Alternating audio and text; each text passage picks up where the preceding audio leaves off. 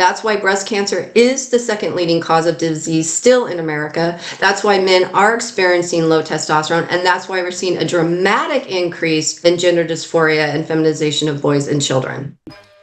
All right. Hello, everyone. Thank you for joining. As always, special episode here today. I'm excited to talk to a new friend, Dr. Wendy Sellens. This is actually the first time that we've met, but you were recommended to me by one of our followers, said you should really get Dr. Wendy on to talk about women's health and men's health, hormones, estrogen. You seem to be quite an expert on the subject. You've written 8 books. 2 of them are big, huge books that got all the research in it. And 6 of them are more auxiliary, right? Taken from those other books, broken down a little bit. But it's a big body of work either way. And Dr. Sellens is a doctor of Chinese medicine primarily, but she's also a researcher in thermography.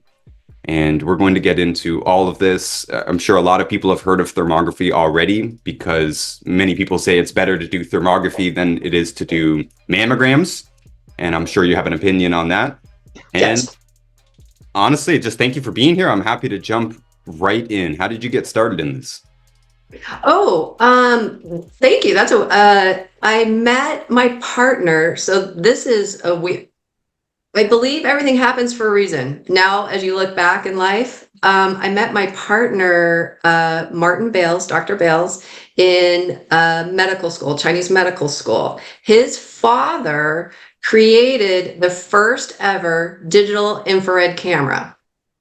So the camera you all saw in the movies with the little guys running around, the little thermal guys, like in the war movies, the infrared camera where you saw the military guys in thermal, that's his camera.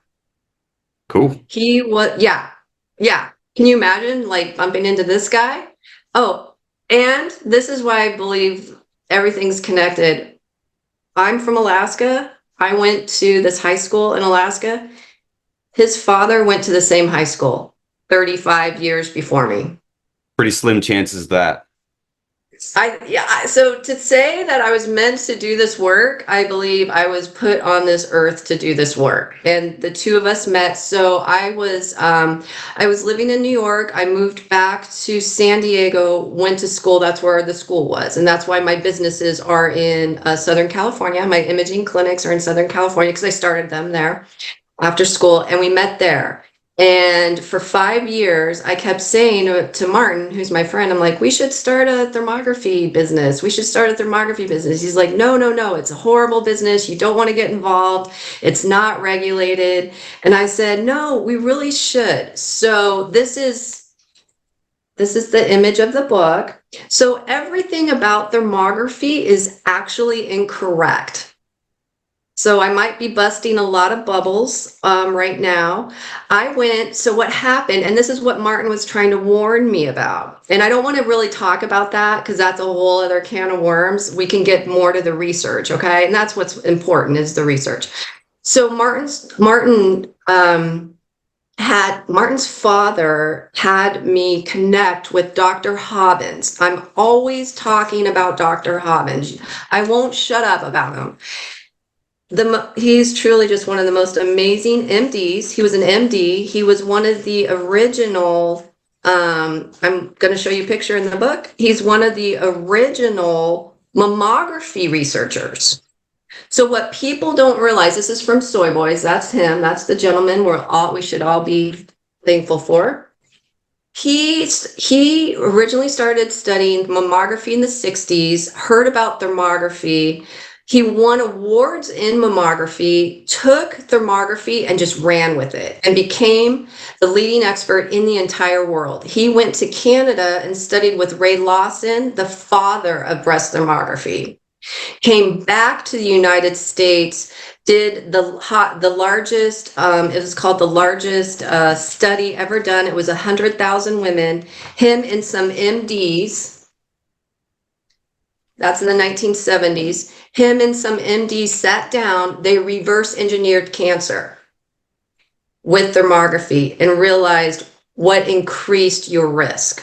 And then he traveled the world 10 times. So every thermography academy in the world, not Europe, But South America, Asia, Japan, and America are all set up by Dr. Hobbins.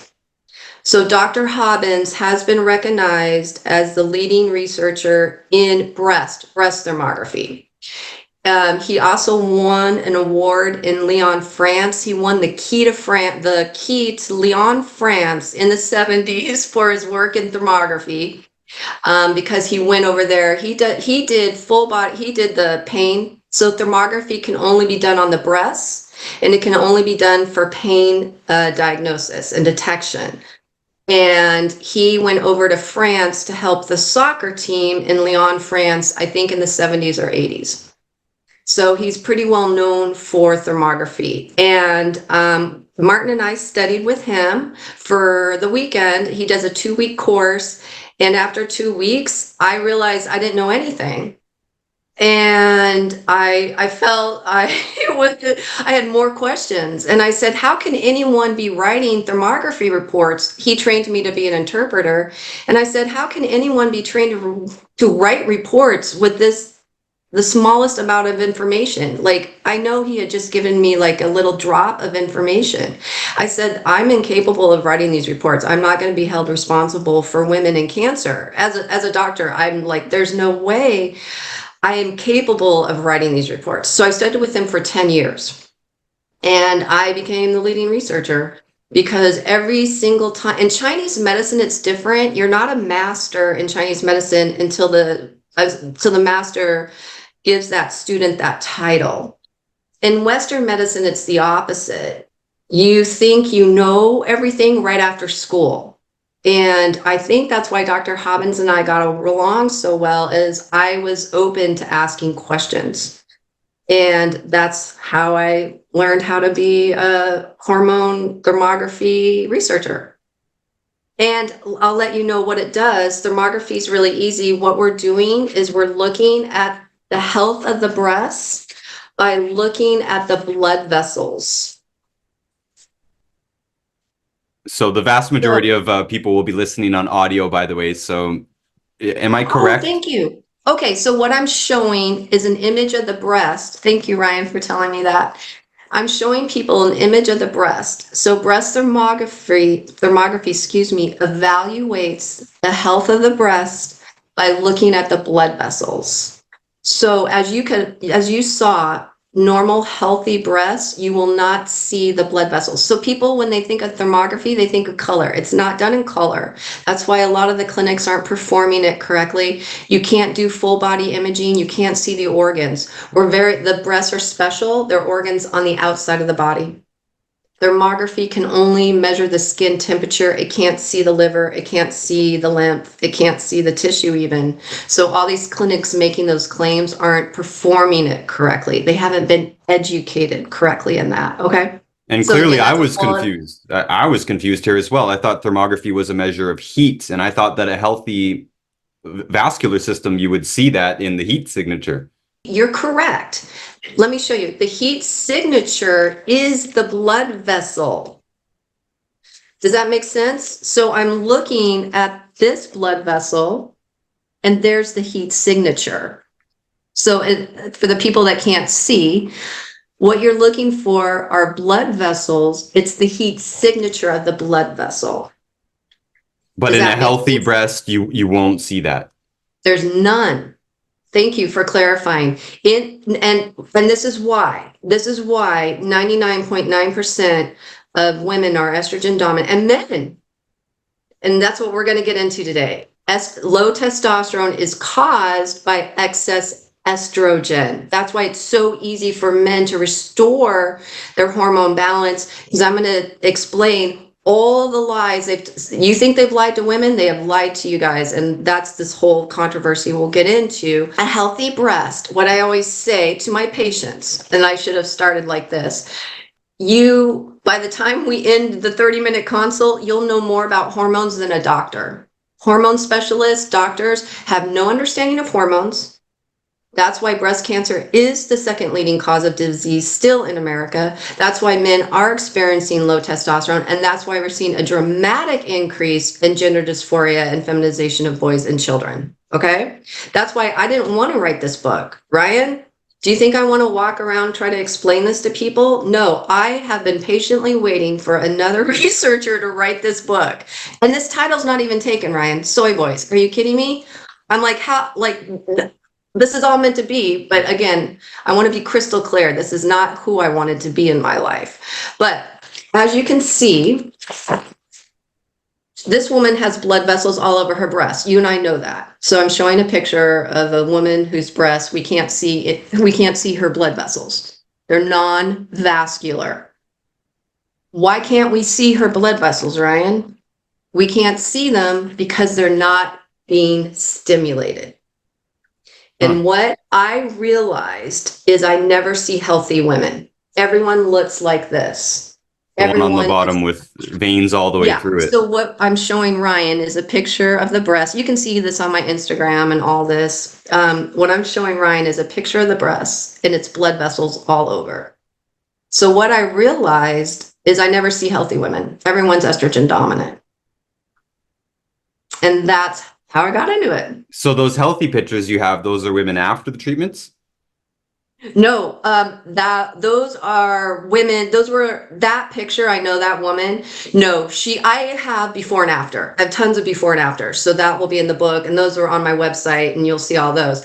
No, I know that lady and she was just a healthy person that didn't do anything. Let me put it this way. And this is what I'm going to get into. It was the plant-based movement, the essential oils, all the phytoestrogens that dramatically increased estrogen dominance in men and women. And that's why I never wanted to write this book, the Soy Boys book, because this is, okay, so I guess let's get into it. So when you're on your feed, wherever you are, I tend to towards Instagram. So whenever you're on your feed, you're seeing all these gentlemen talking about low testosterone, correct? And how to raise it. The majority of what they're saying is wrong. And no one is discussing the phytoestrogens. I'm over here like this, Ryan. For 11 years, I've been on YouTube, Facebook, Instagram, making videos, making posts. So I've been out. The book's been published for 11 years. And my publisher made me do every single, YouTube, Instagram, Facebook. So I've been over here going, hi, phytoestrogens, why? The chemicals that everyone's discussing, like the atrazine, the phthalates, the BPA, those are nanograms. So a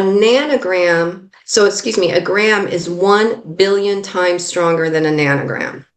Okay? So 1 cup of soy milk equals 1 birth control pill. Now, this is where it gets frightening. So the very first thing on the back of Soy Boys in 1980, Dr. Hobbins, the thermographer, noticed, Ryan, this is where it's fascinating. Everyone used to be non-vascular in the 70s. So imagine for 10 years, you're doing 15 years, you're doing thermography, everyone's non-vascular. Then everyone shows up looking like this lady, right? Here's just another image. And he's like, why is everyone pregnant? Because this is the natural state of pregnancy. In thermography, and you know this, just you can think in your own head really quickly, oh, that makes sense. The blood vessels are preparing for lactation. They're being stimulated, right? So you're going to see the change in the thermography when someone's pregnant. You could immediately, in the 60s and 70s, you could tell when someone was pregnant because they would have blood vessels preparing for lactation. So nursing, whatever you want to call it, So in the 80s, that changed. Everyone started becoming hypervascular. And what I mean by hypervascular is the entire breast. So vascularity, Ryan, for clarification, is stimulation of the existing blood vessels, okay? In thermography, I'm speaking. So if I see vascularity, I already know you're estrogen dominant. Now I'm looking for specific patterns. Remember, they reverse engineered cancer. So they went and imaged 100,000 women. They found cancer and looked at that cancer's blood vessel pattern. Fascinating, right? Hmm. And they came out with all these little patterns. So I'm looking for little patterns in your blood vessels. So that's my job. One of the And more I let you know. one of the more popular alternative treatments for cancer is using cartilage, shark cartilage, and now bovine cartilage. And the theory of how that works is that it's supposed to cut off the vascularity to the tumor because, yeah, they're saying that the tumor creates its own Yeah, blood vessel network, basically, and they want to cut that off. absolutely. And thank you. Thank you for bringing that. People try to do that with breast cancer. Let me be very clear. Breast cancer is the easiest cancer to prevent because 80% of them are stimulated by estrogen. And you brought up a really good point. So people are always trying to block their estrogen, and that's what I'm testing. A lot of these don't work. So, for example, there's a lot of called natural, and this is what I want to get in with men. Men take these. They're called natural estrogen blockers. There's DIM, calcium D-glucarate, Myomin. There's a few of them out there. They don't block, and Myomin, one of them, is estrogen. So imagine you can't block estrogen if you're using more of it, right? So some of these natural estrogen blockers don't work. Now, I don't know of the shark cartilage. There is a supplement out there called AngioStop.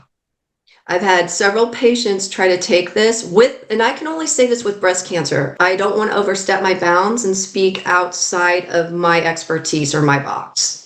So everything I'm sharing with you is only about breast cancer, okay? Okay. So, and hormones. So, but that is exactly the key to what you're saying. You want to stop that neoangiogenesis. But here's the key, right? Here's the key, Ryan. How about we not use what expresses that cancer cell? Everyone's always worried about cancer and everything. And in breast cancer, again, it's the easiest to prevent. Stop using what's stimulating or feeding that neoangiogenesis or angiogenesis, whatever you choose to call it. That's estrogen. That's why breast cancer is the easiest to prevent. Do you understand what I'm saying? Yeah. So estrogen is a natural hormone. I mean, women produce it, men produce it as well, just like women Yeah. produce testosterone as well. But you're Yes. saying that something happened in the late 70s, 80s where we changed our diets primarily. And so are you saying it's kind of just from the plant-based movement? Is Oh, that the thank only you. thing? Thank you for clarifying. No. Okay. So here's the thing. Doctors want to blame you. So It's your I'm genes, always trying to, obviously. huh? It's your genes, obviously. It's your fault. Well, what they've actually, it doesn't mean you're going to get cancer, right? So what did I just say? And thank you. I love being questioned. What did I just tell you? Let's say I have a family history. I don't care if I do. I'm not going to stimulate that cancer cell because I know what stimulate and increases risk. So women are always afraid of me, excuse me, women are always afraid. And let me show you. So I have a picture of a family history. So this lady has a family history. They want to give her a double mastectomy. And I said, why? Well, she came into me because she didn't want to have a double mastectomy. So my case was, why would you cut off both your breasts when we can just monitor? So this is us monitor. See how she gets worse at the end? Mm-hmm. So I immediately let her know. That's how thermography can help with people that are concerned. So we'll monitor your blood vessels as soon as we see changes, because what's so unique about thermography is when I'm doing my research, I can see changes in 30 days in the blood vessels. You can't see that with an ultrasound and a mammogram. That's what makes thermography so unique. So instead of always worrying, hey, I'm going to get a double mastectomy, I'm going to die of breast cancer, because what I find interesting is I'm not sure of this gentleman's name. He has like 1 million followers. He does quantum physicist. He's a physicist, and he talks about quantum physics. And he's saying they've proven that genetics is only 1% of our disease, that through quantum physics, this is his claims. And I apologize, I don't remember this gentleman's name. And that stress is 90%. And as a Chinese medical doctor, I recognize what stress does to the body. So what I'm always trying to remind women, you worrying about yourself getting cancer is going to make you susceptible to the cancer, because now you're weakening your immune system with worry, right? So why don't we just remove what's causing it? So what do I mean is, if your estrogen was bad for you, then that would be an autoimmune disease. Our estrogen and progesterone is made for us. As soon as we use the environmental or exogenous therapies that they're pushing on us, that's when you saw an increase in breast cancer. And let me explain this. I have a whole chronology in the back of this book where, as soon as they start giving women estrogen therapies in 1940, this is in Breast Thermography Revolution, I show through this whole chronology the actual statistics and numbers as it increased. Okay, so this is all Appendix B, is just me showing every year. See, it's all statistics. Breast cancer increasing, right? Let me give you this one as an example. So what I'm telling you to be crystal clear is breast cancer, PMS, menopause, low testosterone, gender dysphoria is an environmental disease and disorder. Let me explain.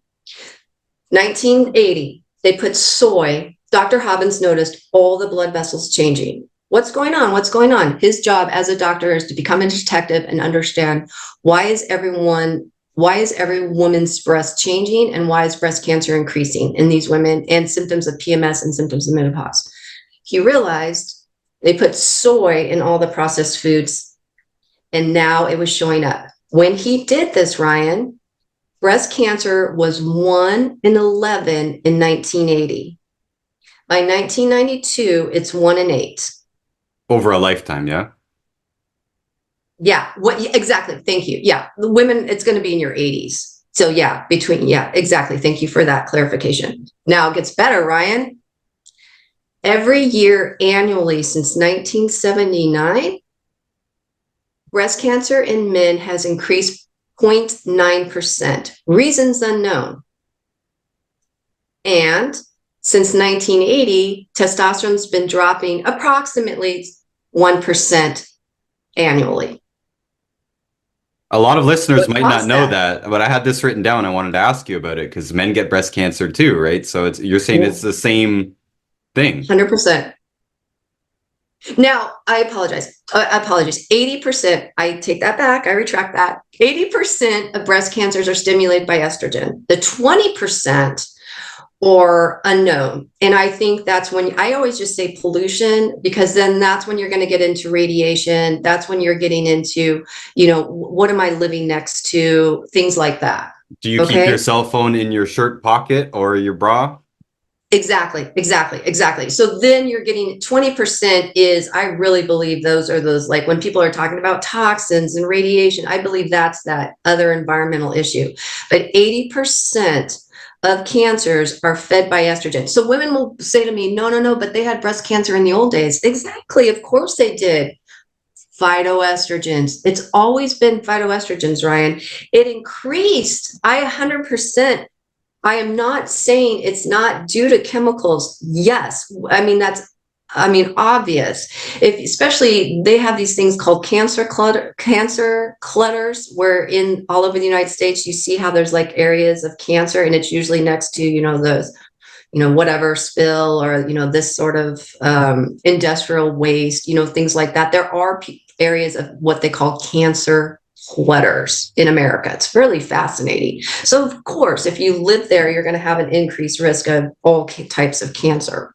But what I'm saying, as soon as they put that soy into everybody's food, that's when everything started increasing. So, and remember, the synthetics are a nanogram. Those the phytoestrogens are a gram. So then you had this veterinarian come out a couple years ago and try to warn us. And he said, hey, this Impossible Burger is 18 million times more strong than a Whopper, Ryan, a Whopper. And they A feed the soy to veterinarian. the animals in the first place too, right? Yes, absolutely. And I talk about that in the book too. So all this is discussed. I try to cover everything. Just so you know, I've been doing this for so long. I know all the arguments, and I debunk all the research in my books. That's all I do is debunk, because research is bought and paid for. So everyone is basically little robots following little bought and paid for. You know what I mean? Research. So the Soy Boys book, I take the research, the phytoestrogen research, and that's what's frightening, is why is there none out there? Why am I the leading researcher in phytoestrogens, providing them the largest amount of evidence I can possibly produce, as much as my little person by myself can produce? I'm all by myself in this. Those are big books. Thanks. But you know what I mean? I'm saying, I have a mountain of evidence, and I wish I somehow could just get that onto, if you guys could literally see the thousands and the thousands of things I have, and I just can't on my own.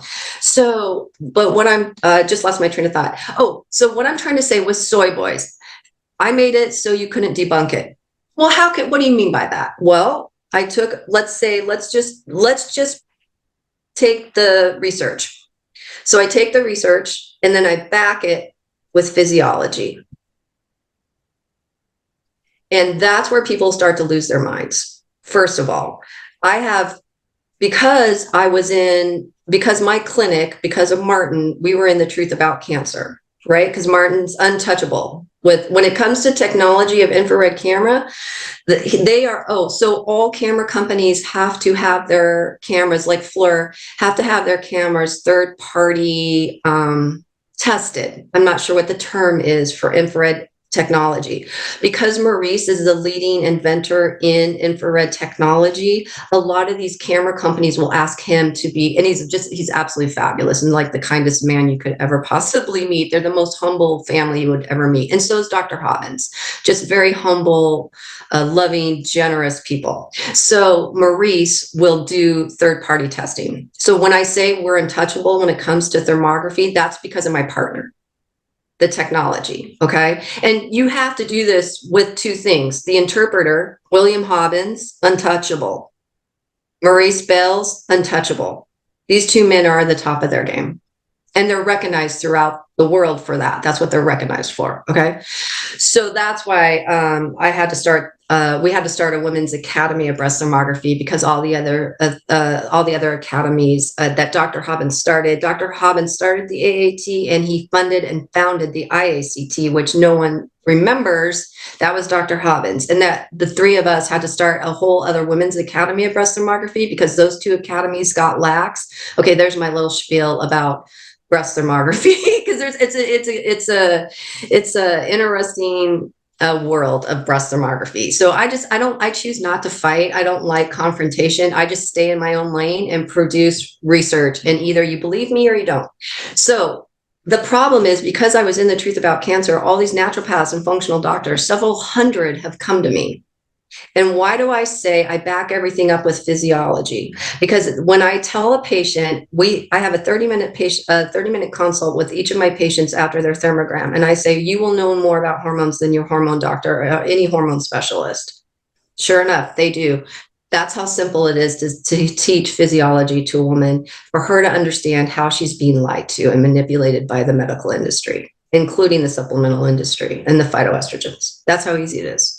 Hormones are easy. So I back everything up with physiology. So it's research in this book, physiology, statistics, right? I just said to you, well, that's interesting. Dr. Hobbins took 1980s, noticed this, and then noticed, hey, this happened. And then statistically, here we are looking back 40 years. Well, that all added up. It's so easy for us to look back, right? I've got an interesting statistic here as well. Oh, tell me. So Japan and Hong Kong are currently tied for number one in the longest lived countries, not populations, but countries. And so a lot of people, including myself, would have thought that, oh, they must be doing pretty good on cancer. Well, before I get to the statistic in Japan, I had a conversation a couple of months ago with someone in Hong Kong talking about how we might operate there. And I was thinking, but Hong Kong's number one right now. What do we have to offer the number one longevity country? And come to figure out, it's actually a big problem of having cancer in Hong Kong. And so even though they're living the longest, they're not doing necessarily the best. And in Japan, as we all know, they eat lots of soy as well. And yes, they are doing good on longevity, especially certain areas of it. But breast cancer is the most common type of cancer in women in Japan, which is pretty huge. So that's very interesting that somehow they're doing well on longevity, but they're not doing the greatest on all cancers, at least, especially breast cancer. What is the longevity, may I ask? What is their age? Europe, it's 82. America, it's 74 for men, 76 for women.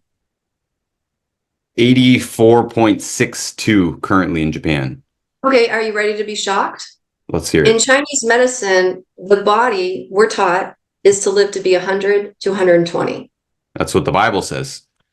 My grandfather passed away at 100 just this last year. Drink like a fish. So that's what I'm always reminding women. It's the medical establishment that has shortened our lives. It's the pharmaceuticals, it's the supplements.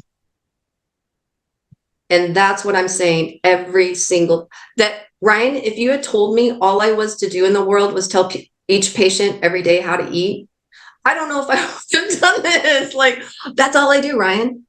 That's Yeah, me, all me too. I didn't know exactly what I was getting into in this business, and it's tough. Other companies look at us, by the way, because we do nutrition.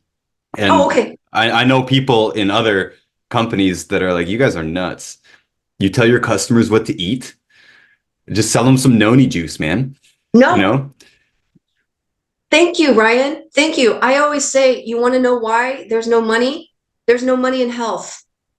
You have to sell pills. You walk into my, I have not sold one supplement in 17 years, Ryan, not one. My herbalist will sell a formula made for you. So I'm always telling, I do a lot of consults for women, and men. I always say, hey, find an herbalist and get that supplement made for you. Because Ryan, what your body needs and my body needs is two completely different things. Let's say we even both have asthma, how we view the body. So that's where supplements. I have a whole chapter in both books. Dr. Hobbins said the supplemental industry is the reason why so many people are sick. He's like, no one eats organ meat anymore. And how Dr. Hobbins treated all his cancer, breast cancer. I'm only going to talk about breast cancer, and he treated tons of cancers. I could tell you the other cancers he treated, and we'll get into that a little bit if you want to talk about that. But he treated breast cancer with nutrition. He bought his own cows, Ryan, because Dr. Hobbins fought the industrialization of the milk supply since the 40s. Oh, and by the way, how amazing Dr. Hobbins is. He's the second youngest gentleman to ever graduate from Northwestern, the largest hospital in 1946, medical school. The year he graduated, 1946, second youngest gentleman, he was head of ER night. That's what a brilliant, brilliant, brilliant surgeon that they recognized in 1946. He fought the industrialization of milk because he was in Wisconsin. He's from Wisconsin, went to Chicago to be a doctor. And he fought the industrialization of milk. He bought cows for his patients. They were called cow condos back then, I guess, in Wisconsin. You all can look this up. I'm not sure. This is just us, 10 years working together. You're going to learn all these like random stories. So he was always telling people, have your own chickens, grow your own veggies, get your milk, go over to my little cow condo and get your milk.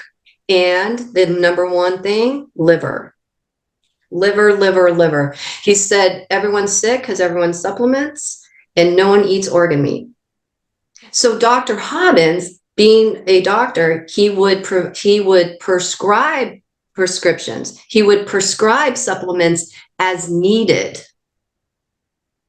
They were never meant to be long-term. Supplements and pharmaceuticals are medicine. And I'm always reminding people, I'm an herbalist. I studied herbs 4 years. 4 years. How come I had to study herbs, know every property of every herb, know that property against every other herb, so I know I won't mix and hurt somebody, right? Because I now have the ability to hurt my patients because now I know all the properties. And not only that, know what those properties will do in every body type. So people don't understand the power of herbs. And yet I have to go to school for 4 years to prescribe them. And you have an MD and an ND making herbal formulas and just handing them out. So when I tell you that MDs and NDs are harming you with their supplements, it's because they don't realize these supplements have side effects.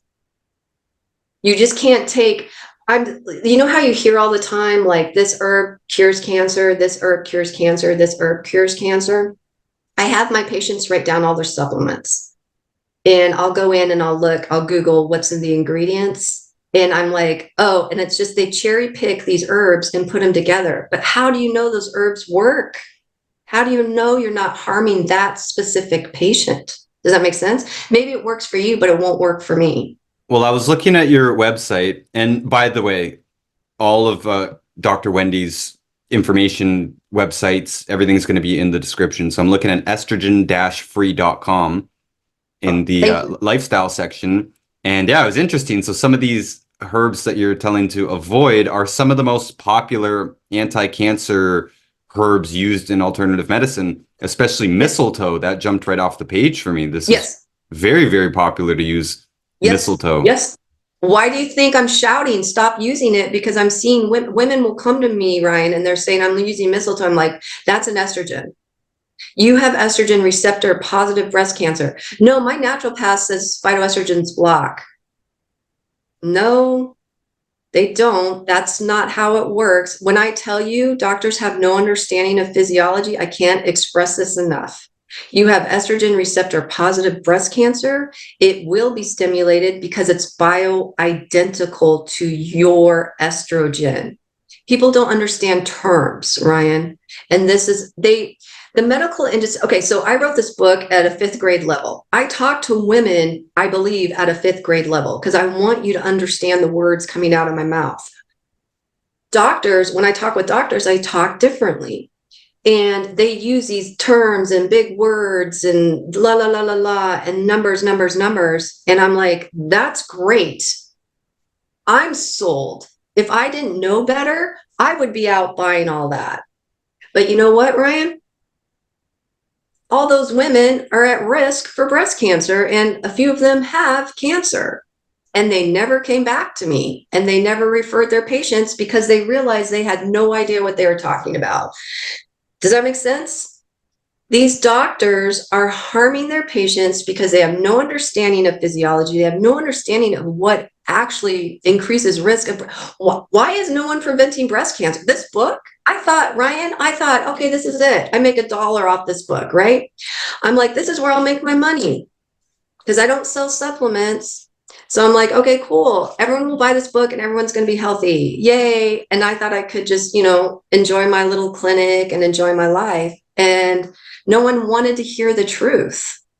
Everyone wanted, Ryan, when I published this book, I talked about everything was nutrition. Wouldn't you want to know what to eat? I thought, like, as a Chinese medical doctor, I thought here I am, like, doing the right thing.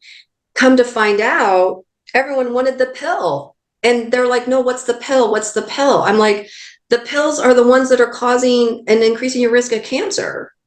Now, when I say cause cancer, Ryan, I want to be very specific. When I say flax causes cancer, it doesn't cause cancer. It stimulates the cancer cell. Okay. So if I say cause, I mean stimulate. So it doesn't cause the cancer. You have the cancer cell. What we're doing is we're not expressing it. Oh, and by the way, flax, a quarter cup of flax equals 20 birth control pills. Yeah, so I wrote down flax here because I'm reading a big cancer book right now. It's downstairs, or I'd hold it up for you. It's by the Burton Goldberg Group. who also released a big, giant alternative medicine definitive guide textbook as well. It's pretty popular in my arena. Okay. And anyways, it's just, yeah, some of these things come up again and again that you're saying, no. Like mistletoe is one of them, but flax is also one of them that is strongly, highly recommended for its essential fatty acid content. And I'm bigger on fish oil. I don't know how you feel Yeah, about that. 100%. And that's what I don't, why does no one contact the researcher? So Dr. Hobbins was the first, I believe now, was the first doctor to warn other doctors about soy, right? Because when I met him in 2008, he was telling me about flax and I was blown away. And it's the very first study I did, and you can watch it on YouTube. That is the most hated video on YouTube. My first ever pilot study was flax because I wanted to know. I wanted to get to the bottom of it because it was hard. Okay, I'm always reminding my patients, I'm deprogramming you. I have to deprogram you. I am not like when I told you, when I texted you, ask me questions. I want the questions because I know you're coming at me from a respectful manner and I will respectfully answer them. You're not yelling at me like most people. So as long as you ask me, I had to be deprogrammed. I had to ask 100 questions. I stayed with someone for 10 years, Ryan, 10 years to understand this. So I want those questions. So Dr. Hobbins got tired of me though for a little bit. He's like, you know what? You're a doctor. You're responsible for your patients. You should be doing the studies yourself. And that changed everything for me because you know what I realized? No doctor is held accountable. If these doctors were held accountable, the truth would be revealed because it would show that they have no understanding of what they're doing when it comes to hormones and breast cancer prevention and low testosterone and preventing gender dysphoria in children.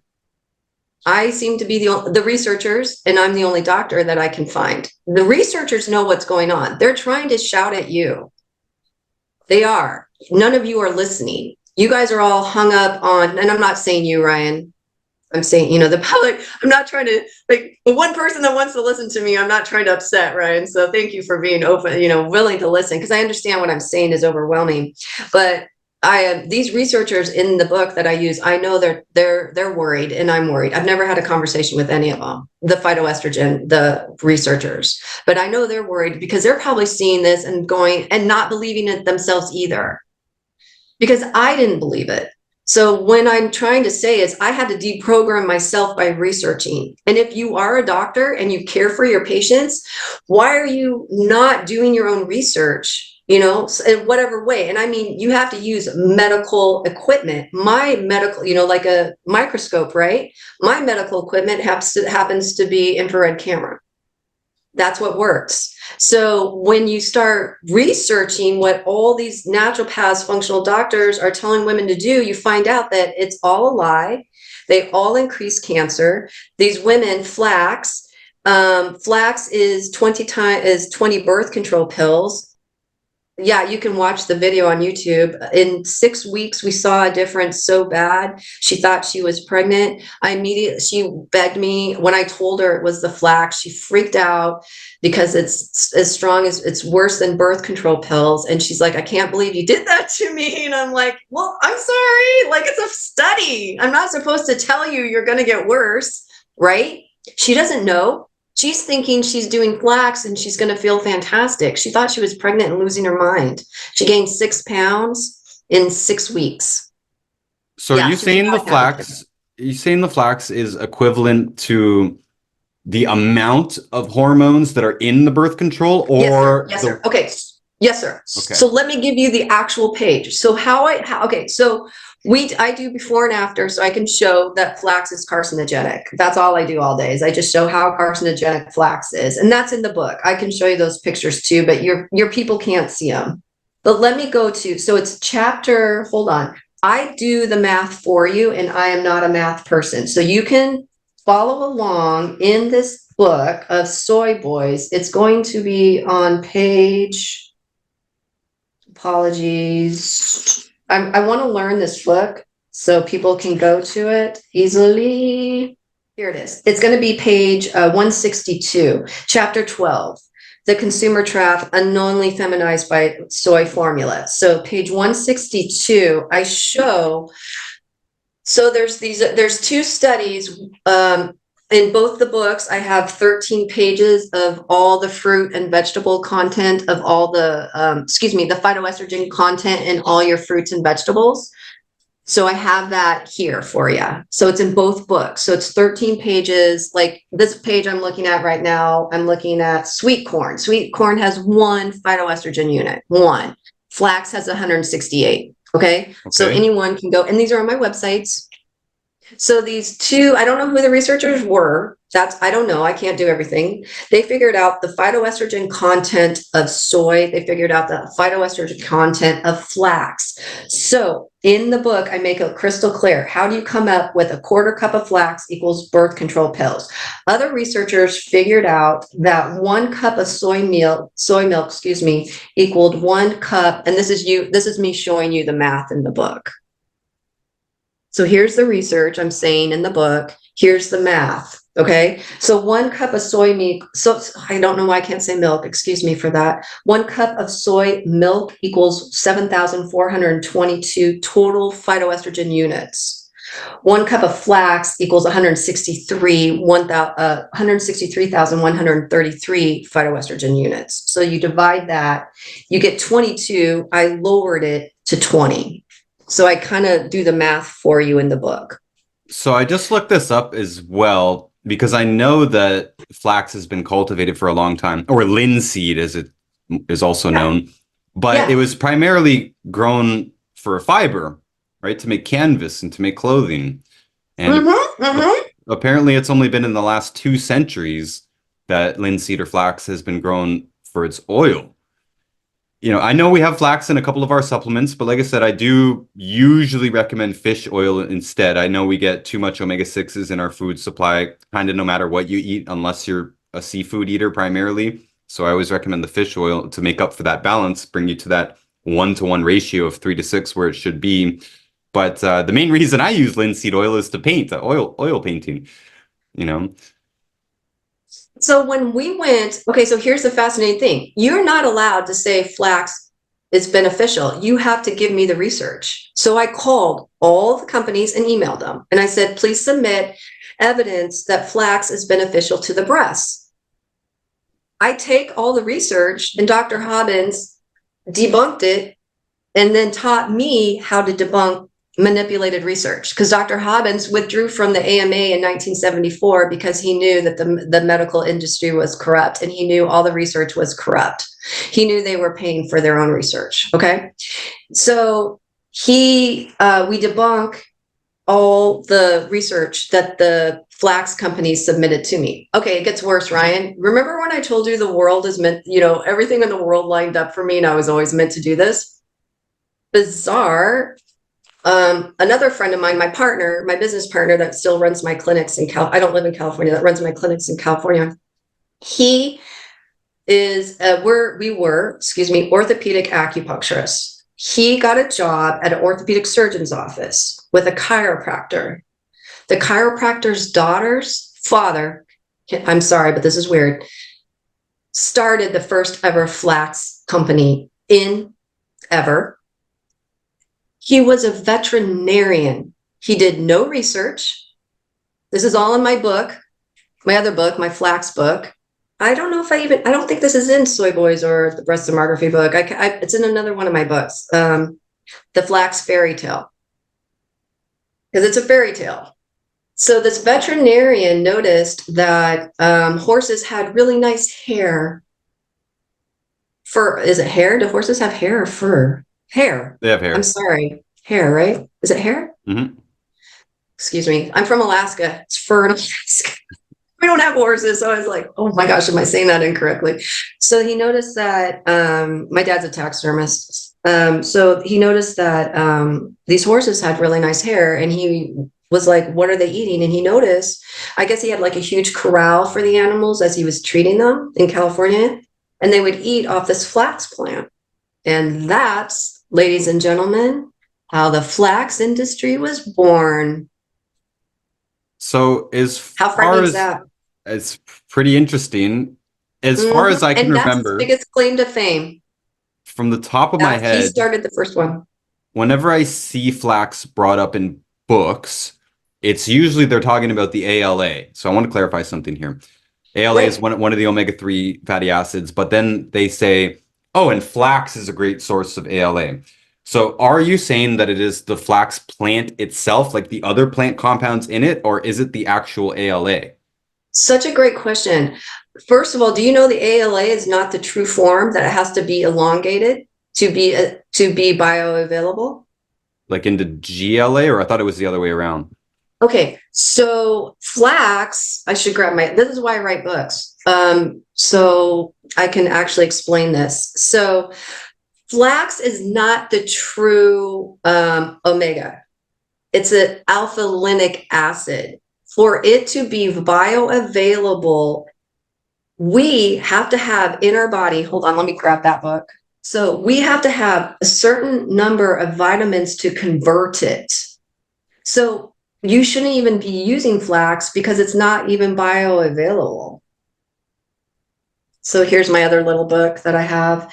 So ALA is the shortest of the omega-3s. First, it must be elongated, which is called elongation, and this requires an enzyme, but it doesn't end there. The second requirement is called increased desaturation. The omega-3 gets altered chemically, which provides more reactivity to the fat. All of these processes require the following nutrients: vitamin B3, B6, C, zinc, and magnesium in order to successfully convert ALA. If someone is deficient in these nutrients, then the conversion is unable to be completed. It is strongly recommended to use the active form of omega-3, EPA, and DHEA. So I would research a little bit more into the ALA. What I'm telling you, yes, you cannot remove, this is what everyone's saying. This has been the argument for the last 16 years. I've repeated myself a million times, and it's in the books. It's in a lot. I've kind of given up having to argue a lot with these people. But what they're saying is that, oh no, organic soy doesn't have estrogen, or tempeh doesn't have estrogen, because soy is herb. It's a Chinese herb. I had to learn all the properties of soy, and one of the properties of soy is it's toxic. That's the property. So I can't give a person a ton of soy for a long period of time. Why? Chinese figured this out 5,000 years ago because it's toxic. So that's why people make the tempeh and stuff like that. They actually treat it to remove the toxicity. That makes sense, right? Oh, okay. I get that. Well, you can't remove the estrogen. It's in the plant. You can't go in there. I don't know what they're like. How are you removing? You can't. It's part of the plant. The plant is estrogen. It's bizarre. That's why it's called a phytoestrogen. So no, you can never. Now keep in mind, all these people that are coming to me are going to, the Truth About Cancer clinic. Do you really believe those people are not receiving the highest quality ingredients of supplements? Trust me, they are. So these books are nothing but the highest quality supplements. I don't use Walgreens supplements. I'm talking about pharmaceutical grade supplements. So I've heard that argument, but no, you can't. And I love that question because it's a valid question that I get asked 4,000 times a day. No, you cannot remove the estrogen from the plant. Is ALA itself a problem? Can you get that from other sources? Do you need it at all? I am not an expert on supplements. I am more like the nutritionist because I'm a Chinese medical doctor. I prefer to eat the food. The one food I won't eat and I haven't eaten in over 20 years is fish, and I'm from Alaska. So what you said earlier resonated with me. I'm just hoping I'm getting the highest quality omega, and then it has the least amount of microplastics. So I'm with you. We live in this incredibly polluted world. I'm just doing the best I can. And I have to say that to everybody too. It's like we live in a very polluted world. Let's just do the best we can. Because people try to tell me all the time this, I supplement because of this and this and this. I'm like, I'm not going to let that hold me back from eating the real food and choosing a pill over food. I'm going to choose the food over the pill every time. But let me be clear with you, Ryan. I'm not anti-supplement. I'm going to take 20 supplements today instead of eating, I eat scrambled eggs. I eat eggs every morning, right? So I'm going to, instead of eating instead of eating eggs, I'm going to take 20 supplements. No, you want to eat the egg. You want to eat your eggs versus going the first thing you do in the morning is to do supplements. But I realize people are sick and they need to use supplements as needed. Does that make sense? Use the supplements as needed while you are sick.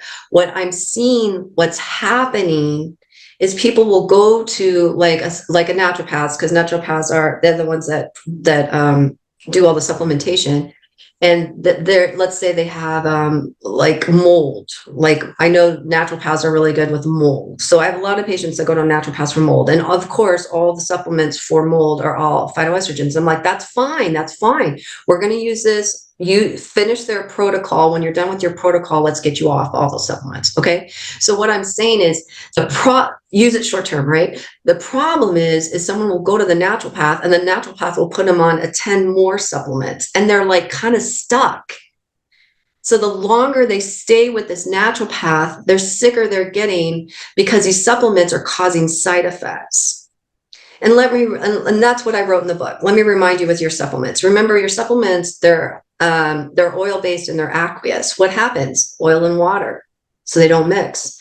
They're alkaline and acidic. What did we do in chemistry class? We took the acid, we put the alkaline, and it created a toxic salt.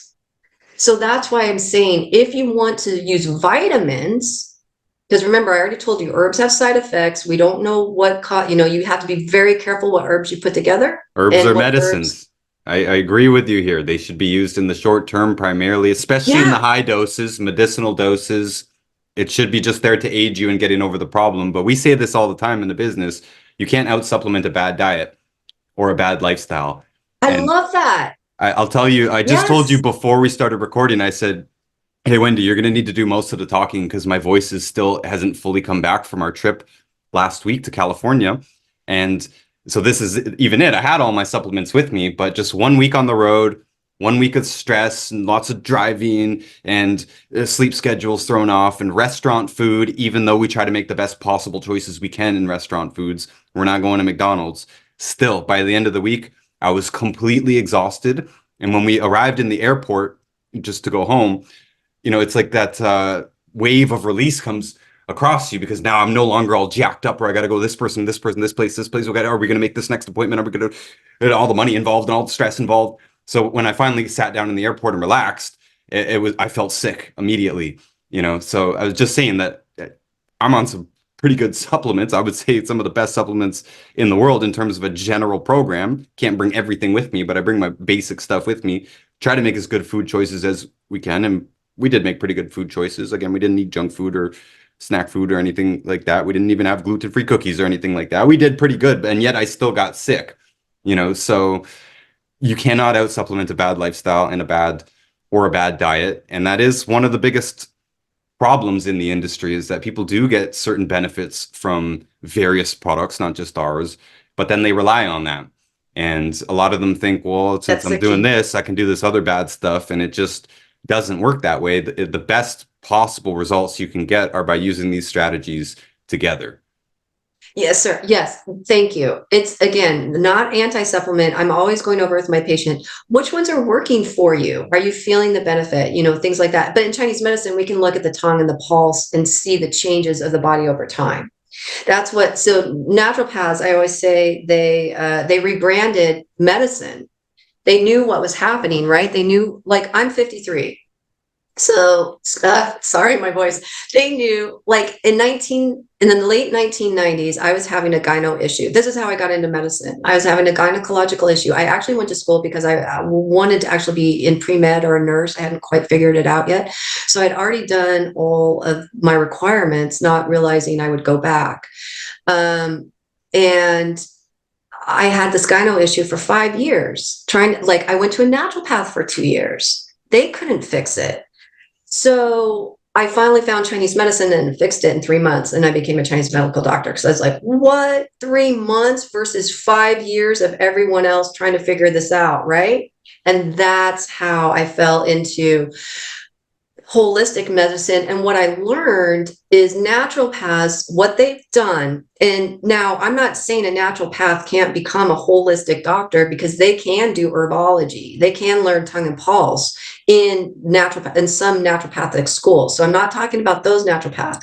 I'm talking about naturopaths are Western doctors. They rely on labs and they rely on supplements. So they have to go in and they'll look at your labs, which are inaccurate with hormones. They're like Dutch and saliva tests are a joke. I feel so, I'm overwhelmed by like people trying to tell me Dutch and saliva tests are accurate, and they're just simply not.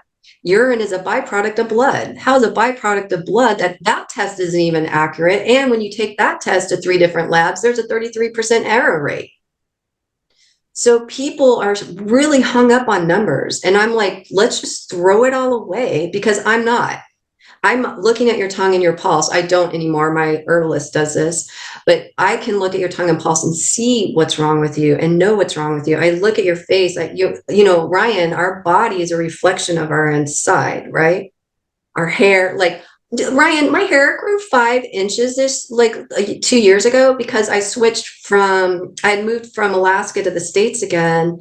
I eat moose liver, and I started doing the capsules, the organ capsules that they have, like ancestral supplements. I started eating the organ capsules and my hair grew 5 inches. The capsules, Ryan, I'm 51 when this happened.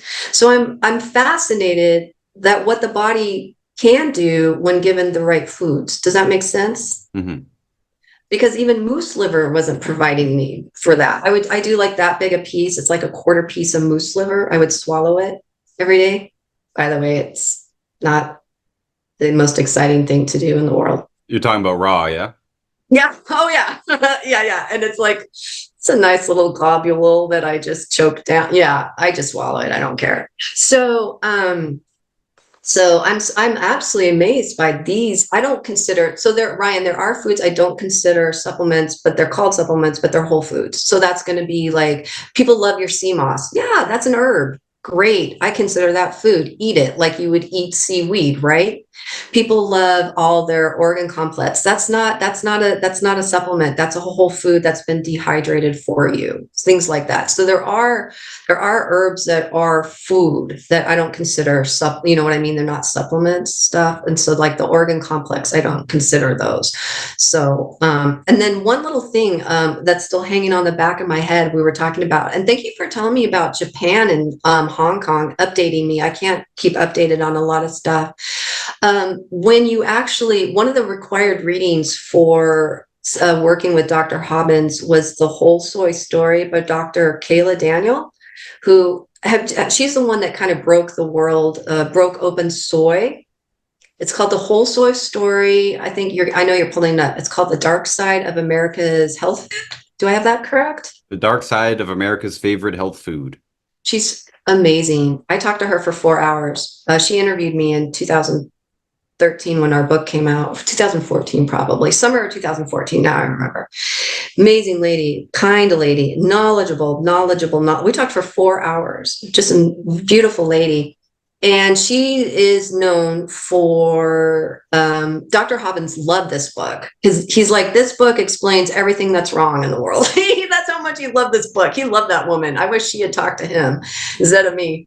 But that book was required reading for my education. And in that book, 1.5% of, soy is only 1.5% of the diet. Now, this is interesting. Later, as I'm learning, I kind of I'll acquire little things. I'll put them like in a little folder. So if I ever want to write a book, it's in this folder, right?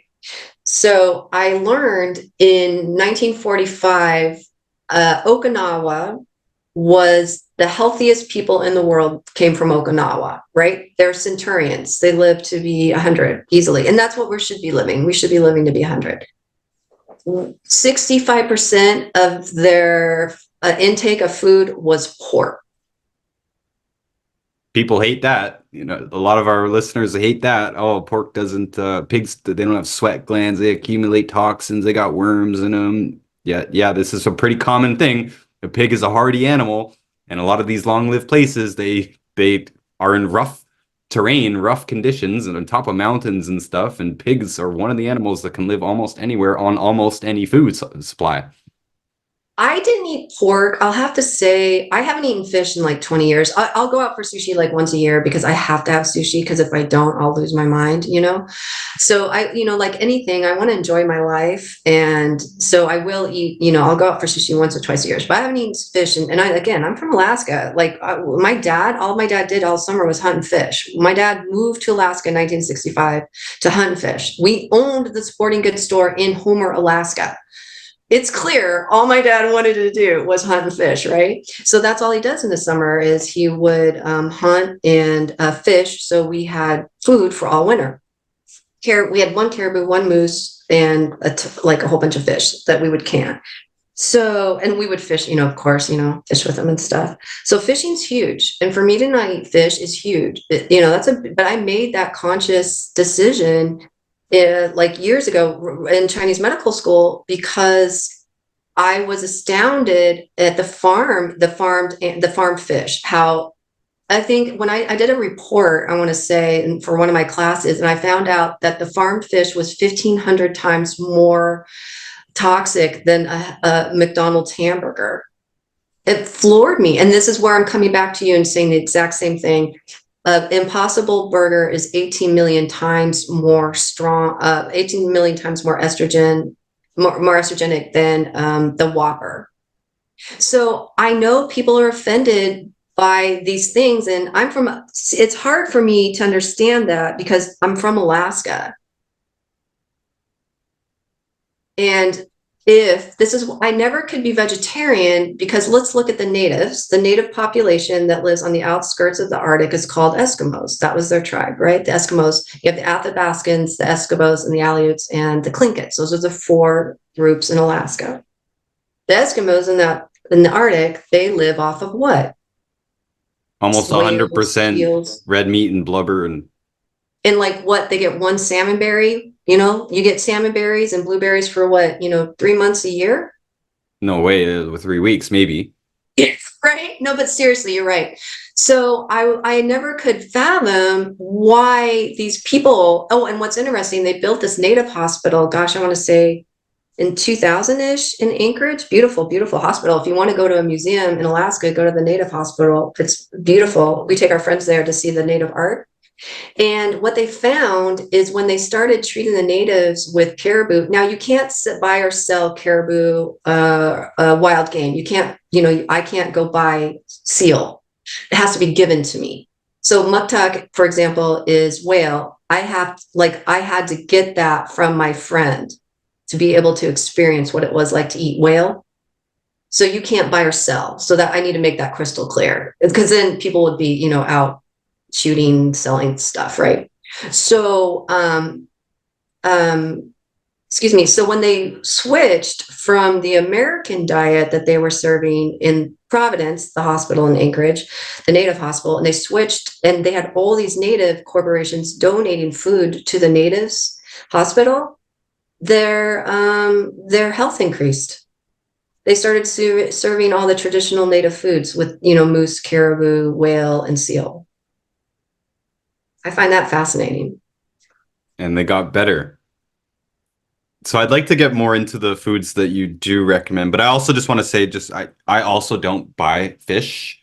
Really? I worked in marine science for a couple of years, and it showed me how evil the fishing industry is.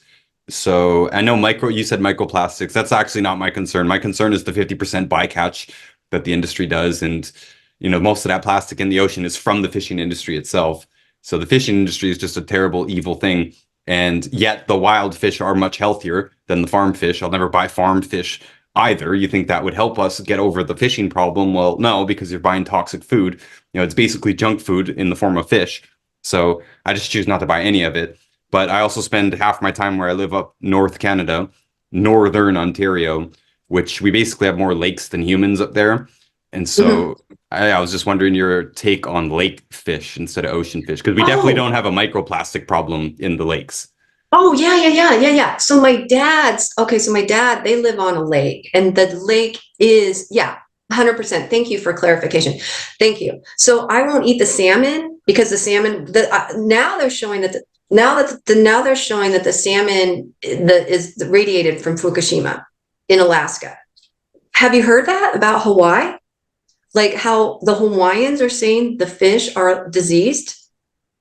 I have not heard that from Hawaii, but let me tell you that the Fukushima happened when I was in marine science. So Yeah, I was actually skeptical at that time. We were working with yeah, computer models showing yeah. that it would contaminate basically everything. But I've been sitting here waiting for like 12 years now for it really to come out and have some proof that something happened dramatically. I'm yet to see that proof. Oh, I'm okay. skeptical. Oh, okay, okay. So, and again, I'm not this person. I am not this person. Maybe, so what was interesting is if you talk to the locals, the Hawaiians that live there, they say that the fish are diseased. Now, if in Alaska, the fish, I won't eat the salmon, so I should clarify. I'm so glad you bring things up. I love having the dialogue, lake versus sea. I agree. So, the salmon are being can possibly be contaminated. I won't eat them because I was afraid of that. Because I know the salmon go through the oceans back to Alaska from, I don't think all the way to Japan, but I know the water is close or something like that, right? Because whatever. You know how that you would know more than me. They post the little, the little chain where you see your salmon run through in Alaska. You know what I'm talking about? Well, yeah, it's They'll all the have different Pacific like Ocean. Yeah. they'll have like different little trails so you can see the ocean, and then they'll do the trail of the king and the trail of the dog and the pink, things like that. So I knew it was like close to, but yeah, I've heard people actual. I fish in Alaska. I haven't fished in a couple of years since I haven't been home in a couple of years, but I haven't fished in Alaska. I want to say since 2016. So it's been since 2016. But yeah, I've heard people complaining about weird things in the fish. So but this is what I want to get to. So they're making roe from the salmon. You could buy the salmon eggs, Hmm. like the supplement, like the food. This is what I looked into. And when I researched, I was like, can you promise me there's no radiation in these? And they're like, we think it's being radiated. And I was like, there's my answer. So the people that are assessing the quality of the salmon eggs for the salmon supplement, the little ancestral supplements, whatever, the fish eggs, they're saying they can't 100% agree with the radiation. So I'm like open to that. But no, I agree with you with the lakes. My dad lives on a lake that has trout, and that's what I would like. I would love, like my husband and I are always talking. I would love, like, if we could have a pond and have our own fish. I would love to do that again. I would like to eat fish again, 100%. I agree with you on that. That's my goal, my own Yeah, personal fishing pond in the backyard. right. I would be out there every day. That's all I want. That's all I dream of is like. And I found out how much it costs to build a pond. I'm like, they're so expensive to do all the aquaculture and all that. But gosh, could you, like, how happy would you be every day to go out and catch a fish and walk in Well, and actually, be lots so of people where I live in Northern Ontario, they do that, and we're not in a rich place at all. This is a grab a shovel and do it yourself kind of place. And I think maybe it's because we live on a big giant rock called the Canadian Shield that it's easier to do there. You kind of just have to dig the hole and it'll fill itself up. And you don't really have to do anything else. You have to put a pump in it if it's not too huge, so it doesn't freeze. But yeah, we don't have any fancy mats. Like, it's not like I'm here in Houston, Texas right now. If we were to build a pond in the backyard, we would have to put a mat lining in it because all the Yeah, that's water, what I'm talking about. That yeah, the water would just you drain don't back down have to the to water do that. table. We don't have to do that up north. It's pretty sweet, actually. Yeah. I'm from, yeah, I agree. I didn't realize you're from Canada. So like, yeah, you go in Alaska, they have so many lakes, they can't even name them all. So Mhm. yeah, I understand. Yeah, no, so I would definitely be open. That's one of my things. I would choose a pond over a cow any day. Like I'm a fish person and it would be So fun. you have a long list of foods that you recommend avoiding. Oh yeah. So let's get back to testosterone, right? Because that's the original call or what we wanted to talk about. So let me explain really quickly. So, okay, so yes, synthetic estrogens are lowering your testosterone. The problem is what's happening, I'm noticing with women, but with men also. Let me give you an example. So people are using all these supplements for men's supplements, performing enhancing supplements. And one of them was, and this is how I stumbled into this, Ryan. Like, I didn't want to be, again, it's not like I want to be this person. It's just, I'm stuck being this person because I question things. So this gentleman came in with low test, and this is how I came into it. So this got into this. So this gentleman came in and I was like, okay, let me look at your supplements. What's up with your supplements, right? And he handed me the supplement and said free testosterone.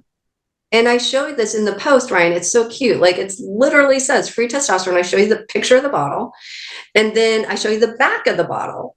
And the back of the bottle, the ingredient was fenugreek. And I kind of knew about fenugreek, but it's not used a lot with women. It really isn't, even though it's a women's supplement. It's a women's supplement called My Breast Friend, and they spell breast incorrectly. So it's not me misspelling the word. It's called My Breast Friend, and it's for lactation. And I said, are you kidding me? And that's when I go, dude, you're on a lactation supplement. He's like, what? He's like, oh my God. I was like, I remember thinking, oh my God, they are doing the same thing to men that they're doing to women. And that's when this was like, I want to say 3 years ago. And that's when everything clicked. I said, I was cussing, mouthing the words. That's when I realized that low testosterone is due to the phytoestrogens. They're using these supplements and rebranding. So let me get back. Remember when I was telling you they rebranded MDs? What they did is they rebranded MDs natural doctors, but they're not. They can't look at your tongue. They can't look at your pulse, your skin, your eyes, and tell you what's wrong with you like we can. Holistic, right? And they do what's called micropharmaceuticals. Micropharmaceuticals is giving you 10 bottles of supplements. We're macropharmacists. We give you one herbal formula for your body, whereas they're micropharmacists, they're giving you 10 bottles for your body. So that's where you're getting all these reactions. So let's say I give you a bottle, I don't because I have an herbalist. I give you a bottle that has 8 to 10 herbs for you, made for you, and they've synergistically worked to give you this like beautiful supplement. Micropharmacists are giving you, let's say they give you 10 bottles. Well, let's say half those bottles are formulas.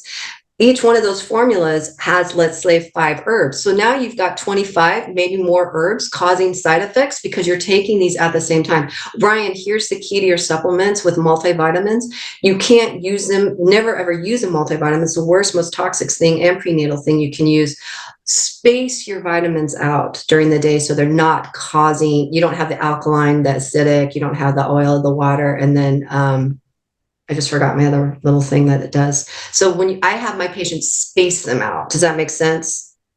We So also recommend spacing them out, but you're talking about like separating the actual compounds. yeah, you're right. No. You can't use multivitamins causes toxicity. So like let's say my patient wants to be on like a B6 and a vitamin. I'm like, oh, okay, perfect. Take your B6 in the morning and do your vitamin C in the evening. Problem solved. Okay. So again, I'm choosing to not do vitamins. I'm choosing to eat things that are high in vitamins. Because I'm 53, I should be a healthy, vibrant woman. Do I need a supplement when I get older? 100%. Yes. But as a healthy, vibrant 53-year-old, I'm going to eat a pepper. I know peppers are high in vitamin C. I eat a lot of peppers. I love peppers for some reason. And it makes me comfortable knowing I'm getting all this vitamin C. So let me get back to what I figured out with this guy. I was like, holy cow, they are giving all these men estrogen. So it's super, super, super, super easy. I can't express how easy this is. So if you go through my list, which is available to every single person, and it's in my bio on it's in my bio. There's a blog in my bio at Feminization of Men on Instagram, and has a little bit more. The book has more. The book's even more, of course. So, excuse me. When you remove all the estrogens, Ryan, now you've taken the cause of your low testosterone and you've removed it, right? Because if your testosterone's here, okay, so I'm showing Ryan, my hand is held up high, my left hand's high. I'm taking my right hand. I'm going to start using performing enhancing drugs. So when I start using this, my estrogen's going to rise to come up pretty close to my testosterone. You guys still have testosterone, but you're raising your estrogen to almost match your testosterone. You don't want that. You want your testosterone really low. You want your estrogen really low.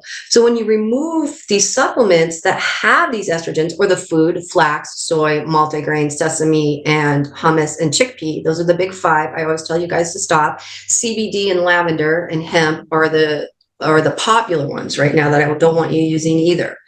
You can smoke your weed. Don't put it on your skin. Don't eat it.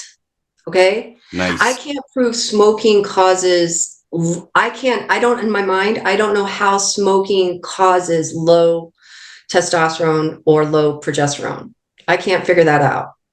I can tell you how it does when you eat it and put it on your skin. It's attaching to the receptor and stimulating the receptor, increasing your estrogen levels. I don't know how the smoke does. So I will be honest. I'm looking for evidence. I wasn't able to. I found that they found evidence, but I'm like, no, what's the mechanism? No one can tell me what the mechanism is. I know there's someone out there that knows it. So I'm saying I'm open to knowing what the mechanism is. Please submit your review because I would love to know that one day.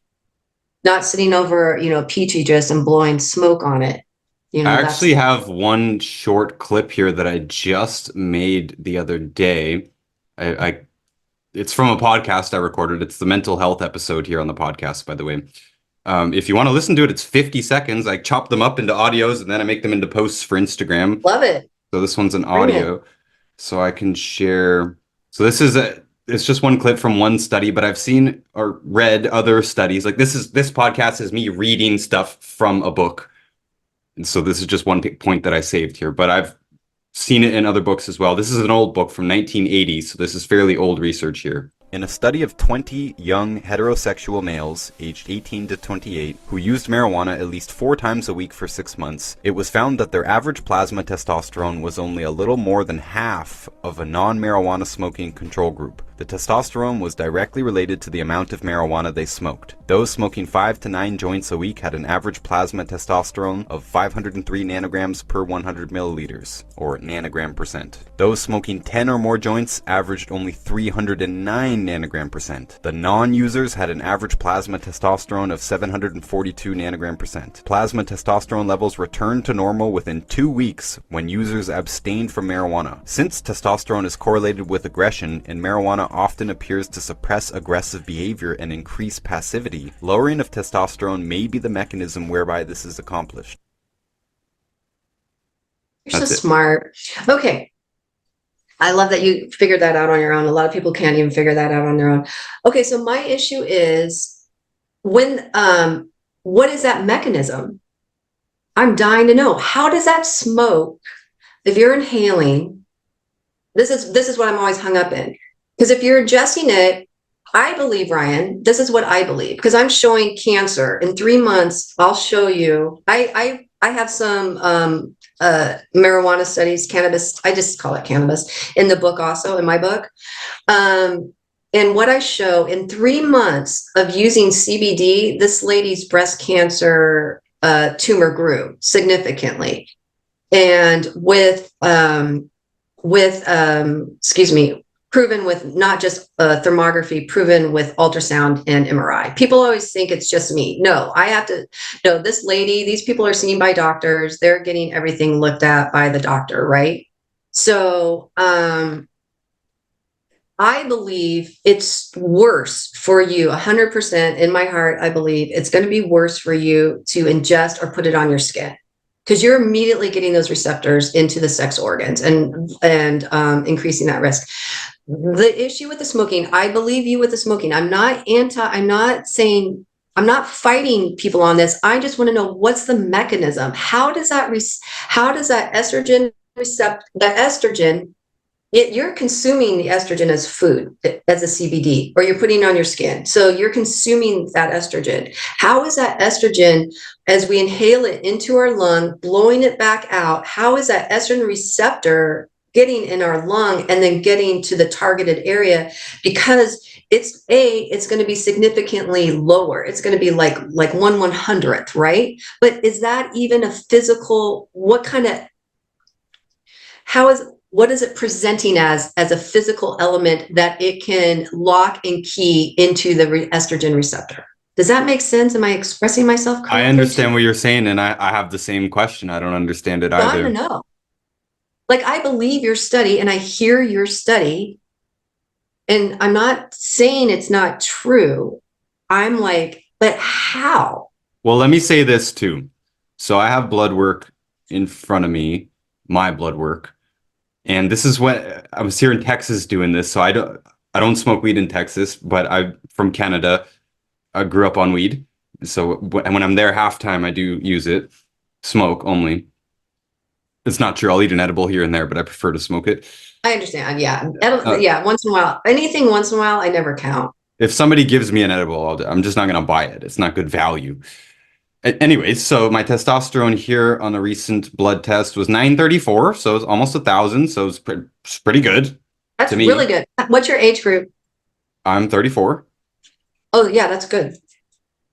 So, but you were saying something that was interesting. So it may not just be the total testosterone level, but what a lot of this other stuff that we're using is bringing up our estrogen levels to match that. And as men, we're supposed to have much higher ratios. Yes. So here's my other thing. A lot of the problems I have, and as a researcher, I know this. I have to be very careful what I'm presenting to women. Like, I can control all of my patients. I know what they're using. You know what I mean? Because because I have to say, honestly, I need to know what you're using, so you have cancer, we need to be able to correct. So when I present something for my patients, I know what my patients are using. How do we know that this person didn't eat, hummus and flax to increase those levels? And I'm not saying they did, but you have to understand, as a researcher, when you're seeing the difference in the blood, is it only just that?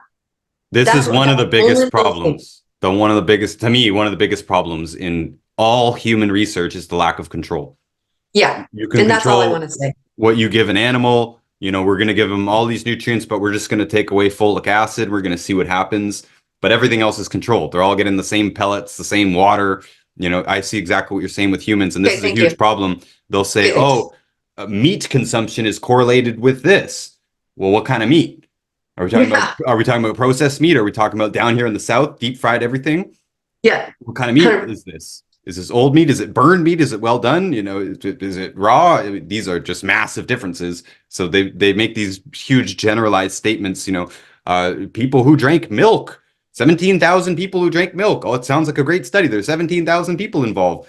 What else did these people do, though? I'm sure those 17,000 people did basically 17,000 different things. So it's very difficult to see statistical relevance, even though we can see some patterns. It's just a bit of a mess because people have so many different habits.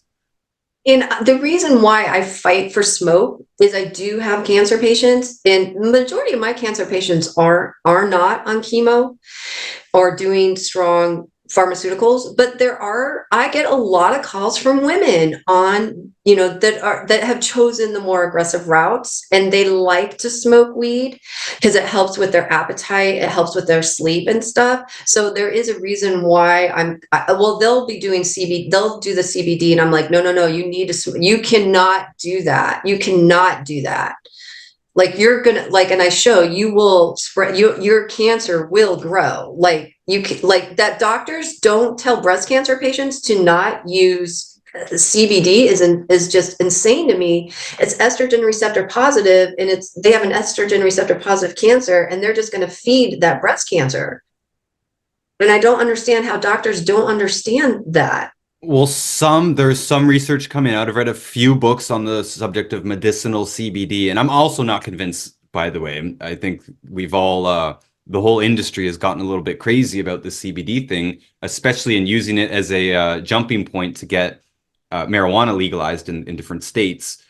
But the research suggests to me, some of the newer stuff, that it really works much better when it's CBD and THC. When the molecule is complete, you're not messing. This is what pharmaceutical companies do, right? They say, okay, well, we got this plant's not patentable. Let's pull out what we think is the active ingredient. Let's use that. Like Accutane and retinol. There's no way I'm going to believe that Accutane is better than retinol from liver. You talk about liver. I love liver.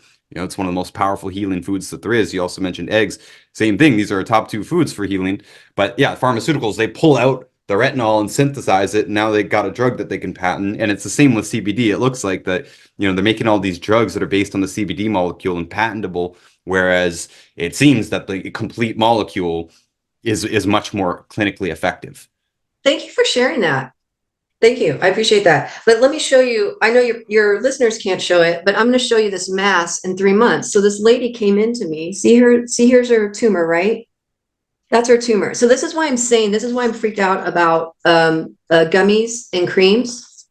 See her tumor? It was just at the top of the breast before, and then right here. At the bottom, it's like her whole just got black. And then this, because now look at both her breasts, Ryan. See how I'm talking about the CBD?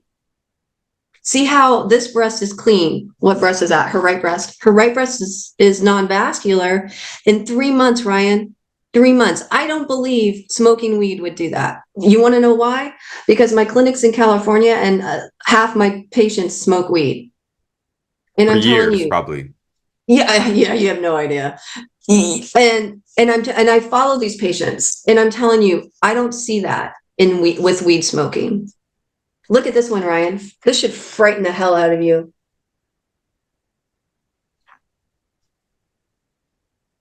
Very interesting stuff. So that's why I'm, again, I mean, if you don't want to smoke weed, don't smoke weed. Hey, problem solved, right?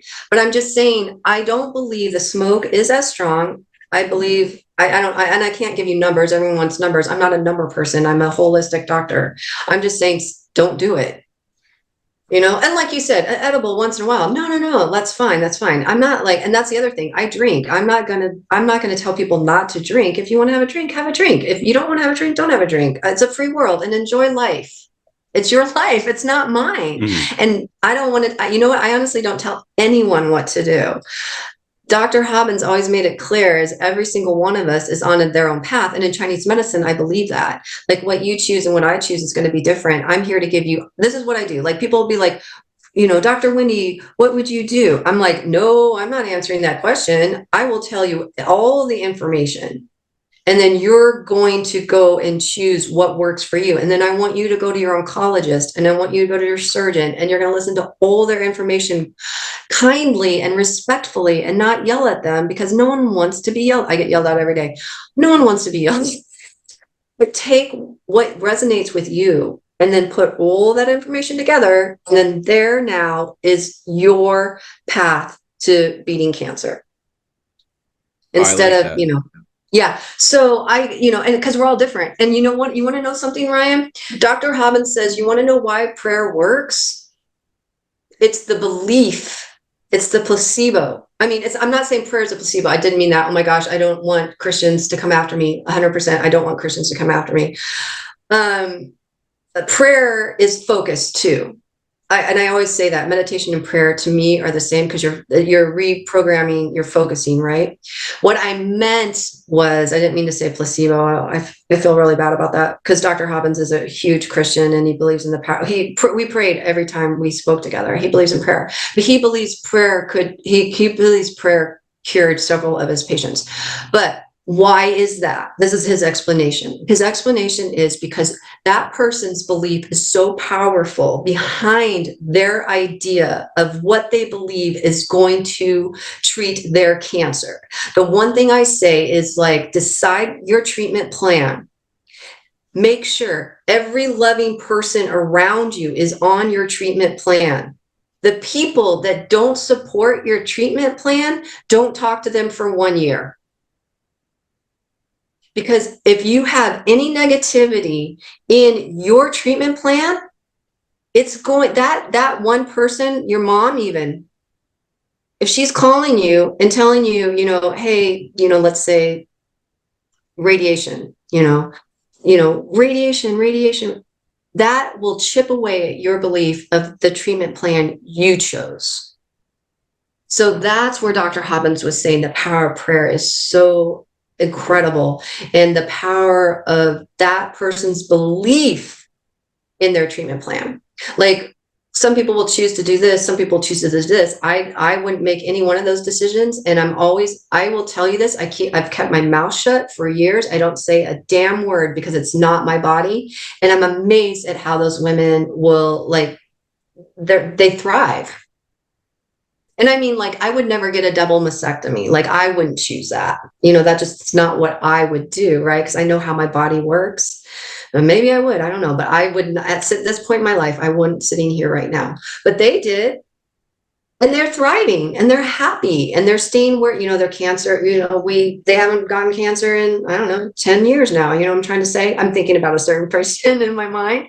So that's what I'm trying to say. Everyone has a certain plan, and I try to stay out of it, of that plan. But I do want to get back to the testosterone, if you don't mind, because this is what you were talking about, and I keep interrupting myself. And I've learned a lot from you today, so I appreciate all that too. I love to learn. I always say I learn so much from my patients because I'm only doing this. There's only one of me, there's no one else telling you this, which is frightening.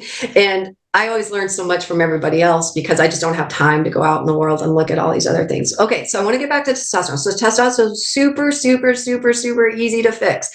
When you remove all these estrogens, and you're going to see them all on my website, when you remove them, and with men, like Ryan, you're a healthy, vibrant man. You don't need to remove all them. I want you to remove the top 5. I hardly eat any of those. Okay, good. But what are the top 5?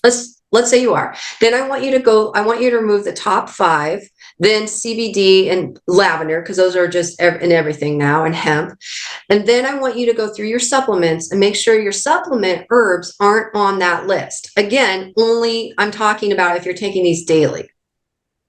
Then your testosterone will naturally rise, and it will rise so quickly. And how do I know that? Because I've had so many men come in with breast masses lately, and I'm like, are you on CBD and doing adaptogens? They're like, I've only given you my name. And then I'm like, I know what you're doing, dude. I know what you guys are using. And are you using free testosterone? Are you using free testosterone, CBD? And they're like, yeah, to all these. And I'm like, that's your problem. So when the men remove these supplements, the mass that they've already had to have a CT scan on, they've already had to like go through all these like other testing, biopsy, that mass dissipates. And I'm telling you, that mass dissipates so quickly. So when I tell you, as soon as you remove these herbal supplements, maybe the same as that, in 2 weeks, they noticed a change with the smoking of the weed. As soon as you remove these supplements, you guys are testosterone. Your testosterone is going to just bump right back up there really quickly. Okay. Then if you want to use testosterone, because what's happening, this is what I'm seeing all day, every day. So you've got all these men using all these, look at Ryan, look at like those performance enhancing supplements. They've got all the supplements I want you to stay away, all the phytoestrogens. Then they've got soy, then they've got all this other crap, right? There's just not a lot of great performing enhancing supplements out there. So when they remove all these supplements, then you can, okay, so what they're doing is they're using all these supplements, and then now they're having to use more and more and more testosterone injections. Do you understand? So they're trying to chase their testosterone. I'm watching these men struggle, and they're taking more and more testosterone. And Ryan, this is where it gets a little interesting. I think what's happening, if you're taking a ton of testosterone, like you would with a birth control pill, it shuts off your pituitary shuts you down. So I believe this is what happens with women, because I know it happens with women, because they become amenorrheic, or they have amenorrhea, because the birth control pills told the pituitary, you're creating too much, so it shuts it down. I think this is what's happening in men. They're taking all these supplements with all these phytoestrogens, and maybe, they're ingesting flax, not knowing it's in everything. Because I try to warn people, flax is the new soy. It's in everything. I go to the store now, and it's in all your oatmeal, it's in your crackers, it's in your chips. And Ryan, they're feeding it to eggs. I just had a huge conversation on my estrogen free website, like with these women were like, what? They can't find grain without flax in it. And I'm like, I'm telling you, this never existed. This problem never, ever, ever, ever existed, because I would call the forums and I would say, hey, can I get your list of ingredients? And you never saw flax on chicken feed. Ever. Now it's in all the chicken feed. I'm like, they have just made my life 1,000 times harder. That's insane. So I always go off on tangents. I'm so sorry, Ryan. So testosterone is really easy. Remove it. Then see how you feel and start supplementing your testosterone injections or whatever you're using. You can now decrease the amount of testosterone that you have to take. Does that make sense? Mm-hmm. And I have to tell you one more thing about the testosterone injections. So do you understand? It sounds like you are keeping your testosterone. Do you use testosterone? No, I don't recommend any form of hormone therapy. And look how you're doing well. Look how well you're doing. Right? You just said you should be 1,000, right? At your age, and you're 934. Is that correct? Well, they said, yeah, just over 1,000 is the upper range. So that's good. I'm glad to be on the upper range. Yeah. Yeah, exactly. So, but now men over 40, we start, is it over 40, you start losing 1% every year? I believe it's over 40, you start losing 1% every year. So now men in their 40s are starting to use testosterone, right? So what's interesting is if you remove the estrogen, now you're not having to use as much testosterone. And I do a lot of testosterone supplementation with women too, a lot. Women think they're broken, and I'm listening to them and I'm thinking, and women, we only need like the smidgest of testosterone. And we use the creams. So like we have to use progesterone because we are so estrogen. I use progesterone. It is impossible to stay away from. It's impossible. Estrogen's everywhere. So that's why I use progesterone cream, and I still choose to use it. I just don't use it every day. So this is why I have a course. It's called Holistic Hormones, Personalized Progesterone. That's a whole other world to get into, because again, everyone's using progesterone wrong. All the creams, Ryan, believe it or not, have estrogen in them. And I've seen that in the last 16 years, where it used to be like, it's like the eggs. You used to be able to find clean progesterone without estrogen. Now all the estrogen creams all the progesterone creams have estrogen, like lavender, black cohosh, primrose, CBD. So you can't even find a clean progesterone, and pills and sublinguals don't work. Do you use one with vitamin E? That's the recommendation I've seen, 10% progesterone and vitamin E oil. You don't need the vitamin E. So as researchers, we test everything. So that's why I can prove what progesterones work and don't. Dr. Hobbins was one of the leading bioidentical researchers in France in the 70s. That's why he was in France for so long. And they were testing all the different bioidenticals of like estrogen, testosterone, and progesterone. He did a study. One of the studies that he has in here is in 1986. He did an actual huge study. They were trying to deliver progesterone to the women as quickly as possible so they can get the highest amount, right? You do not need vitamin E. Vitamin E is fine, but you do not need it it is not required.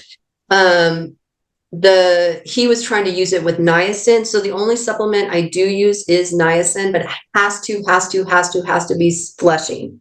Has to be flushing. Does not work. It's nicotinic acid. It's already burned out if it doesn't flush. And that is key. I was more concerned about your listeners. Did I miss the list of the top 5 foods and stuff to avoid? Okay. They're everywhere, so you won't miss them. Don't worry. So the top 5, when you go to the website, it'll say the strongest phytoestrogens. It's flax, soy, sesame, hummus and chickpea or garbanzo bean, and then multigrain. I always include the popular ones, lavender, hemp, and CBD, just because they just happen to be the ones everyone uses and everything on all your skincare products and stuff. So I don't consume any of those five pretty much ever. And my wife's Arabic, by the way, but this chickpeas, the hummus hurts my stomach, so I just don't have it. Maybe Well, it's good. I'm glad select. you listened to your body. Yeah, maybe it's the lectins or something. I'm not sure. But I have recently been taking a natto product, and I had this written down. I wanted to ask you about nattokinase because nattokinase is fermented soy, and it's said to be, well, it is demonstrably the best food source for vitamin K2. Now, of course, we need vitamin K, but we can get vitamin K1 in a bunch of different foods, and if we have a healthy intestine, gut flora, that converts the K1 into K2. And K2 is in other foods too, especially just meats and, we said organs and eggs and stuff. It's just that natto has a much higher concentration per gram or whatever. And I'm not taking natto just by itself. I'm taking it as part of a digestion product. This is not a long-term thing. I'm just doing it for a month. But I have had other people use this product a lot, actually. It's one of my favorite products to start people on because of the other ingredients in it, that lots of protease enzymes and probiotics and stuff in it. And I didn't even notice the natto ingredient in it until kind of recently. I said, oh, that's a high dose of natto in that product. Now, we do also need K2 to get calcium into the bones. So just my question here, what do you think about natto? Is natto okay? If you use it short term, I know, aren't people, I thought you were going a completely different way with this. So I love everything you said. Thank you. Um, People are doing it, I think, for a spike protein protocol. Is that correct, Ryan? Me, I just like to start people like before we get them on supplements. The first month, the majority of people, or you give them the food recommendations, and I call it a digestion protocol. Get rid of the bad foods, what I call them. Especially you mentioned multigrain. Well, all the glutens, wheat, barley, rye, oats, buckwheat, quinoa. Get rid of all these and any other exotic grain that has gluten in it. And some of those don't even have gluten in it. I don't care; they're on the list anyways. Get rid of those. It's good. The average person, it's going to take them a month of effort to clear out their cupboards and make these changes. Yeah. We got good food, bad food, we got recommendations. You do that for a month, and at the same time you take some digestion products, which are mostly high doses of probiotics and enzymes. But this one product is one that I use very often in here, and it just so happens to also have a high dose of natto in it. I think that sounds fantastic. If you're only doing that, let's say, that's so funny that you do. I love that you're doing that, right? I just want to say that that's the very first thing we do in Chinese medicine. We have to fix your digestion. What is the point of me telling you go out and buy all these expensive foods if you can't digest it? So we do the exact same thing in our clinic. And in my book, I clearly state we have to fix your digestion if you have digestive problem. We just happen to do it with herbs made specifically for that person. So we're capable of doing that for that person. But it sounds like you're doing exactly what we're doing in my clinic. Exactly.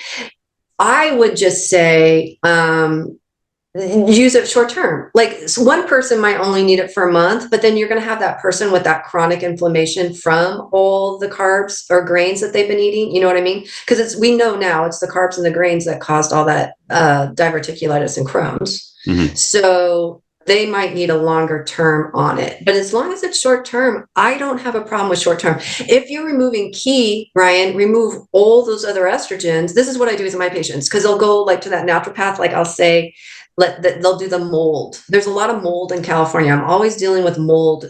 Can you tell all I deal with is listening to women with mold issues? So I'm used to this, so I understand. So I've removed all their estrogens, so now they can use that supplement. Okay, great. So that would be, I'm not anti anything. I'm anti long term. Well, it is kind of an expensive product, honestly. So it's not, I'm cheap. I try and do what the best we can with the least amount of money. And so you don't need to always be on heavy duty digestion products forever. Yeah. That's one of our more costly products. So it's very good, but it's you do it for a month. That's it.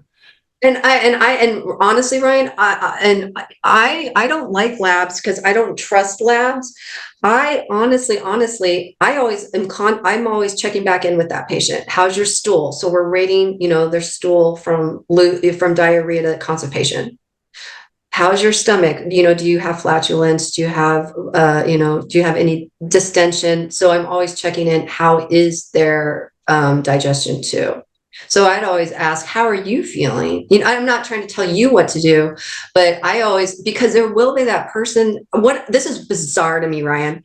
I had this one lady, she kept getting worse. She kept getting worse. And she's like, I didn't want to offend you. And I'm like, offend me? She's like, I didn't want to tell you what my problems were and what I was really on. You've been coming to me for 5 years and you were afraid I was going to judge you. I'm like, okay, so let's start at the beginning. I'm your doctor. You chose to come to me for my advice. You have to be honest with me. And I didn't realize people weren't sharing with me. So now I'm really good. I'm like, okay, so let's be open and honest about what's going on in your body and what you're using. Because if you're not honest with me, I can't help you. So I'm learning even more. I have to even pull this information out of my patients. So I'm not trying to tell you what to do or be a boss of you and tell you how to run your company, but I'm always kind of just always checking in with people too. I ask a lot about, I can see the health of someone by just asking, because I can't do tongue and pulse over the video of Zoom. So I'm asking, how's your period and things like that, because I can tell the health of their period by the length, day, and everything of what their blood looks like and stuff like that. So I would just say, I'd check it back in, because you might have that one person that does have really bad digestion that they may need to be on it longer too. That's true. And by the way, you're not offending me either. I'm here to learn. I don't have a medical degree. I've been doing this for 10 years, but I'm always learning off of everyone that I can. Well, I just learned from my own mistakes, right? I made that mistake. I forgot to check in and I felt horrible. And this poor lady had been coming to me for 5 years. And for some reason, she was hesitant to share. So now I'm always like, okay, let's share, let's be open, because I have to know what's going on so I can help. You have to be open and honest so I can be forthright with you on how to treat you. And you can't lie to me, because I can look at your breasts and clearly see something's going on. I kept saying, what's going on? What's going on? Like, you're getting worse. You're getting worse. She's like, well, and I'm like, well, I'm like, when were you going to share this with me? You're 16. I mean, this has been 5 years. I was mortified. I was like, I really felt bad that I just forgot to check in. And that was, I'm sharing that with you because I learned from my own mistakes. And, but you might have that one patient that you might have some patients that get, that works for 1 month, 2 months, 3 months. And then you have that one person that might need it for, 9.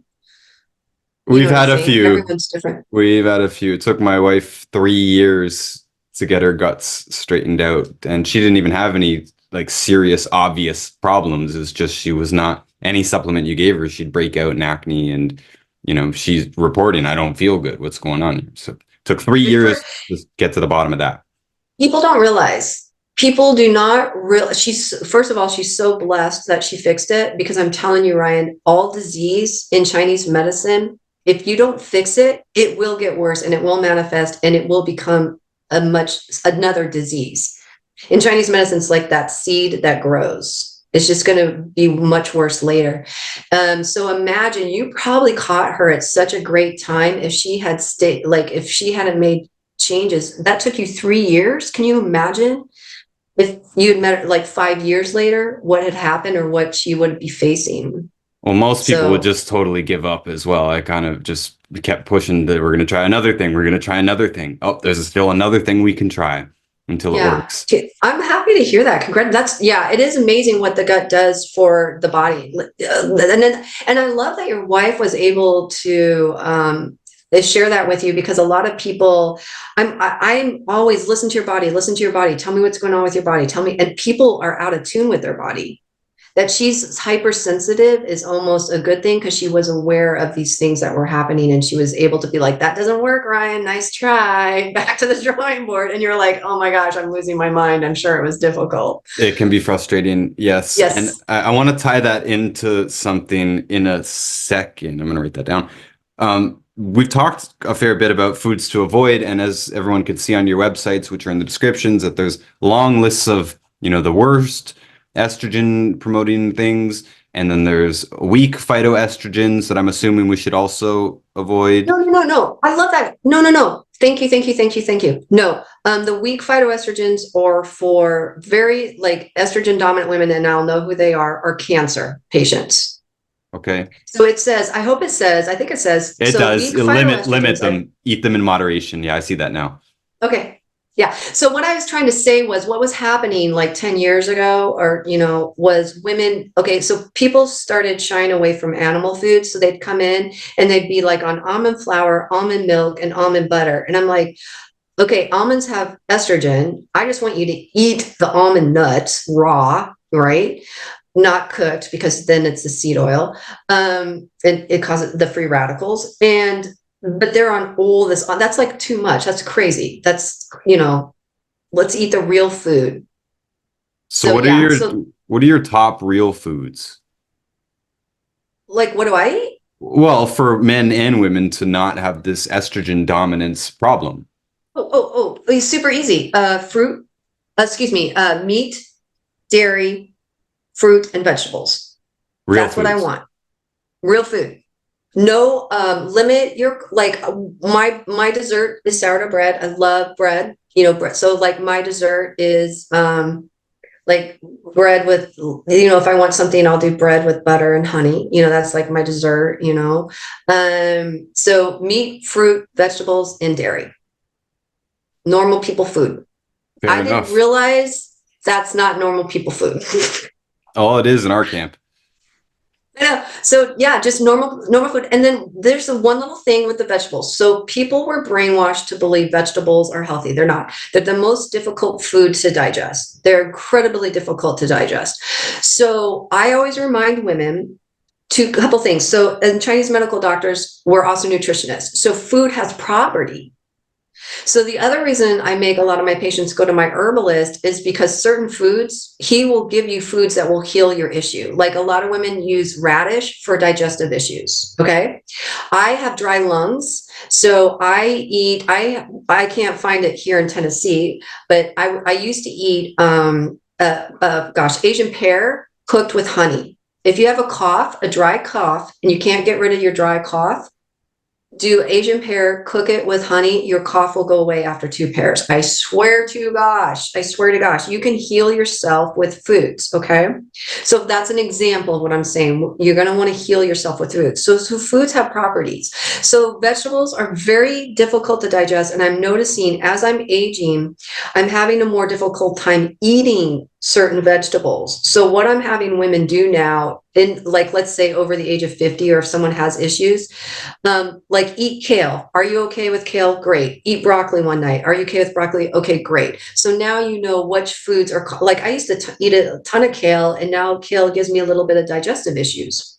The other problem with fruits and vegetables, so I'll eat more avocados and tomatoes now. They give me no issue.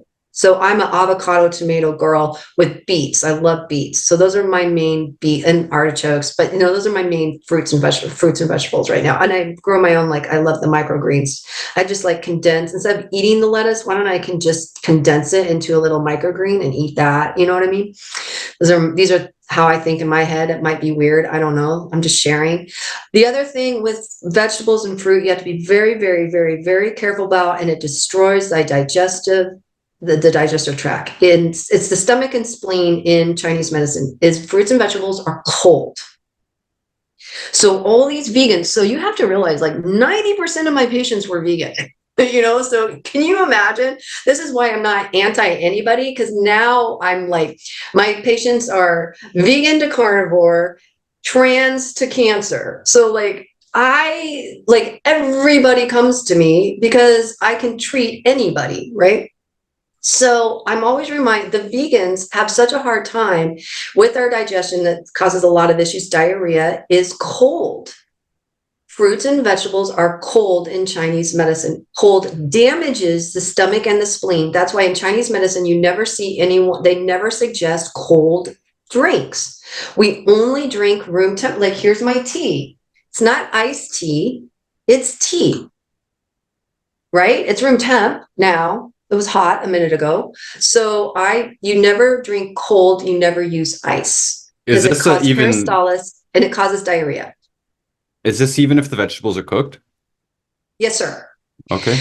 That's a good question. Yes. So what you want to do is I do this thing called yin yang. I did this thing on yin yang. This is where it gets good. I'm going to add a little bit more information with the cooking thing. Okay. So with the cold property, you're going to want to add pepper with a salad, or if you're doing fruit, ginger. Now, you don't have to do that all the time. So like 2 or 3 years ago, you know how summer hits and then I'm at the farmer's market and I'm buying all the peaches and then I'll go home and I'll eat all the peaches in one day. My husband's like, did you just eat 5 peaches? I'm like, yes. And now my stomach is horrible. And now I have, because I just ate all the peaches that we bought for the week in one day because they were so good. And I just wanted to, because you have to wait for the springtime to get your peaches, right?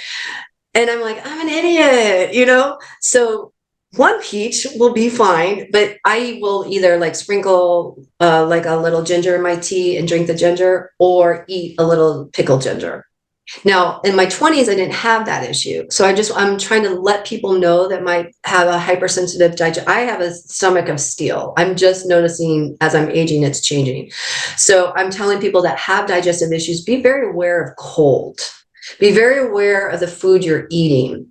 Like you could have been able to eat broccoli your whole life and now you can't. It's just because your digestion is changing as you're aging, and it is aging. So you're aging, you're just not able to do all the things you used to. So just be a little bit more aware of that. So I always like to say that with every single person I talk to, and find out what works for you.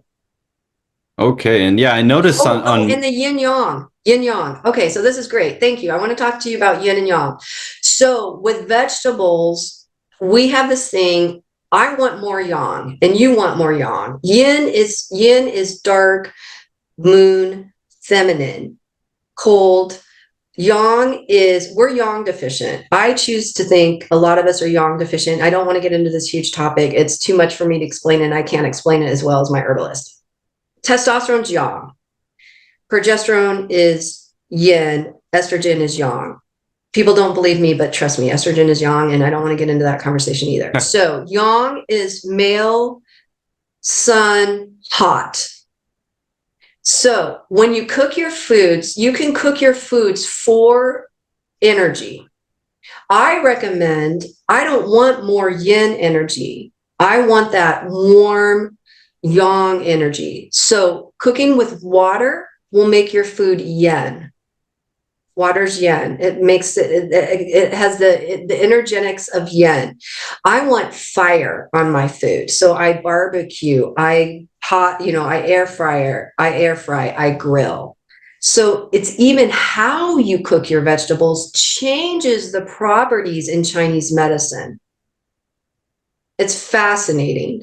Do I make stews? Yes, stews are going to be yin. And yes, I do make stews in the winter for yin. But you want to saute your vegetables with fire and get that yang energy into your vegetables. And that'll give you more heat.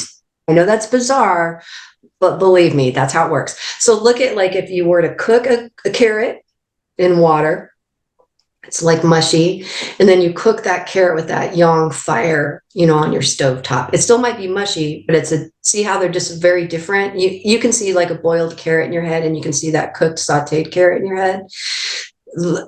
So that's how the properties will change. Okay. So that's my little thing, my take on cold and property. And thank you for allowing me to share that. Cause I'm telling you, there's one woman sitting there listening is like, oh my gosh, that's my problem. And she'll like totally be happy. It could be. I have a sensitive stomach still, so yeah, I got to pay pretty close attention to what I do eat. And yeah, That's what yeah. So what one more thing, I say you want to neutralize the cold with a spicy pepper or hot sauce or that ginger. And So I've do you been see what I'm liking that a saying? lot. Yeah. You're neutralizing the cold. You're still getting that fruit, but you're just neutralizing the cold property of the fruit. Got it. So yeah, I'm looking at your list of foods to avoid, and I was just noticing and pointing out to the audience and listeners that there's no vegetables on this list as far as I can tell. Like, there's no broccoli, carrot, none of, Brussels sprouts. None of that's on the list. It's mostly seeds, herbs, and a couple of berries. But these are more like food additives, and yeah, stuff that you see in supplements. These are not typically foods. Like, you don't eat lavender, right? Does this apply to the essential oil versions of these as Yes. well? Oh, let me explain that. These are great. Yeah. So the seeds. So I still eat seeds. But I want you to eat like real whole seeds and raw. Okay.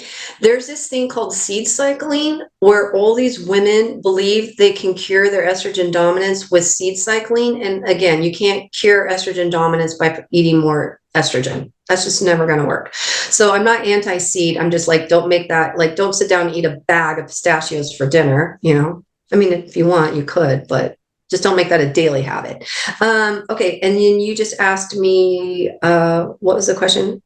Well, I was just pointing out that there's really not actual vegetables on here. These are more auxiliary foods. And yeah, sorry, the question was Oh, the if this herbs. applies to the essential oils as well. Yes, sir. Yes, sir. Okay, I'm so happy because I forget this one too. There's so much information to get out there. I forget the little things. Okay. This is fantastic. Thank you. Okay, so what we noticed, like what I noticed 13, 14 years ago, and this is, it took me 5 years to get this information. I don't print stuff. I didn't print CBD in this. This is the second edition, 2019. This is where I printed aromatherapy. I did not print CBD in this book because I didn't have enough information. So it's not like I just sit around, Ryan, and be like, I'm just going to print things to print things. No, I want to see several hundred women in here with severe issues from these things before I put my mouth on the line, because that's my neck, right? I'm just not printing things to print them. So what I noticed is essential oils came out like 12, 13 years ago, and everyone started getting sick and ill. And I'm like, oh, well, that makes sense. Plants are medicine. And what I realized, if you like, peppermint is on my list, right? Drink peppermint tea. Drink your peppermint tea. I'm not upset about you drinking, or drink your, what's another one, like basil, oregano.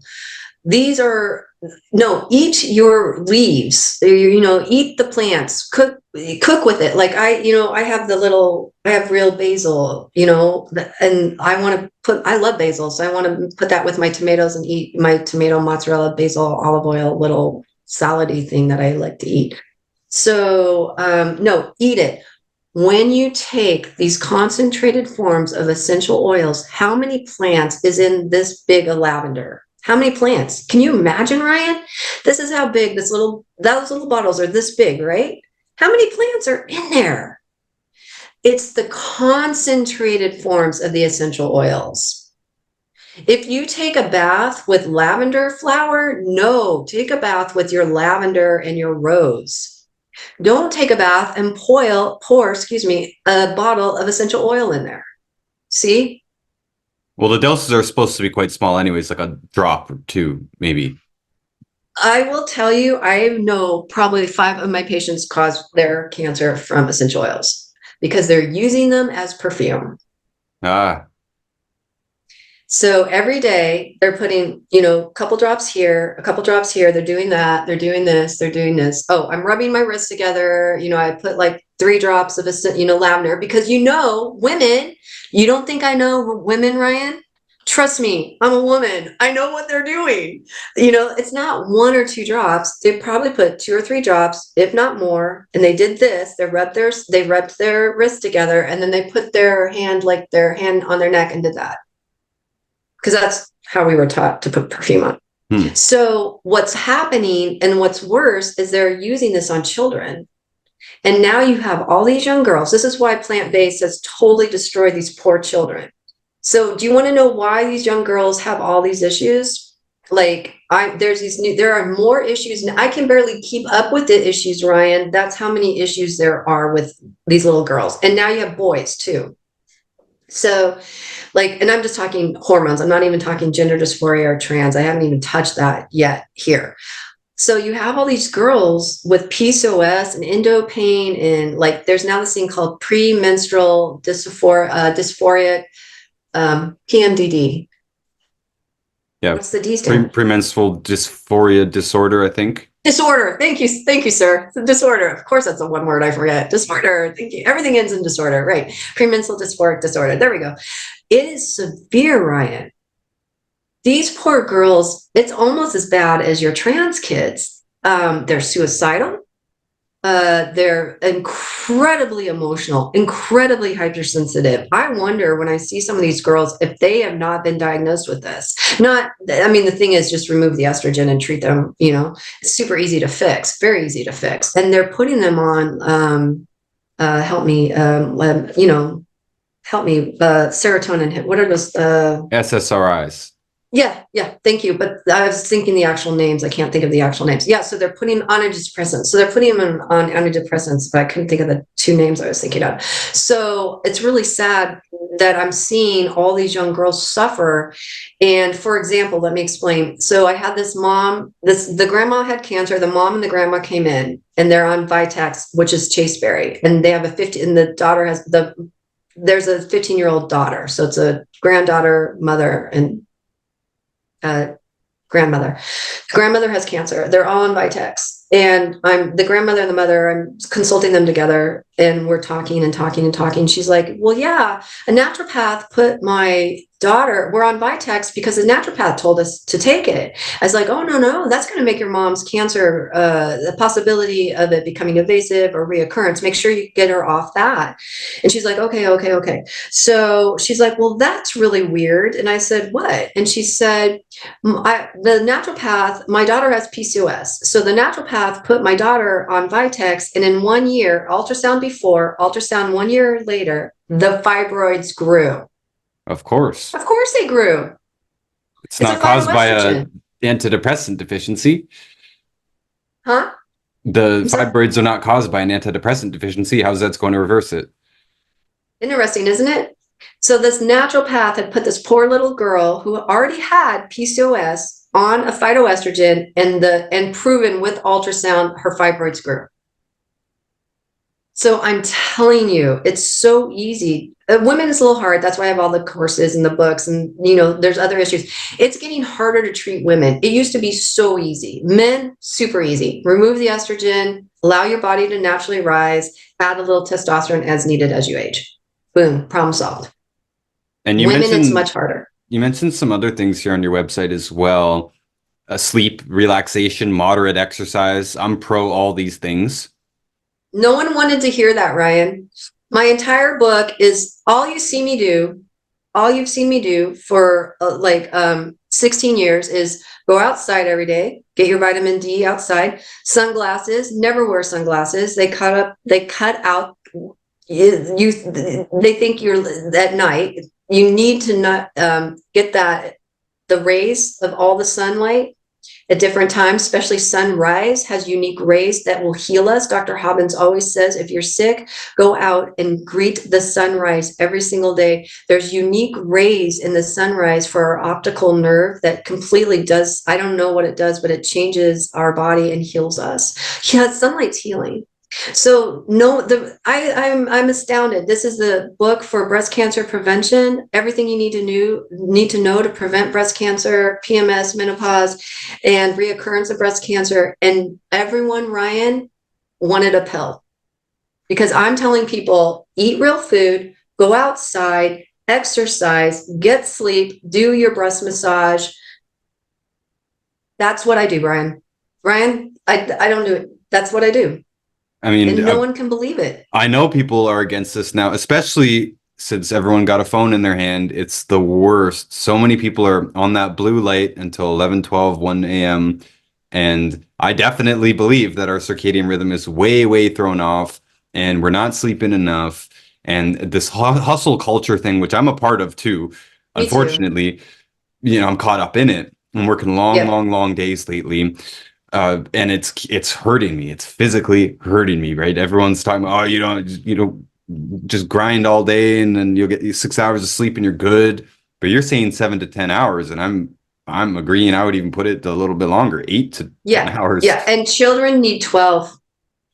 School is the worst. This is, you want to hear, I'll share a bizarre story with you. So one of my patients, I said, she had a child pediatric issue, asthma. And I'm like, do you know asthma doesn't exist in China? She about fell over and had a heart attack. I'm like, asthma doesn't exist in China. It's not even a disorder. And so I'm like, here, go to this Chinese doctor. He's fantastic with pediatrics. She took, when the Chinese, like the real Chinese doctor from China, like the real guy, not the watered down version that they teach over here. He, because, I think about maybe we are a little watered down. This is where we have to go out and even learn our medicine even more. Do you understand what I'm saying? And you get in that practice. So that's why I sent him the pediatric case to him. And she pulled her child out of school. And I'm talking, this is like 12, 13 years ago. Because he said the best thing a child has to sleep 12 hours a day. He's like, school's the worst thing for your child. And he didn't say pull your child out of school. She was so involved in her child's health. Her child did not ever have asthma again, was never diagnosed with asthma again. And she contributes one of it to this doctor saying that her child needs 12 hours of sleep. It's a weird thing, especially teenagers. High school tends to start earlier than regular school, elementary school, and yet the teenagers need to sleep longer. Like their circadian rhythm Yeah. it's off a bit, where they need to sleep in later. It's better for them.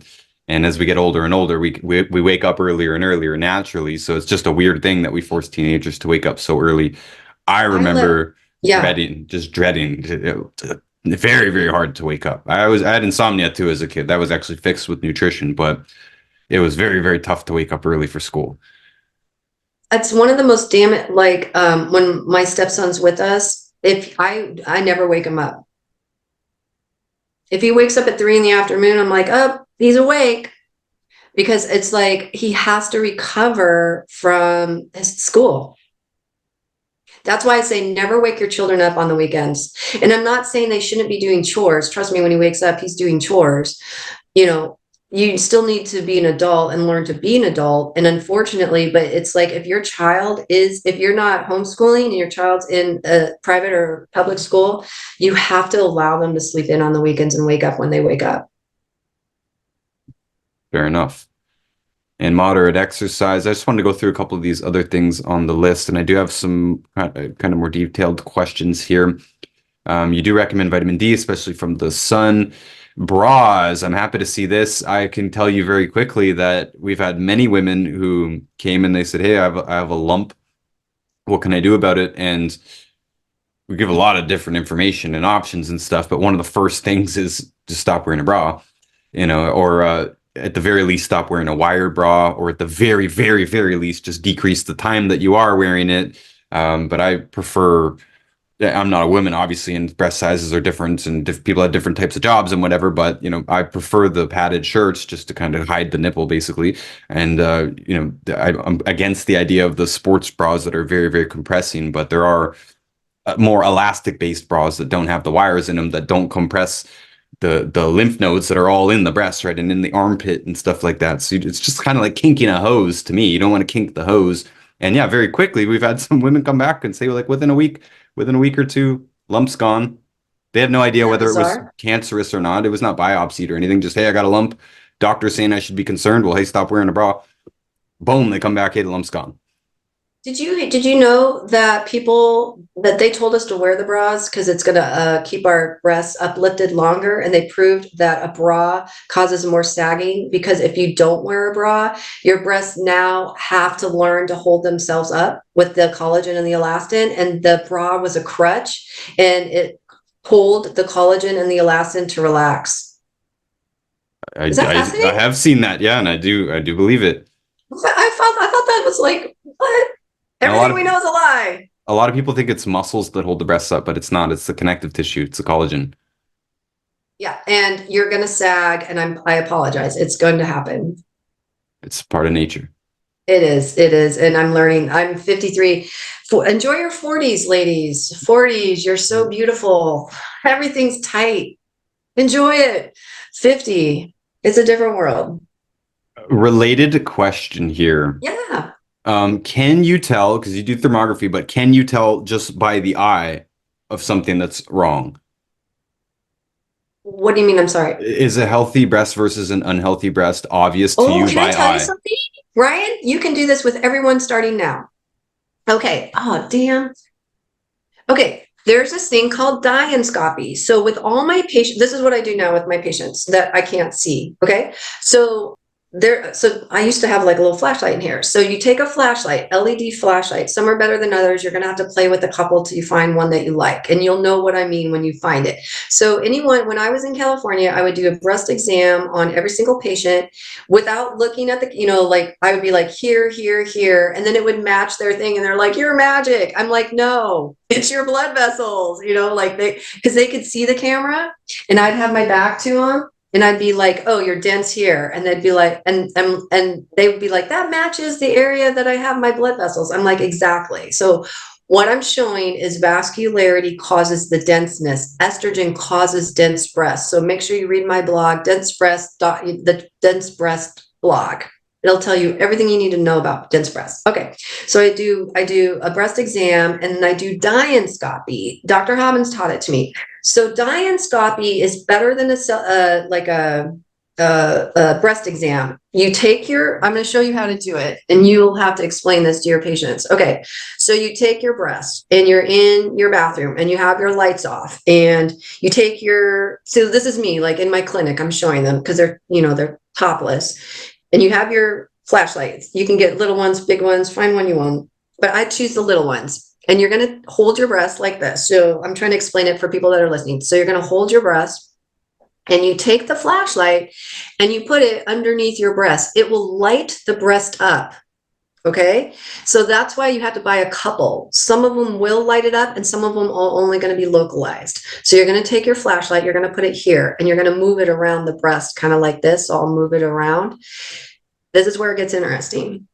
I want people. So you just said someone called with a lump. Well, I want to know, does that lump have a shadow, or can I see through that lump? Lumps that you are harder to see through, that's going to be go get an ultrasound. You'll be able to see through your blood vessels. Now you'll still have a fibroid. You'll still have your blood vessels, and you're going to light them up. But trust me, you're going to look at this lump and you're like, okay, I see what she's saying. This lump is like, I can see through it. It's like more shiny. This lump, no. So compare your lump. Let me explain even more in depth. So I think I don't want to confuse people, because it's a wonderful way for women to check their breast. Dienoscopy is 1,000 times better, easier than a self breast exam for lumps. So when you find find a flashlight you like, try 3, you'll see the difference. You'll understand what I'm saying. Look at your blood vessels. You're going to see how they light up. If you have a lump that you're concerned with, see if it looks similar to your blood vessels. You want it to light up a little, be a little see-through-y. A lump that is a solid mass is going to be more, I would definitely have it looked into. So if someone's freaking out over a lump, have them go into their bathroom, get all your flashlights, go into your bathroom, take your bra off, and look and see if it is a solid mass. And that will give you an idea if you should go get an ultrasound. Okay. And that makes sense to me, because a self breast exam, you can't really feel all the way in. There could be a lump, way back there that you just have no way to get to. And I'm small. Women are big. Women have bigger breasts than I do, right? I'm really small. It's a little harder on a smaller person. But you have women that have larger areas. It's going to be even easier for them to see. They have a lot of mass to look through, is what I'm trying to say. Okay. When you're bigger breasted like this, right? And you put the flashlight like here, it's going to light up this whole area. It's really cool looking. You'll understand if you can play with your wife and figure it out. And yeah, it'll give them it'll give them a better idea if they can settle down a little versus running off to the ultrasound. But this is why I love dianoscopy. This is why I love it.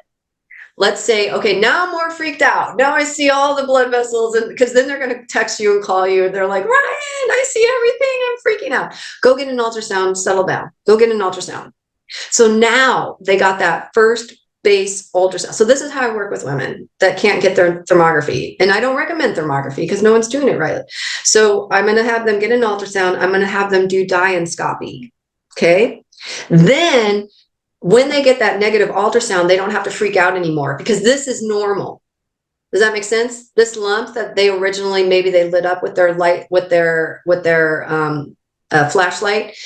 Maybe it was scary to them, but the ultrasound proved it wasn't. So now they know what their breasts look like. Does that make sense? Okay, so you're recommending ultrasound as like your primary diagnostic thing. Yes, because no one else is doing thermography properly?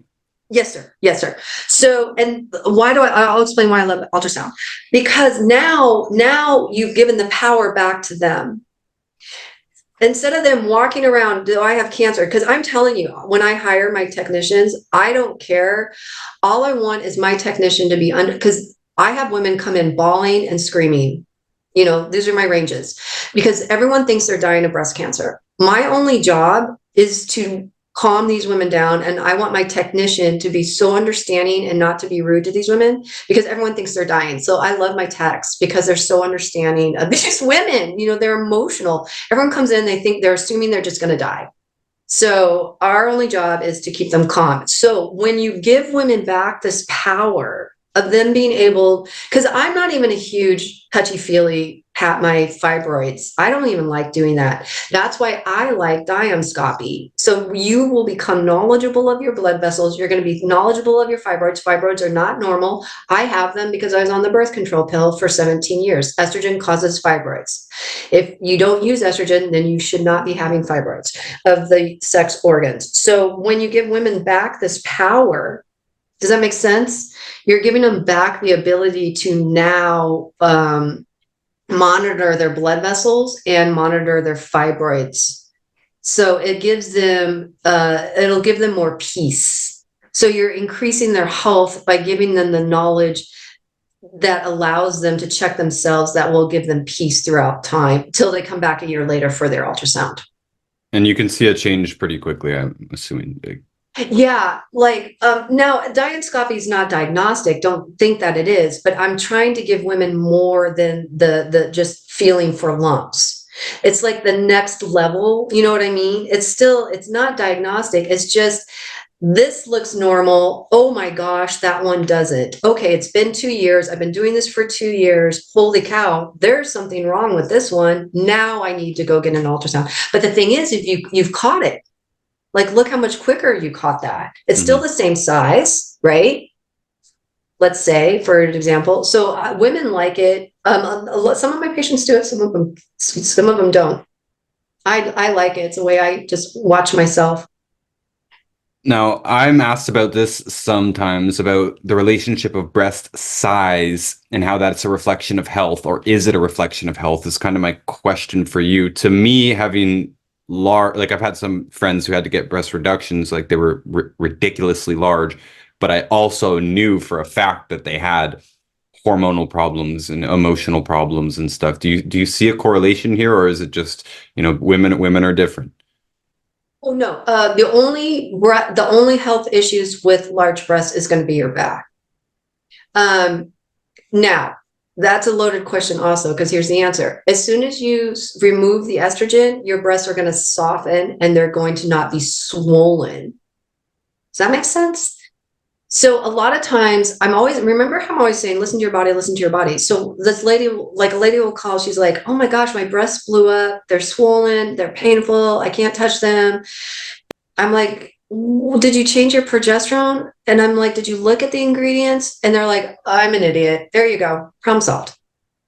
So if your breasts hurt, okay, let me put it this way. Excess estrogen causes dense breasts, painful breasts, swollen breasts, and fibroids. That's all estrogen. That's all estrogen. Like, for example, one of my girlfriends called, she's like, this breast mass is growing. It's insane. I'm like, well, what are you doing? She's like, I'm rubbing CBD all over it. I'm like, okay, stop that. And she's like, and what else? I'm like, stop that. And then 2 weeks later, and she's like, oh, okay, I'm fine now. I'm like, mm-hmm. And I'm like, stop rubbing CBD into your breast. It's going to cause your fibroids to hurt, your breast to swell, and to get, yeah. And that's what causes weight gain too. So it's also pretty well known that excessive exercise shrinks the breasts of women, which is most obvious in hardcore athletes and bodybuilders and stuff like that. Do you have anything to say about this? Should they tone down the exercise level? No, I don't tell women what to do. I am very, I like being athletic. I work out 5 days a week and I work out, I push myself. Like I do a 20-minute workout where I really push myself. I don't believe in cardio. Um, but you know what? I'd rather be happy. And if I die at 60 because I decided to run up mountains, I'll die at 60 because I decided to run up some mountains. No, I think people should be happy and do what they want. If they want to be a hardcore athlete, I admire athletes. Does it cause damage later in life?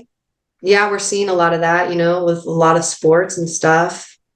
I believe everyone should have a choice of how they should be, but are you asking me because they're such a hardcore athlete, they're about their breast health? Not really.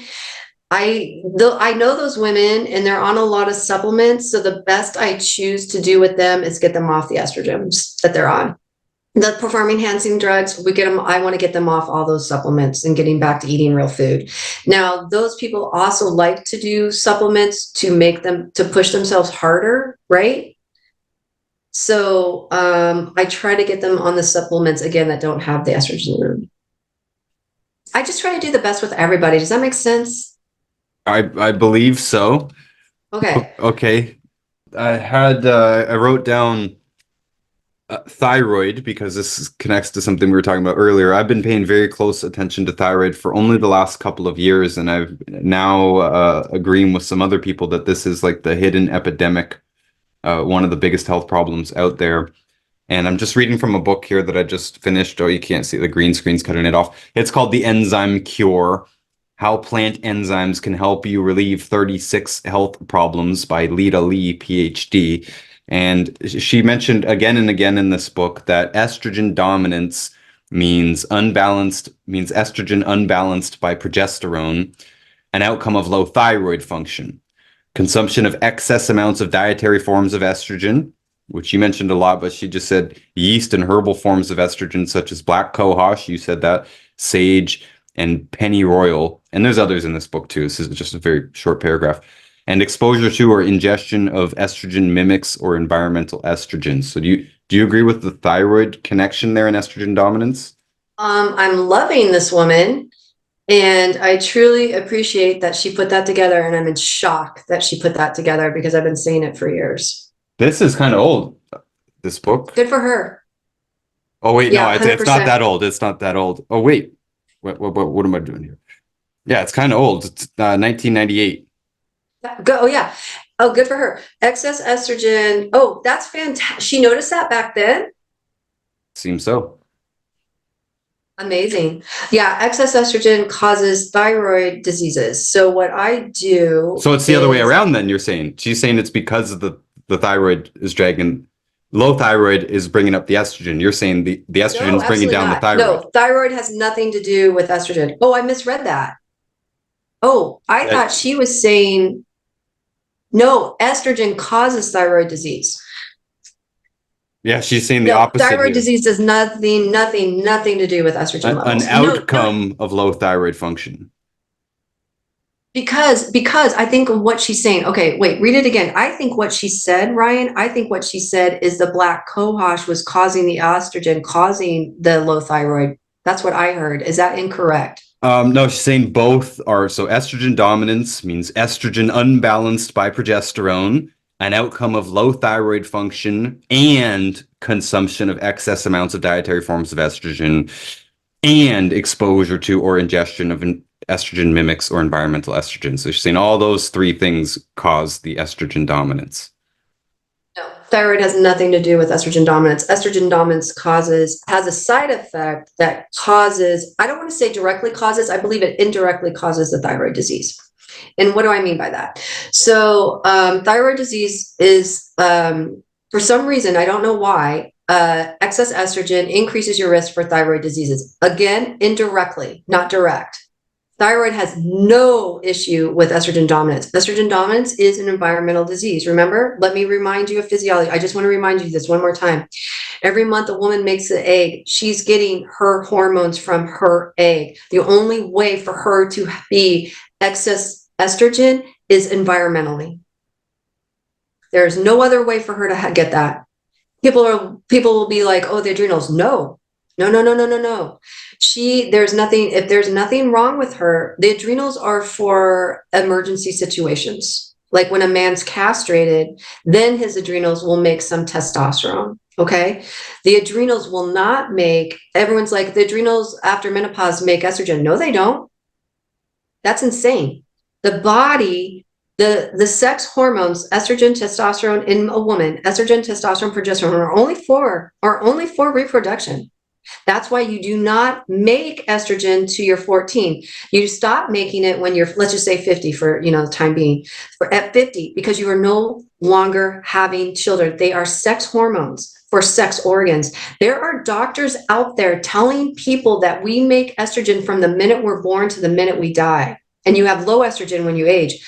No, that people are saying that defies physiology. That's why I say you cannot debunk these books, because you're debunking physiology. If a doctor says that, they have no understanding of their body. That's why the liver, the thyroid, insulin resistance, and the gut have no bearing on balancing your hormones. All day long, these people will go to these doctors and they're putting them on liver and the insulin, and like they're doing the insulin resistance supplements and their gut. And I'm like, no one addressed your hormones. Not one person addressed your hormones. And in fact, they gave you all the supplements with estrogen, and now you're worse off. So this is what I tell people with thyroid. I know nothing about the thyroid, nothing. I know it's here. So what I say is, because remember, in Chinese medicine, we don't learn Western medicine. We look at the body a lot differently. So even though you have a thyroid disease, I won't recognize it as a thyroid disease in Chinese medicine. I'm treating your body, I'm treating how it's manifesting in your tongue and your pulse. And that's how I'm thinking in my head. But I'm having to talk to you with Western words. So it's just different how I think. I don't know anything about the thyroid when it comes to Western medicine. So that's why I'm not able to speak on it. And I choose not to, because I only speak about hormones. But this is what I do know. When a woman balances her hormones with estrogen, removes all the estrogen, right? And she's now hormonally balanced between her estrogen and her progesterone, and then a little tiny testosterone down here. Magically, I always tell people, if you have a thyroid disease, your thyroid will resolve, not 100%, but your thyroid will, now you can go out and treat your thyroid disease. I go, just watch. You will be able to either get off your Synthroid and go on to synthetic, or you just watch. You'll be able to, let me just say, your thyroid will resolve, or it'll get. And they're like, really? And I'm like, yeah, excess estrogen has an indirect effect on the thyroid, and I believe is a contributing factor to thyroid disease. Do I think it is the cause of thyroid issues? No, it's a huge contributing factor. Now, this is where it gets more interesting. You want to ready for more interesting, Ryan? Okay, I'm ready. Let's get more interesting. Okay, so like 10 years ago, 12 years ago, they came out with remember, before I always had to eat the liver, and they came out with those, the organ pills. You know what I'm talking about, right? Mm-hmm. You can get thyroid. So like over a decade ago, I started telling everyone with thyroid disease, I'm like, hey, I see. And then remember, I know nothing about the thyroid, Ryan. I have a list of supplements that my patients are on. I'm removing the supplements getting them on the supplements that we know are working. I never, ever, ever remove anyone off pharmaceuticals ever. That's not my job. That is not my job. I never tell anyone to go off their pharmaceuticals. That's up to them, especially thyroid. So I say if they're on the synthetic, there's these pharmaceutical grade synthetics that everyone's using instead of using the Synthoid, right? So I say, hey, you're on the synthetic thyroid. Why don't you use the real one instead and see how that works for you? It's the same thing. So you mean desiccated, right? You're kind of saying that they're on the drugs, but you're saying Synthroid. I'm just assuming you're meaning they should get off the synthetic and onto the desiccated. Yes. Okay. So, and I'm like, yeah, I'm just going to throw that out. I'm telling you, in the last 10 years, my patients have come back to me and they're like, oh, you cured my thyroid. And I'm like, I don't cure anything because I know nothing about the thyroid. And I'm like, what are you talking about? And I go, I don't do thyroid. I don't even remember having these conversations because I'm not writing down anything about their thyroid. It just happened to be this last minute thing I saw. I document everything. I'm documenting their estrogen. I've never documented anything about thyroid ever because it's not in my scope of practice. And they're like, oh yeah, you told me to go on the ancestral supplements. And I don't take anything anymore. I'm like, that's the power of food. And what I tell everybody, as soon as I always know people come in, people are no longer simple. What's happening is you'll get someone and they'll have like a list of other things. And I've even seen women that I'm so concerned about their estrogen dominance, but they have so many other disorders. I'm like, they're talking in my ear and I can hear them and they're in pain. And they have other issues that are more important. I've even said this sometimes, Ryan, I'm like, why don't you concentrate on this first? Because I can just hear it's their chief complaint, even though they didn't tell me it's their chief complaint. I can hear it's their chief complaint. You know how you get to know people and you can read people and understand. This woman's so upset she'll never be better until she can get rid of it. So I'm like, I'm like, why don't you work on your chief complaint and then we'll come back and visit this. So that's what I'm trying to say is when you fix, that's an outside example, but when you fix your hormones, because they're so easy to fix, Ryan. Everyone makes it difficult and everyone says there's confusion. There's no confusion. There's zero confusion. Remove the estrogen. And then either add progesterone or testosterone as needed. That's it. You would be amazed at how the body recovers in other diseases and disorders. I'm always amazed by that because let's say this person has all these issues.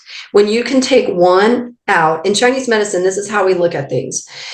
You're giving the body, if the body is having to fix your thyroid, if the body is having to fix your pancreas every day, if your body's having to work on your liver, if your body's having to work on your hormones every single day, because those are either diseases or disorders that you now have, if you can take hormones out of it, now your body doesn't have to, that's the one thing your body doesn't have to worry about that day. It's the easiest thing to fix. And I'm always amazed at how the other diseases and disorders will respond when you fix the one. It's like a cascade effects, the others. Then you can, now your liver, the other thing that seems to be really easy is your thyroid. Okay, great. Now you fix that. Now we can concentrate on, these other things. It's really amazing what the body will do naturally if you give it a chance.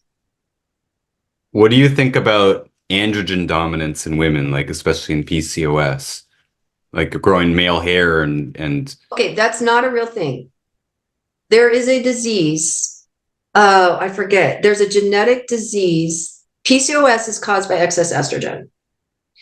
And I just forgot the disease's name. There is a disease that you are born with where you produce too much androgen. That is a literal disease. That causes PCOS. That causes facial hair. That is a genetic disease that you're born with. Those are two separate PCOSs. Does that make sense? Okay, because not everyone with PCOS has excess hair and androgens.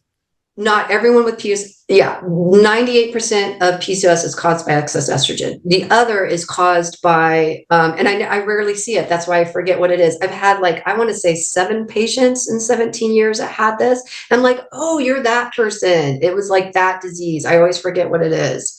They can't have, a lot of them have issues with children. So yes, there is, that's a hormonal genetic disease where you're producing, that certain person is producing too much androgen.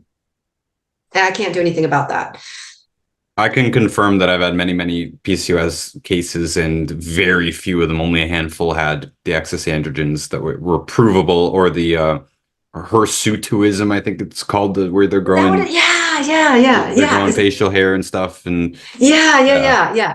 But Yeah. almost always they were obese as well at the same time, and had insulin resistance, which I would put down to nutrient deficiencies in those cases, and a diet of processed foods and stuff. But we have a lot of PCOS women who take very good care of themselves. I mean, they exercise, they do all the diet stuff, most of which you would say is the opposite of what they should be doing. But you know what I mean. They're eating the plant-based diet, they're going to the gym, they're doing yoga, all this stuff, and yet they still have the PCOS or the endometrial pain. So just there's the ones that have the facial hair, all of them that I could remember were severely overweight and had obvious metabolic syndrome caused by processed foods and various nutrient deficiencies.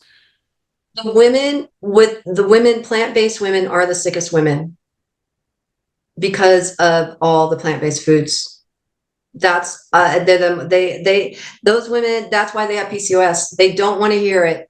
They don't, half my patients are, like I said, when I started my practice, it was like at the height of the vegan, height of Yeah, vegan. I And I remember was that never, time. I was vegan at that time. oh yeah, I just never could do it because I was from Alaska and I just couldn't wrap my mind around it, thank goodness.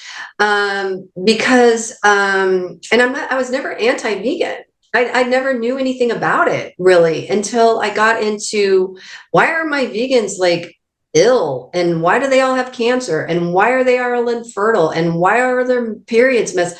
Like vegans are so ill because there's no blood. Blood is, people think water is a hydrator. It's blood. Blood's our hydrator.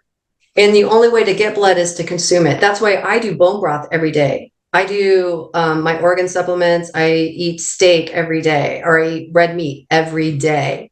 That's where women have to consume blood to be strong. So you answered your own question. All those women with PCOS are giving themselves PCOS because they're plant-based. That's why they have PCOS. Now, I have vegan patients still. They are hardcore because they care more about animals than they care about their health. That's fine. I have no problem that you love animals more than yourself. So if you, and I mean, I plan on interviewing one of those women very, very soon, and you will love her. And she has a big mouth, and you will love her for her big mouth. She's like a fantastic, she's my instructor. She's actually who I work out with. And I love her, and she's vegan. And but what we did is we just removed all the big five for her. So then she's able to balance the rest out with the progesterone and the testosterone. Do you see? Okay, So so you can she's eating still a lot be of vegan. avocados then, at that point. Yeah, yeah, eat a ton of, yeah, exactly. But do you see what I'm saying? It's like I still have vegan patients, and I'm just saying, I'm worried about you hormonally because I don't want you to have breast cancer or uterine cancer or a hysterectomy.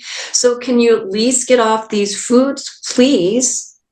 And they're like, okay, people think I'm anti-vegan. No, my friends are vegan. I have vegan friends. Like, I should get a shirt. And no, I want you suffering. I don't want anything bad to happen to you, health wise. So that's what I'm always having to explain to people is it's due to the plant-based propaganda that they pushed on us. It breaks my heart that they did this to young girls. It breaks my heart. You don't want to talk to me about vegans. Okay, fair enough, fair enough. Male gynecomastia. Yeah. What do you think? And this is the enlargement of the gland behind the male nipple, by the way, for people who don't know what it is. It's an extremely common thing these days, Yep. and I don't talk about it very much, but I actually had it when I was a kid. I got it surgically removed, and it was pretty bad, and I was skinny too, so it was very, very obvious. And I started working out at the gym to hoping that muscle would overcome it, I guess. That muscle would get rid of it, but it didn't. It just, my chest got bigger because I got muscle. So it actually just pushed them out more and it made them more obvious. And I've only met one practitioner in this business, Dr. Sam Shea. He is the only person who has said for sure that he can reverse it with nutritional protocols, various supplements he does genetic tests and makes a specific protocol for them and gets them off these phytoestrogens and not phytoestrogens, maybe he does, but definitely like the chemical antagonists, deodorants and stuff like that, which I'm sure you talk about too, but I've had some success. A lot of guys are not very open with their health problems. Like they'll come to us for the blood pressure or the arthritis, but they will not tell me about their constipation or diarrhea or hemorrhoids or a lot of times they won't talk about this type of stuff. So I know there's a ton of men out there, even on our protocol, that have gynecomastia but are not willing to really talk deeply about it or recognize it as a problem. But I see it everywhere. I see it in men all over the place. You can see it through the shirt, basically. And I have maybe 3-4 guys, all of them are young guys, who have gotten some results with me. Limited results, but some results, promising results. So I just want your opinion on gynecomastia. What can we do? Have you ever reversed it or seen it reversed? You know what? I've never had anyone with like an extreme that you did. Were you vegan at that time? No, I was a kid, but I was growing up on breakfast cereal and pizza. And my doctor actually blamed marijuana, by the way. And I always thought it was weird because all my friends smoked weed. And I said, Doc, why am I the only one of my friends? Because you're susceptible. Because did I explain how the spectrum works? Maybe not. Okay, so why is there increase? Okay, so we're all different. You just happen to be more susceptible. It's a long story, and I also had birth defects and serious health problems when I was a kid, so I was already weak to begin with. Okay, so you are more susceptible. Like, why can some people take birth control pill, never get breast cancer, and then some people take birth control pills and get breast cancer? It's just because one's more predisposed, one's more susceptible. So what it sounds like, it's all estrogen. Because this is a sex gland. These are sex glands, right? So it's all due to excess estrogen. You just happen to be very susceptible to where yours grew into a lump and had to be removed. You're saying it's a form of cancer, breast cancer? Kind of? All but not, it's all, okay. Thank you for asking questions because it makes me clarify. Thank you. No, it's a precursor. It's a precursor, meaning, estrogen, I just did a 1-minute video on PCOS on my Instagram page. Like, I think I posted it on Monday. So on Monday, you can go watch that. So PCOS, and I say this, all fibroids of the sex organs, PCOS, the uterus, the breast, are all caused by estrogen. Estrogen has a clotting factor. So when you look at, people will tell me, oh, estrogen's healthy for the heart. No, it's not. My doctor has me on estrogen for my heart. No, estrogen has a clotting factor and an increased heart attacks. How do I know that? HRTs and birth control, all like Depo-Provera, the IUD, every synthetic estrogen increases your risk for heart attack, stroke, and DVT. Every single one. So if synthetics are doing it, what did we just discuss in my entire book? The phytoestrogens are also increasing that risk. Estrogen has a clotting factor. So all benign disorders of the breast, because there's so many new ones now, I can't even keep up with them. I'm like, I'll look at their ultrasound, I'll look at their reports. I'm like, I've never even heard of this one yet. And I'm like, punching in the words, oh, estrogen. So all benign disorders to this date are due to all benign fibroids of the breast, piece of the ovaries are due to estrogen, unless you have a genetic issue that we just discussed earlier. Okay. That's a genetic issue. That's something totally different. So your gynecomastia was caused by, that's interesting that he said the marijuana. You happen to be more susceptible, but remember, you're also getting soy in all your processed foods too. You just happen to be susceptible. Now, I wonder, remember when I said how easy it is to reduce breast masses in men? It's like super easy. I wonder if you had caught that and you had known, if you had just stopped using everything, I'm curious if and then you started working out, like you said, and eating differently. I wonder if your own testosterone would have treated it. I'm I don't know. curious too, and I can't go back because the surgery No, worked. you can't. No. But I find that a fascinating story, and thank you for sharing. And you have to. You just said one thing: men won't talk about bowel movements. Do you think I like talking about blood and period and bowel movements? But if you get people to open up to you about these things, because I don't like to talk about them, but it's going to give you, when you talk, like if someone has constipation, they can't be doing fiber, they can't be eating vegetables because that's causing the constipation. If they have diarrhea, that's probably cold. I'm thinking they're probably eating a lot of vegetables. Also, they're drinking with ice. I'm going to stop them from eating foods with ice. Okay. So, because that's what causes diarrhea a lot of times is ice, the cold and stuff like that. There's other issues in Chinese medicine, but these are like little things that you can think of in your own head.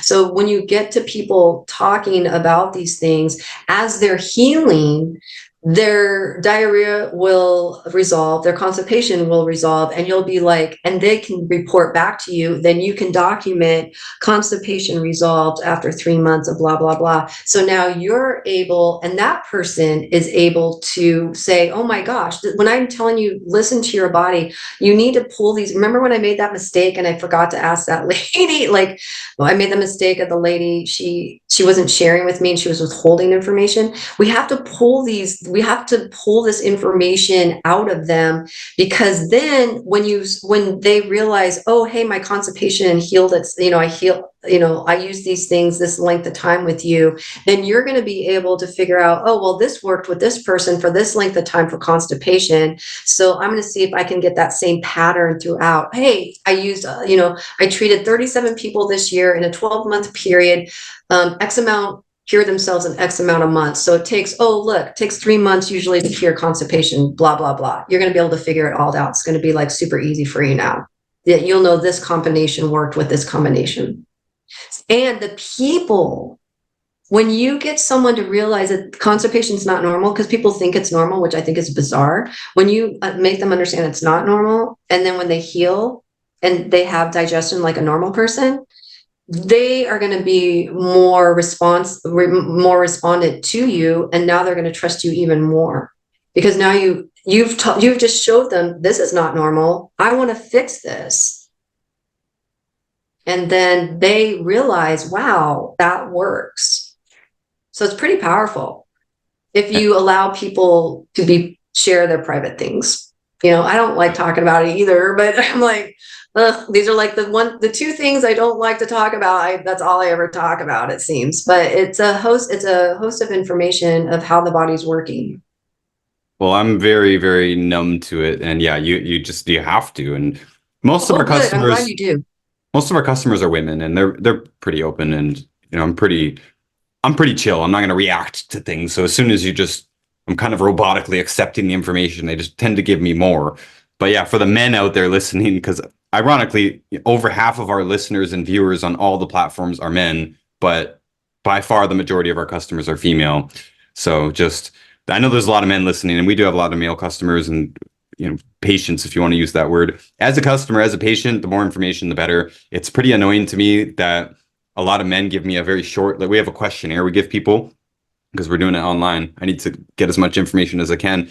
And they often give me just very brief answers, whereas women will write their life story and they'll say, I'm sorry for telling you so much. And I'm like, no, don't apologize. I mean, the more the merrier to an extent, but I mean, gives you a lot of information about their psychology and, their past traumas and all the, are you the type of person who's stressing out about everybody else? You kind of mentioned something like this earlier, like you can get a bunch of information about their food habits and whatever supplements and all, and stuff can kind of look good on paper, but when you get those deeper tidbits. Like, no, actually, I've been incredibly stressed because I'm raising my grandkids, and my son's an alcoholic, and so I'm constantly dealing with this and that's the type of information I tend to get from women and not from men, and it's useful information if you want to help them on a deeper level.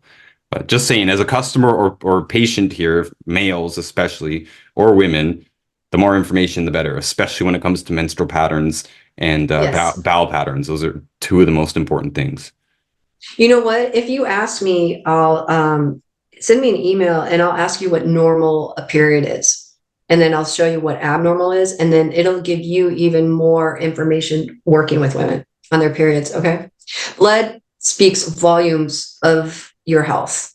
So in Chinese medicine, I love that I can discuss the period with the women, because it's not just telling me about their menstrual issue. That blood is an insight to what their insides look to me in my mind. So I know the health of that person by them describing their blood. The tongue is the only muscle that you can see. That's why we're looking at the tongue, because what your tongue looks like is what your muscles look like. Okay, It's let's really, jump there because I had this written down. I've only recently started looking at tongues. I'm looking for pale tongues. I'm looking for like swollen red and purple tongues and cracked tongues. coating, coating. Coating's going to be your dampness. So if you have you don't want ever to have a thick coat. You can have a coat, like I use a tongue, what do you call it? The tongue scraper. You don't want, I don't have a thick coat. You can have a little coat, but if someone sticks out their tongue and they have a thick coat, that's all digestive. Cold is white. So the tongue coating will be cold is white, yellow is heat. So if someone has a thick coat, we already know they have a digestive issue, because it is digestive issue. If it's white, it's cold. If it's yellow, it's hot. Does that mean that they should, like, if it's yellow and it's hot, does that mean they should avoid hot foods? Spicy. Okay. Until it's corrected, like until their digestion is corrected? Yeah, and then you correct their digestion. Exactly, exactly, exactly, exactly. And then the cold, hey, we need to get you off. You need to warm up your salads, your fruits, and stop drinking iced drinks. And they probably have diarrhea.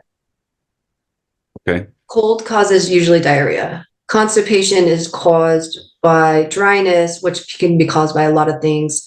But I'm thinking more in Western terms and making it easy for you. But constipation is like a lot of fiber and stuff like that. And the carbs, when I say carbs, I mean like your pastas and stuff, the things that actually cause inflammation of the true inflammation is diverticulitis, and because it's itis is inflammation. Mm-hmm. Okay. Jumping back to mammography quickly. So you don't recommend mammograms? Oh, 100%. I use them as needed. No one under 50. Mammogram is only 48% accurate for a woman 40 to 50. 48%, Ryan. It's like a shot in the dark, right? And it's because their breasts are dense. So read the blog, your breasts are dense. So what I recommend is between the age of 40 and 50, getting an ultrasound. I recommend starting ultrasounds at 35 because everyone's estrogen dominant. Mammogram, and I think that's why we're missing them, is because they say not to start till 40, your mammogram, but I say no, start your ultrasound at 35, ultrasound 35 to 50. At 50, you can start a mammogram. Or if they see something between 35 and 50, definitely move forward. I don't believe healthy women should be using mammograms every year. I ask each of my patients, they get a thermogram, because the thermogram will give you, it's just so much information about your breast. We already shared that, right? The ultrasound, this is why I love ultrasound. So the blood vessels, I'm only looking at the blood vessels. The ultrasound goes behind. I can't see the tissue. So I can't see deep into your breast. So I love ultrasound and thermography, because if I see a blood vessel, like there's a blood vessel here, I'm like, hey, can I get you to go get a blood vessel? Because I'm worried if there's a fibroid or if there's something behind that blood vessel.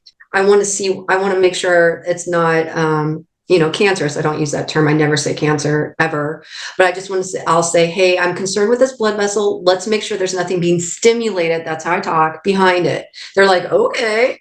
So they'll go and get it. And they're like, nothing's there. 99%. If there is something there, it's a benign adenoma or fibroid.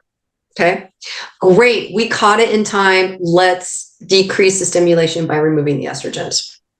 I only use mammogram when people come back with their ultrasound and it's outside normal limits. I'm like, well, here's your choices.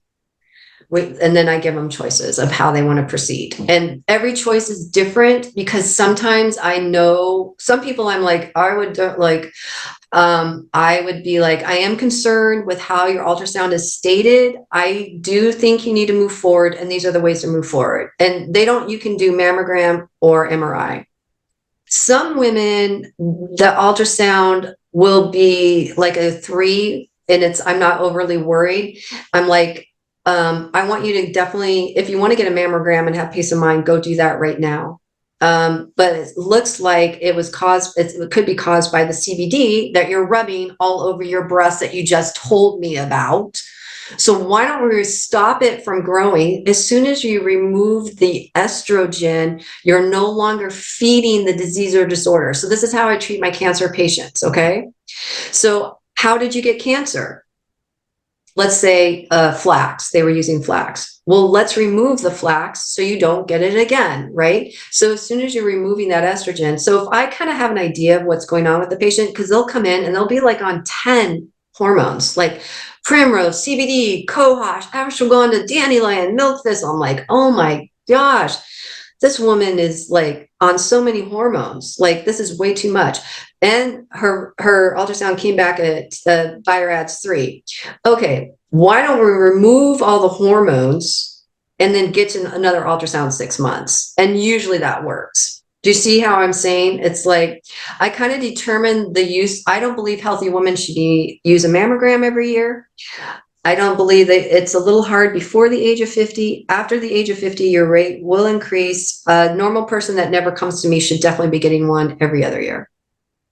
So I'm not that knowledgeable about skincare ingredients, but I'm assuming a lot of those things on your list are going to be in common skincare products. So what do you think about that? Women using like full body moisturizers or body washes and stuff, if they have these ingredients, they should be mindful of that too, yeah? Yes, exactly. And beef tallow. Beef tallow is everywhere now. I'm so excited about it.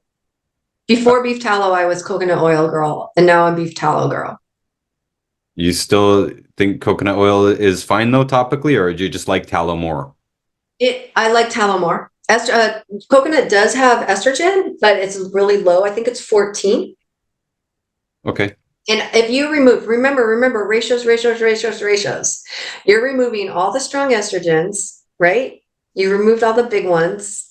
So you can use, estrogens. And like I can eat a sweet potato. So sweet potatoes are actually high in estrogen. They're 200. So I don't let my cancer patients eat sweet potatoes. What about regular potatoes? Yeah, I go, let's get you back to eating potatoes. Yeah. So, but for you, like me, you and I can eat a sweet potato. Let's not go eat a bag of sweet potato chips. How much estrogen is in there? Does that make sense? So a sweet potato is 200. I think a regular potato is like 16 phytoestrogen units. Okay. So everything's dependent. So like, again, I did this little book. I don't have it right here. It's over there. I did this. I'm going to make this one book a free ebook for people, the estrogen free guide. And I did Body by Target. So like in 2017, I went to Target and I took a whole bunch of pictures like at Target, like soaps and deodorants and body washes that are estrogen free. So they'll have a fragrance in them, but at least it's not the lavender, the rose, the hemp, or sage. There's some strong ones that everyone uses. So if you want to go to Target and buy skincare, which is fine, I don't care, just do your citrus. No scent or citrus. No citrus. No scent. Scent. or citrus, or choose Okay. citrus, Oh, like okay. Or lemon or lime. citrus. Citrus is the Citrus. only Yeah, yeah, yeah, acceptable. yeah. Okay. So I did a blog, I did a book, and then people are like, you're telling people to use fragrance. Okay. I'm not going to tell a woman that walked in off the street that has never heard of me ever in the world to now go be making her own laundry detergent, skincare, and hair, and hair wash. I'm not that person. So no, is it the most optimal? No. But at least let's get them off using, you know what I'm saying? Let's get them off the dial, or, I don't even know, the Bath and Body. Bath and Body. Has that company not destroyed America or what? So let's get them off and get them on like the natural, at least like that's level 1 for me. So if you want to go to Walmart and you want to go to Target, just buy the no scent, non-scent, or citrus. Laundry detergent, skincare, lotions. I'm missing deodorant, dishwasher soap. Remember, let's get you, because we don't want those chemicals on your dishes. They stay on your dishes. So make sure you spend a little money for your dishes. Or we hand wash, your hand wash soap. You can just get like, the non-scent hand wash soap, stuff like that. Cool. Laundry detergent, that's a big one, because you're sleeping in those clothes, you're wearing those clothes. You know what I'm saying? I agree. I'm on board with all this. I'm going to do a killer clothes episode soon. So stay tuned, audience, for that. Hey, can I tell you something bizarre? So, like they say in the Bible, don't wear the linen and the wool. Don't wear the mix because it has the frequency. Oh, yeah. Most of our audience is hip to this right now. Yeah. Go ahead. Okay. I looked her up. I can't find her. Doesn't exist? Let me look at the page. No, I know. Dr. Hobbins used to always say, okay, so if you want to be a thermologist, you have to understand frequency. And I don't even know if frequency is the correct term. It's actually wavelength. Everything's a wavelength, right? How I'm seeing you, how I'm listening to you, that's a wavelength. Mm-hmm. And Dr. Hobbins is a huge Christian. And he's like, you shouldn't wear synthetic fibers because they have, the wavelength doesn't match our own. You should wear natural fibers, okay? And I use frequency because I'm an acupuncturist, so I don't care, but it's whatever it is. Okay, hold on. I got to read this to you. Hold on. Check this out. Hold on. It's chapter 16, everybody. So we're in chapter 16, and I called it Natural Fiber Fabrics, page 275. Okay, hold on. I'm turning to page 275. I should be turning faster, but I'm not. So we're dealing with that. Okay, so what was her name? So I did not only, this was the only, okay, this, just so you know, Ryan, this is the only research I included in this book that I can't back up. Okay. This one, the natural fiber one. Her name is Dr. Heidi Yellen in 2003. Does that sound right? Yeah. Okay. So I used other research to support her. And I say this in the book. I couldn't find her, but no one knows who I am either. I say this all the time, Ryan. If I'm the leading researcher in hormones and you've never heard of me, and I've been doing this, and my book's been published for 11 years, who else is out there? And what do they know? But when I went to try to Google her, you can Google me and find my books. I could not find this research. I got lost on these weird websites. You know how when you start Googling, when I start Googling, I want to get to the PubMed. I first go to PubMed or the NIH right away because I want to get the direct study. I want to get directly to the study, right? I could not find her. And I couldn't spend a lot of time on it because it wasn't that important. But just so you know, a quick Google search, I couldn't find her. I found these weird websites where people had listened to her, but I couldn't find the paper. I couldn't find the study because I'm dying to know what it is. Now I came across a guy that was the one, Bob Graham, was the one that invented the machine that analyzed the frequencies. So Bob Graham He's the gentleman that identified the signature frequencies, that identified illness and had turned to helping people. Okay, so I couldn't find him either. Interesting. And usually you can find everything really easily. So I'm just saying, I'm not saying she doesn't exist. I'm giving this, I'm 100%, you know me, no one knows who I am. And I'm over here like, but I feel like I'm shouting at the top of my lungs.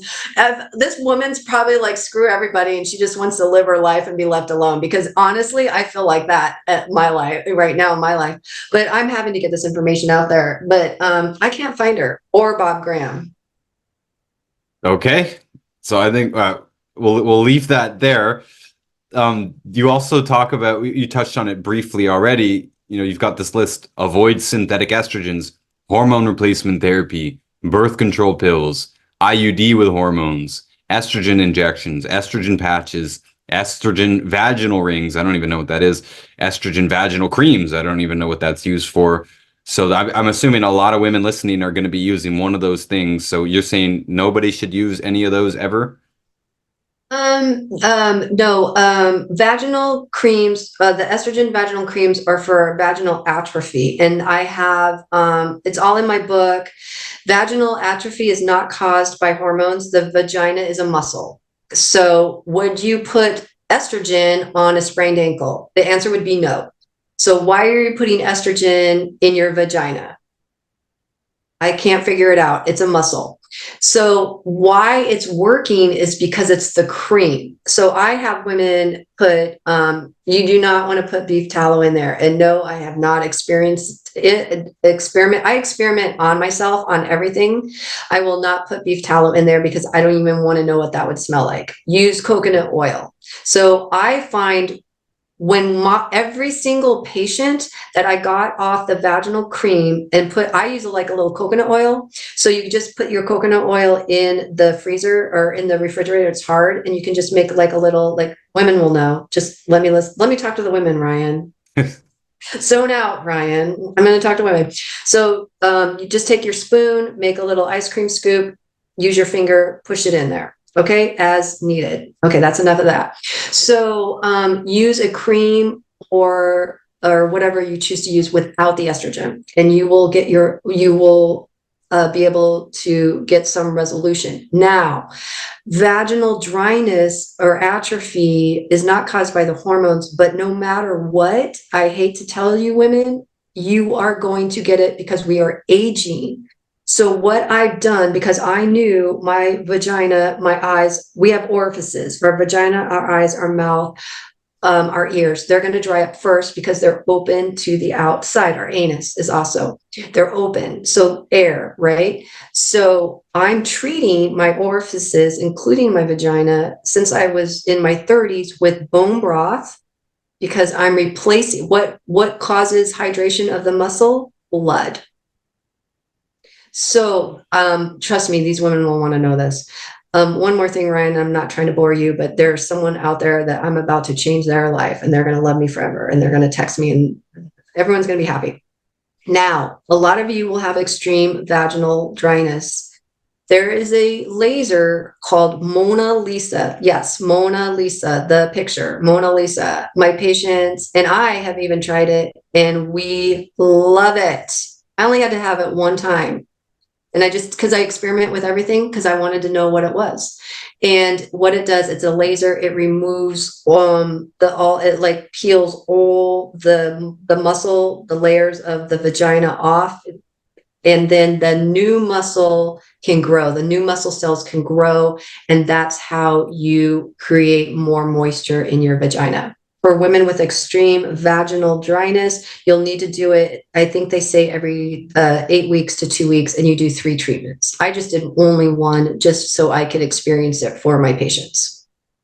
But trust me, women are suffering with that. It's one of the things, and I'm sorry to say, unless you've already started treating it, which I've done since my late 30s, it's a hard one to fix once you already have it. So start right away with bone broth and a little moisture on the inside. Birth control pills. I'm sorry, Ryan, but this is, I know I didn't mean to bore you, but I'm telling you, there's just so many women that suffer with this. I have to listen to this every day and it just breaks my heart because it's I'm like, I wish you could be 30 again.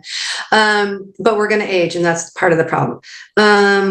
Birth control pills. I don't believe women should take them past a certain age. Birth control pills, if I sent my daughter to college and I know my daughter is going to be insane, birth control pills. I would Insane. rather, You mean sexually active? yeah, yeah, like crazy. Like, you know, she's out every night and stuff like that. If my daughter, if I know my daughter is going to go to college and she's, you know, a responsible girl and she'll probably maybe have one or two boyfriends, I would be like, okay, I would have an in-depth discussion. Can you handle condoms or do we need to get you on birth control pills? But if I know, like, yeah, you know what your daughter's doing and stuff, and a girl should make responsible decisions. So, do I think birth control pills are healthy? No.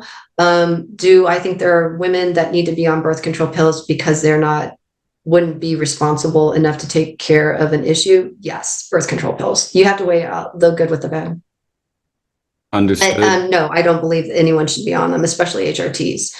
They cause cancer and stuff. And they put us on. I definitely don't think you should give young girls, including phytoestrogens. This is why I'm like, get all these young girls off all these supplements. You should never supplement children, ever, ever, ever. That's why these girls have PCOS. And now they're giving them birth control pills. I believe they put us on, Ryan. You don't want to get me on birth control pills. They put all of us on birth control pills when we were 15 because we had bad periods. All they had to do was like make us, you know, remind our parents, hey, don't eat the Cheerios, you know, or eat the Cheetos. We didn't know any better back then because it has the soy in it. Because remember, everything has been put into soy now in the 80s.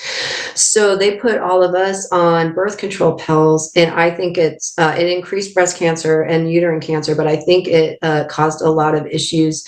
When you put someone on unopposed estrogen, synthetic, as they're developing, I think we've changed our bodies. I believe we've changed the DNA, and now we've passed that on to our children. That's why I believe we didn't get into this. I skipped over it. That's why I believe children are more susceptible. That's why you're seeing more allergies. That's why you're seeing every childhood disease go up. And it's not just hormones, it's everything. Does that make sense? You're just adding the hormone, the estrogen to it. That's why I believe everyone I talk to that wants to have a child, you have to be hormone free. We've got to get you off all your supplements before you get pregnant. Once you get pregnant, you cannot be on a supplement. You can only eat while you're breastfeeding and pregnant. So I believe every single woman that wants to have a baby needs to prepare for pregnancy, remove all the estrogens. You can use some supplements 6 to 12 months before having a baby, but once you have that baby, you can never supplement again. That baby that's why all these children are sick, is because mothers breastfed with supplements. It's one of the worst things you can do for a baby. Now go to a Chinese medical doctor and get a supplement, for a safe supplement. I don't touch pregnancy with a 10-foot pole or breastfeeding. It's a very, very, very, in Chinese medicine, you have people that specialize in pregnancy and breastfeeding for a reason.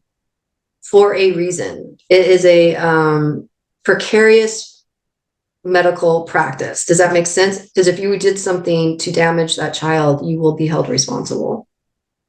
So I don't touch pregnancy with a 10-foot pole. Now I'm all over fertility. Come to me for fertility, but I don't touch pregnancy because I don't have an understanding of it.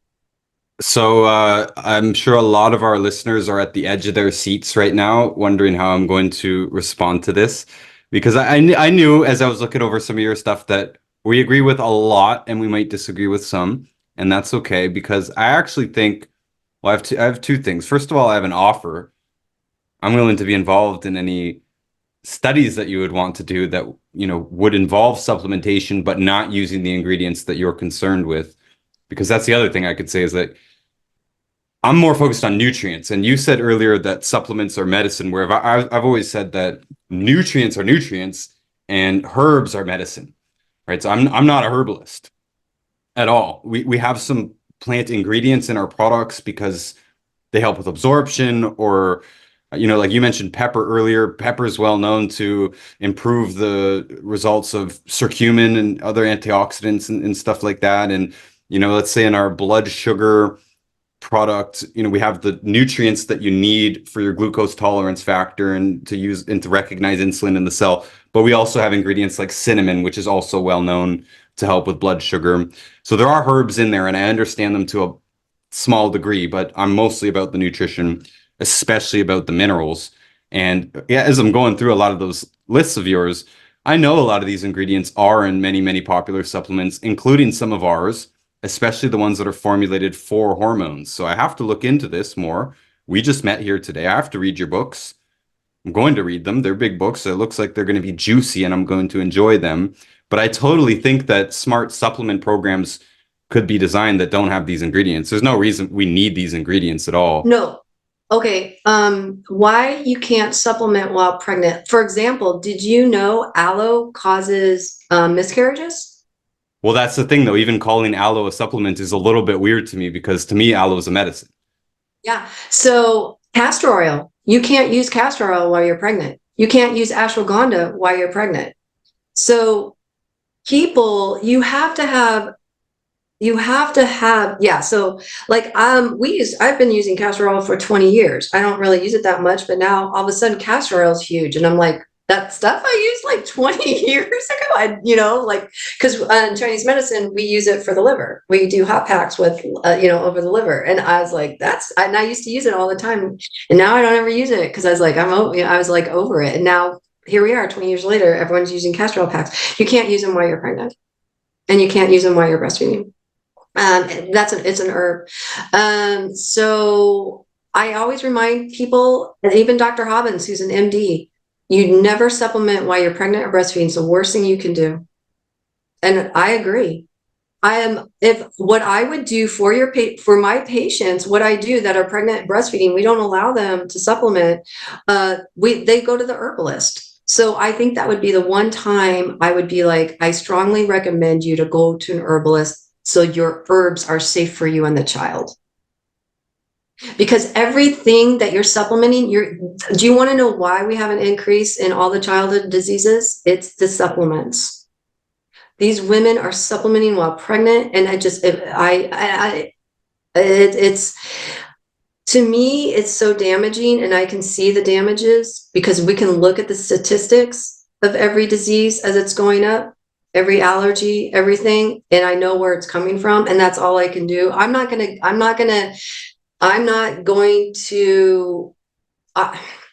I don't get upset with my patients because it's their choice, their body, and what they want to do to their child. But I cannot express enough. Your child's this big, it's developing. You never give a child supplements. You never give a child supplement, not till the age of, you shouldn't supplement till the age of 21 when the body's fully developed. But let's at least get you to 18. What was the one thing I just told you? They gave all of us birth control pills when we were 15. 15. You have to remember the body is developing. Any information, think of every herb that you give it. Every herb is a medicine. Every herb or mineral or whatever you're giving to that child, you're sending that child that, I call it a piece of information in Chinese medicine. And your body's going to react to that. You've taken this beautiful, child, let's say with no external issues, that we're not going to give it any supplements whatsoever, only nutrient dense food, right? It's its own little microorganism. As soon as you start giving it these herbs, you're giving it information. You're going to cause side effects. Let's say let's just say, and I don't know why you would give a child vitamin D, but let's just say vitamin D, because I'm always talking about vitamin D. So it's the one supplement I always talk about, right? Let's say you give this child vitamin D. Now you're raising those vitamin D levels. You're taking vitamin D and you're giving it to your child, right? You're now raising the vitamin D. What happens when we raise a child's vitamin D? It is now out of balance with the other vitamins in its body. Do you understand that? Food is bioavailable. Supplements are not bioavailable like they are food. They're just not. They are just not. And I don't know how to explain that scientifically because I don't have the knowledge or the vocabulary to do that. But I know as a Chinese medical doctor, it is so stressed. You do not give children supplements. You do not, it's very, you, by just from learning herbs in Chinese medicine, you have to be so careful during breastfeeding and pregnancy, and they don't supplement children unless the children are sick. That's all I know. And I have to go with Chinese medicine on this one. So what I would do is if my child was sick, or if I wanted to breastfeed and I'm sick, I go to the herbalist and I get the herbs that are safe for me and my child. If my child has asthma, I will take my child to the herbalist and get an herbal formula made for that child. Because I'm not willing to risk going to a naturopath and getting, remember, we look at asthma different. So the naturopath is going to give you all these supplements. It's going to work for my child, but it won't work for yours. Because my child has dry asthma, your child has wet asthma in Chinese medicine. Does that make sense? So that's how I feel. And it's just years of Chinese medicine. And then I teamed up with a doctor that, I mean, it wasn't my idea to have an entire chapter on supplements. But when he explained to me over 10 years how supplements are making us so sick in this society, now I'm more convinced than ever you should never supplement a child under the age of 18. And that's my little belief on that. But you can do whatever you want with your kids. And my patients do supplement their children, and I just keep my mouth shut. But they don't give them estrogen. So I think we can agree on the estrogen thing, and a lot of this I just learned here today about this estrogen specific compounds. And I will say that the supplement industry is bogged down with a lot of junk, a lot of fairly useless products, and we get our most common customer comes to us already on a list of supplements, and it clearly hasn't helped, and sometimes it makes it worse. One of the worst cases I ever had, I just finished recently. She's finally better. Her scleroderma was actually caused by a supplement, and that I recorded an episode with her recently. It's called Weird Health Case. It's going to be posting very soon at the time of this recording, but by the time this recording is out, it's already going to be out. It's called The Weird Health Case. Just saying that, yes, it's a bit of a mess out there. And very commonly we see people on 20, 30, 40 different products. And I go through and say most of these are completely unnecessary. And the ones that are kind of good are just, not high enough doses or something. So let me put out the main argument that most people have against supplements, especially I'm talking vitamins and minerals here. I'm not talking herbs. Herbs to me is a totally different category. But a lot of the argument is, you shouldn't take ascorbic acid, for example, vitamin C. You shouldn't take ascorbic acid because we're supposed to get it in food, because when it's in food, it has all these other special compounds, these phytochemicals that are there to help it be absorbed and stuff. They say real vitamin C is not just ascorbic acid, even if you look it up in the Merck manual and it says it's ascorbic acid. So we agree to some of that. We will use the extracted versions. You mentioned niacin earlier. We'll use the nicotinic acid. We'll use the ascorbic acid. We'll use boron, and we'll put them in these formulas that do have the plants in them as well. And I'm a little bit concerned with that list that you had there. I got to go cross-reference some stuff here, and I'm maybe willing to even go into formulating supplements myself in the future, because our company makes general supplements, so they're almost perfect for almost everyone, but that almost is very important, right? Because any broad public company, they have to work within limits. We can't make a tailored supplement for everybody. We're not a clinic. We just can't do that. Absolutely. So they have to make general formulas that can give a bunch of nutrients to a bunch of different people.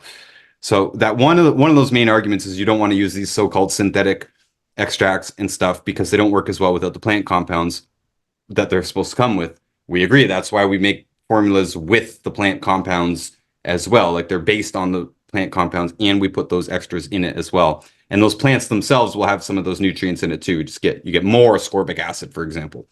That's one of them. Two, as you said, with vitamin D, you take just vitamin D, it could throw other things off. Well, we believe there's a minimum of 90 essential nutrients, but realistically, it's a much longer list than that if we want to get nitty gritty. And many different nutrients have many different forms and stuff. Even vitamin A, it's like you got retinol. There's more than one type of retinol. then there's a bunch of carotenes. Like it could be 12 different things if you really wanted to get into it. So it could be 200 essential nutrients. But our point is we focus on formulas that have tons of different nutrients in it at once. Tons of different nutrients in it at once. And the only point that you said that I would truly argue with is the bioavailability thing. We're mostly about the minerals. That's our shtick, right? Technically, if you wanted to, you can get vitamins, amino acids, essential fatty acids from foods. It's quite difficult to do, especially for the average person, especially the average working person out there. Gonna be tough to do in this food supply, but it is technically possible. What is technically impossible in our food supply, in a Western industrialized world, is to get enough minerals. It's not possible in the food supply. The mineral sources that we use are plant derived. So, and this is fairly common too. Other people have caught on to this, that if you get mineral sources that started off as a plant and they remain in that colloidal form, right? Because the plant sucks the mineral up out of the soil, it takes it, it's not a rock anymore. It takes it into an individual molecule and turns it into a colloidal particle, which has a charge on it. It's a much smaller particle with an electric charge. You can take those and reconstitute them in water. Like we get ours from a deposit of ancient sea moss in Utah, up on the top of a mountain in Utah. So I would just argue with the bioavailability thing, just in the sense that you can make supplements out of actual biologically available nutrients to begin with, and that solves the availability issue. I agree with you on the sea moss because it's a food. I don't have a problem with that. No, I agree with you 100%. It's like seaweed, right? Is that what you're trying to say? Yeah, like, it's basically just desiccated, compressed seaweed. Seaweed is an herb, but it's a food. Eat all the seaweed. I mean, it's, are we getting ones with microplastics? Then we have that issue. No, I have no issue. I think we're on the same page. No, I think you could do sea moss while pregnant and breastfeeding. I would double check into that. I don't know enough about it. No, because wouldn't it be the same as eating seaweed? Well, this is kind of what we're getting at. Yeah, I don't think I have a problem with. A lot of minerals, especially, are very, very difficult to absorb, like calcium, magnesium. Yeah. So is that what you're trying to say, Ryan? I didn't mean to interrupt you because I was really enjoying what you're saying. I really was. It's tough to make absorbable products, so I'm agreeing on that. Much of what's out there is not absorbable. Like calcium, for example. I believe calcium is the most important deficiency in our society. Next to would be omega-3 and iodine. Right, and that's my current level of thinking. Maybe I'm missing one, but no, I agree with you because I don't even know if I do take it and I don't even know, what credible source. Yeah, I agree with you. Calcium is incredibly hard to absorb. The longest lived cultures are, especially the Hunza, specifically the Hunza. In order to get enough calcium in their food, they drink this mineral-rich glacial water, which is per quart, which I think is about a liter. Remember, I'm Canadian.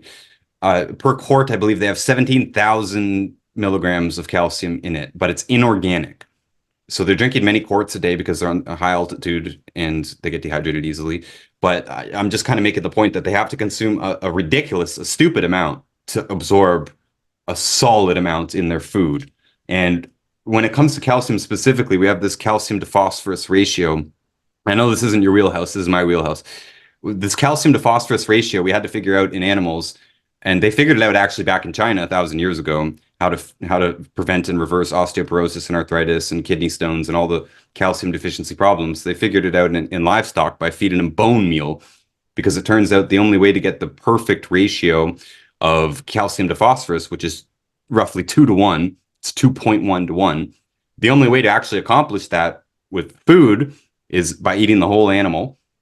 An entire animal, including the bones and the connective tissue and all that stuff, is the only way that you get to that perfect ratio. There's a handful of foods, most of them are vegetables. Actually, all of them are vegetables that have a high calcium to low phosphorus ratio.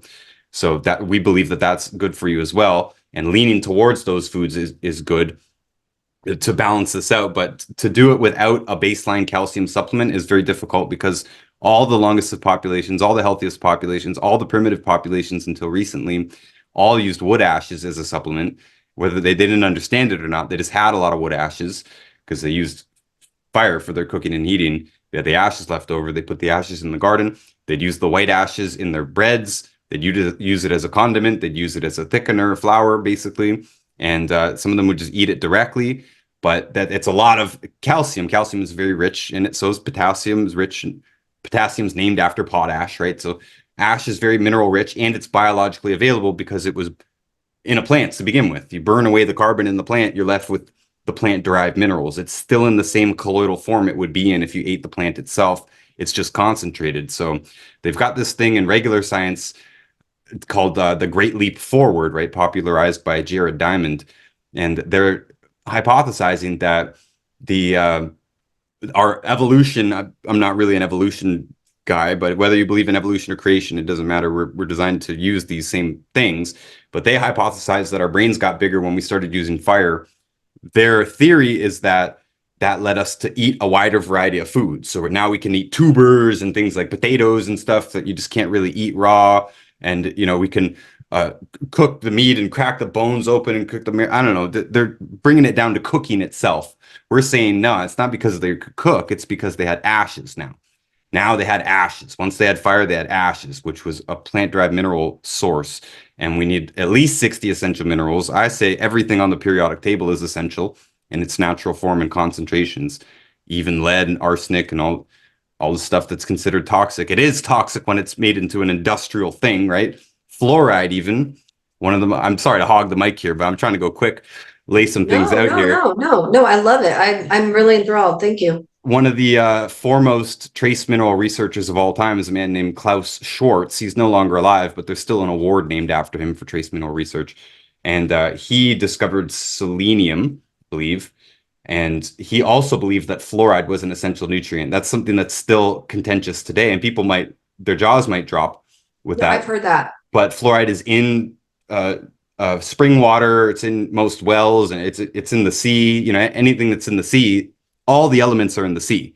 Most of the longest lived populations either eat from the sea or they trek down from the mountains to go get fish eggs and kelp and stuff.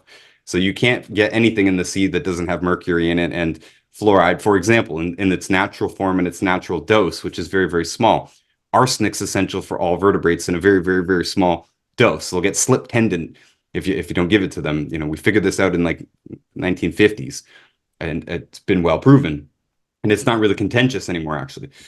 Anyway, it's just kind of making the point here that when we had these extra mineral sources, that's when we really got going in society. It's when we really got smarter, whether you believe in evolution or creation. I think it fits both theories. And just saying that it is possible to make supplements that are absorbable, and the inorganic forms usually are very poorly absorbed anyways, so they're not doing much of anything unless you're getting 17,000 milligrams in a quart of your water. You're not going to absorb very much of any coral calcium or calcium carbonate or calcium citrate or any of these things. So yeah, there's a lot of low quality formulas. A lot of it has to do with the quantity being used and the lack of other nutrients because they're all cofactors together.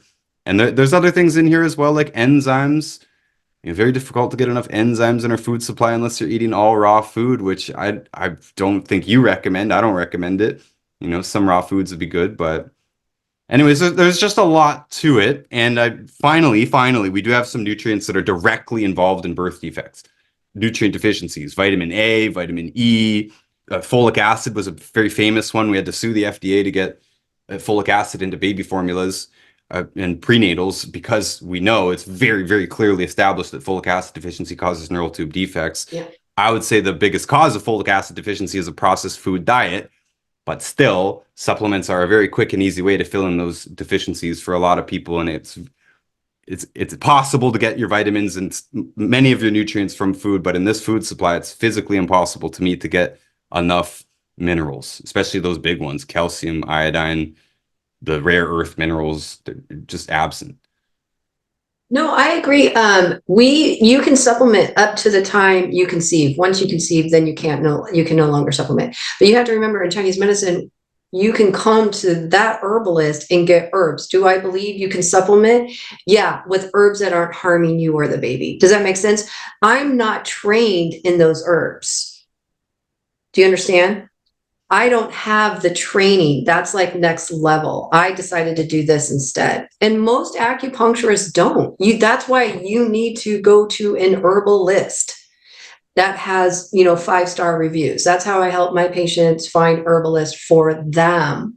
So no, you can still supplement, make sure you're getting it from a trained herbalist. Now, I agree with a lot of what you said about the minerals.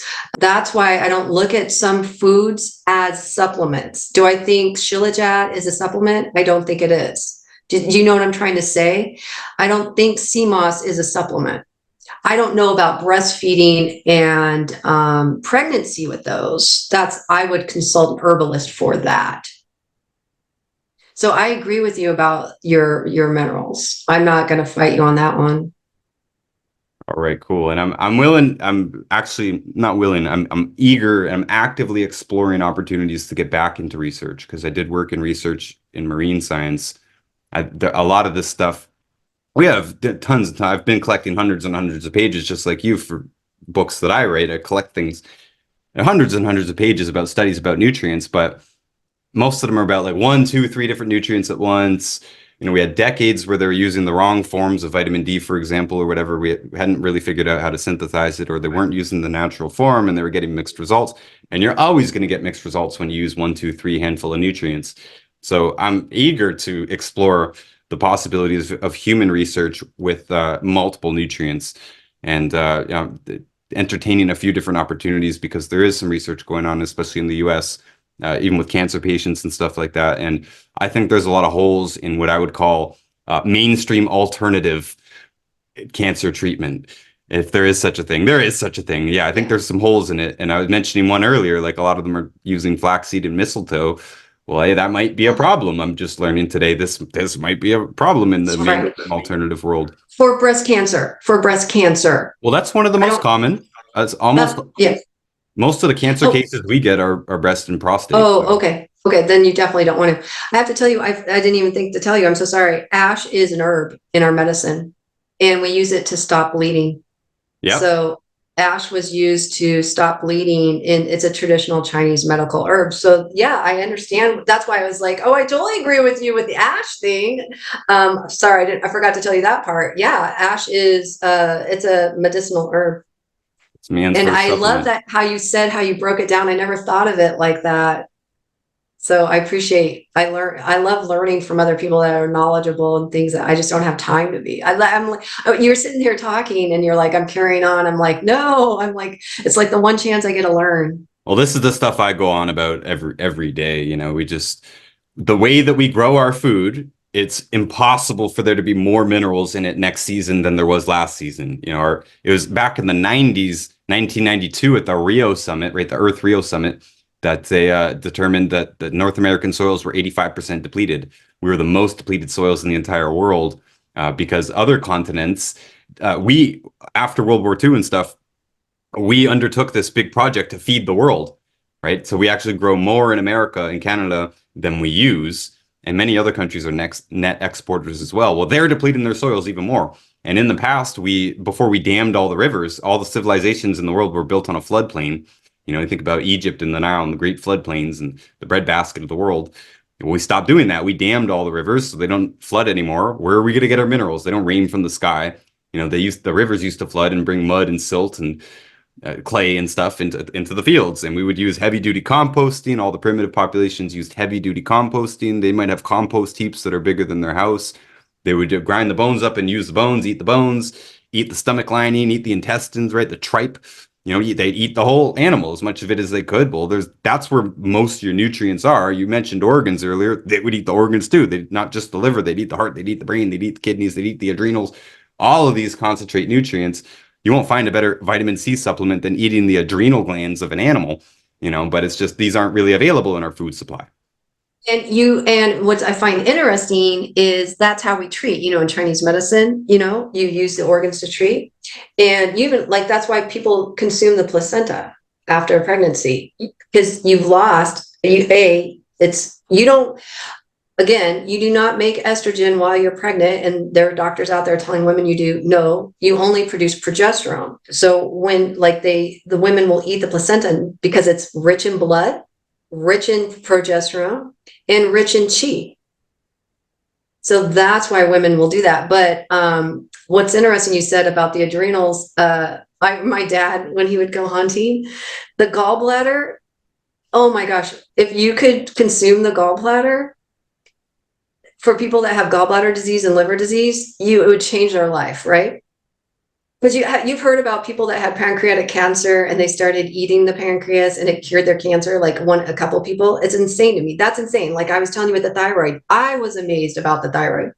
My dad, he'll go hunting, and this is them because they're Alaskan, and they're like, we just don't get it. They'll like look at the gallbladder. They're like, I don't get it. And I'm like, oh my God, you could be made. It's illegal. You cannot sell this gallbladder is thousands of dollars from the black bear. You know, when they go black bear hunting, you can, it's so illegal to sell that because that's how powerful that organ is to somebody. Isn't that amazing? I believe it, and I agree. But not that we don't want, I mean, and then of course, I mean, the hunters, they don't, and Alaska is a very different, I think Canada's the same with our hunting. We hunt a lot differently. It's a matter of our lifestyle. It's how we take what we need. We're not out there blowing things up, you know? And if you made, it'd be like Africa. If you made that, if you could sell that gallbladder for $10,000, they would decimate the bears for that gallbladder. You know what I'm trying to say? Of course, So yeah. So that's why they had to make it illegal so the bears wouldn't be decimated for their gallbladders. true. But just so you know, a bunch of Alaskan men standing around a black bear looking at, why is this 20 grand? There's something behind that. I understand There's it. something behind that. That's why shark It's cartilage is so interesting. expensive too. Yeah. Okay. Well, no, I loved how you expressed like they ate the adrenals, they ate the bones, they crushed everything up. No, that's what people used to do. And when I wrote this book, again, because I'm used to hunting, no, I don't hunt, but you know, I ate moose and caribou growing up. You know, I had my degree in Chinese medicine where you eat, you know, you eat like for like. If you have bad digestion, you eat menudo. If you have weak tendons, you eat, I don't know how people, I don't eat it and people pronounce it differently, faux or fa. You know, I Yeah. don't know the correct pronunciation, but you eat like for like, right? So that's what's so crazy is I wrote this book and it's all about nutrition and I thought it would be embraced and it was the opposite. And it blew my mind that breast health is found in eating a balanced diet and getting some exercise and sitting in the sun, and people couldn't believe it. So So we've it's been nice to hear the other side. just saying we've been talking for almost 4 hours without a break here. I commend you for doing this, and I commend myself for doing this too. We usually take a break, but Oh, I think we can kind of wrap up. But I wanted yes, to get your yes, opinion. You definitely mentioned gender dysphoria. This is a super hot topic. fully preventable. You're saying it's Fully just a preventable. hormonal problem. All the same stuff we've been talking about is causing it. Yeah. Okay. Yeah. Let me talk about that. Let me talk spectrum really quick, and then we'll wrap up. Yeah. This is it. It's always 3 or 4 hours. It's just too much information. You can't get it. Okay. So, and then I like to have a dialogue, right? So, gender dysphoria. Now, here's two things. I believe trans. Like where I believe I'm in a different body. Gender, there's a lot of terms and I'm trying to get the terms correct because what's correct and what people are using socially is different. Does that make sense? Hmm. So gender dysphoria and trans is you believe you're in you're a different sex in a different body. So trans, let's just call it trans because those people they're going to transition. Okay. I believe that this is DNA, meaning I think they're experimenting with aborted fetus tissue put into products. And if you put DNA into a product, you're passing that to that child. What is it doing to that child's development in the fetus? So I think there's something else going on that I can't prove because I'm not that geneticist. Does that make sense? I think there needs to be more research into like what I would call there is gender dysphoria. You can have gender dysphoria with just estrogen, but I think there's a DNA component with your trans because I work with trans. You know, I've been working with them for 16 years. And in my book, I explained in 2014, I had my first non-binary child patient. And the word non-binary didn't exist then. They described themselves as asexual. So I'm fascinated because I ran into this 10 years ago without knowing any of this terminology and figuring it out myself. Does that make sense? Like I had to, why is this child feeling like they're a 50-year-old woman? Because everything this child's describing to me is what a 50-year-old woman describes to me. So it's all estrogen, Okay. right? So remove the plant, and it was a vegan mom, you know what I'm saying? So it's all, I know when I say it's the plant-based, it's the plant-based. So in my book, the trans, I believe there is a DNA thing, but I can't say anything about it because I don't know anything about it. And yes, if you want to reduce, so what's happening is you have a spectrum, you have children on the end who happen to be susceptible, just like you are susceptible to fibroids. Women are susceptible to breast cancer. These children are in the end are susceptible to estrogen. And when you give a child estrogen in the developing stage, when they're still a fetus, let's see, it's week 6, 7 that they become male, correct? Yeah. So if, let's say male, whatever, male or female, you're giving this child high levels of estrogen, that child can possibly have issues of early puberty and suffer with gender dysphoria, okay, when they're born or as they're aging. If you continue to give them estrogen as they're aging, it's only going to get worse.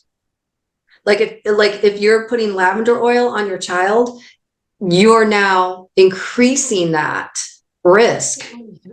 So what you want to do to make sure your child has your hormones have to be balanced before you have a child. So then you know that child should not have any issues. Unless we live in this crazy polluted world. There is some weird DNA thing that they've been experimenting with us with. I'm not even sure. And I want to be careful about what I say because I'm not even knowledgeable in that enough to, but I do know that they are putting aborted fetus tissues in vaccines and some products. I do know that because whistleblowers have come out and shown us that, you know what I'm saying? So speaking, like, let's just say that doesn't exist, put that to the side just a bit. But yeah, you will dramatically reduce your risk of gender dysphoria in children if you remove all the estrogens, because we've never had this before. This has never been an issue before. Now, people are going to say, yes, it was. Yes, it was an issue. There's always been gays. There's always been lesbians. No. Think about Sodom and Gomorrah. Think about the Romans. Remember, they were brought down. One of the contributing factors to the demise of those cultures was sexual issues, what they're saying nowadays, right? All the gender ideology, all the issues with sex, all that. It's all pharmakia. What's pharmakia? Phytoestrogens. Do you see what I'm saying? It's always been the plants throughout history of the world. Okay. Because it's pharmakia. That's a different take. Have you had success with these children? You said non-binary. Did they do your program? Oh yeah. Okay, 100%. So non-binary, that's what's so exciting. That's why I know it works. Now, they usually will be lesbian, right? So again, if you want to reduce the risk of your child being lesbian, don't use estrogen. So a non-binary child will usually be gay or lesbian. We're dealing with more women, more girls, like you're seeing more issues with girls. It's because I believe there's a social conditioning, 100%, Ryan. I believe probably 50 to 75% of the girls that say they're trans or non-binary really aren't. They just want to be liked, right, and accepted. But I know these children are suffering because I had to deal with these children 10 years ago before this was ever a thing, right? Mm-hmm. Before this was ever a social issue is what I'm trying to say. So when you remove the estrogen foods and essential oils from that child, then that child will get its passion and its feelings back. And what do I mean by that? When they were talking to me, when this high schooler, it's usually in high school, when this high schooler was talking to me, I was like, this person sounds like a 50-year-old woman. Like, I'm not telling this child this 15-year-old, 16, these were high school, these were like 13 to 17-year-olds. Like when your hormones start getting going, this is when your hormones are starting to rage. When your hormones are raging, Ryan, you should be very, I can only think of one word and I don't want to use that word. Your libido's on fire. You want to be, experimenting. Do you understand what I'm saying? Your hormones are raging. These children, they were dead inside. There was nothing. There was no passion. There was no libido. That's why they said to me, I'm asexual. And I'm like, asexual? They didn't even know. Their mom was bringing them in because they're like, I know Wendy is a hormone researcher and my child's asexual. That's all they knew. And I was like, and I was just stunned. And I was like, okay, I had to start talking to these children and learning from them because I didn't know what they were talking about. So what it is estrogen dampens or suppresses our libido. So women on birth control pills won't have a libido. Okay. When you take them off, boom, they're on fire again. Children, you want them to have a high libido because we get our periods when we're supposed to have children 16 to 21. That's just biological. So I'm just going to have to go with biology right now. So we want our hormones raging because that's when we're conceiving and having children biologically. When these children are not, you remove all the estrogens. So you get them off all the estrogens, they get their libido back. And it's fantastic. I think it's wonderful because these children now have life. Because what moves you and I, Brian, is that yang fire, is that libido. It's what gives us our drive. So it gives us our passion for life. And I don't like these children, they have no feelings because they don't have that libido. Am I being clear, or I'm hoping I'm being clear? I think so. I think so. Yeah.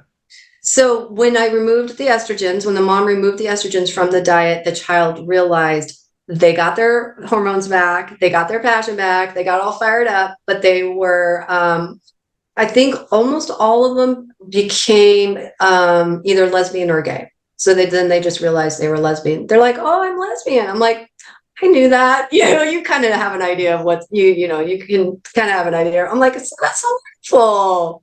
I'm happy for you. And they're like, I feel better. And I'm like, good. I'm so happy to hear that. Super easy. Super easy. So I want to give those children their life back. I want them to have that feeling again, right? So we I want them to have love. I want them to be with somebody. We did a homosexual and trans episode here on the podcast. It's actually our second most popular episode, and we talked about a few different factors.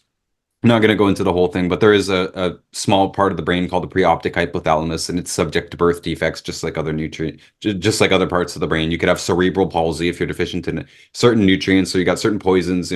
If cerebellum is affected, you'll have cerebral palsy.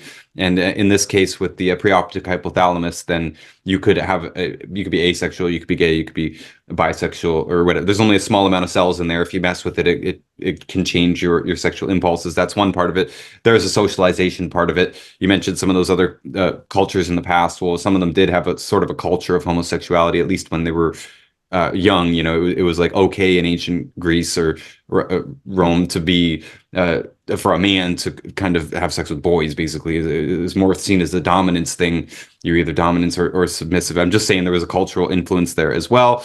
And we did talk about the environmental estrogen thing, but that was actually the shortest part of that whole episode. So I was just wondering. And that's the one that will fill it up. That will fill your holes. Yeah, because I mean, I'm thinking too that you mentioned the all embryos start as female, and then at 6 weeks it converts into male. Well, if that woman is eating a high estrogen diet, or using some of these things on your list here, non-organic food, non-organic cosmetics, non-organic skincare products, and hair care, and bath and body, and all antibacterial products you got here on your list, hand sanitizer and wipes. If they're using all this stuff, then maybe that excess estrogen could have an influence on the fetus, even though it is successfully turning male. maybe it's not turning as male as it's supposed to or something like that.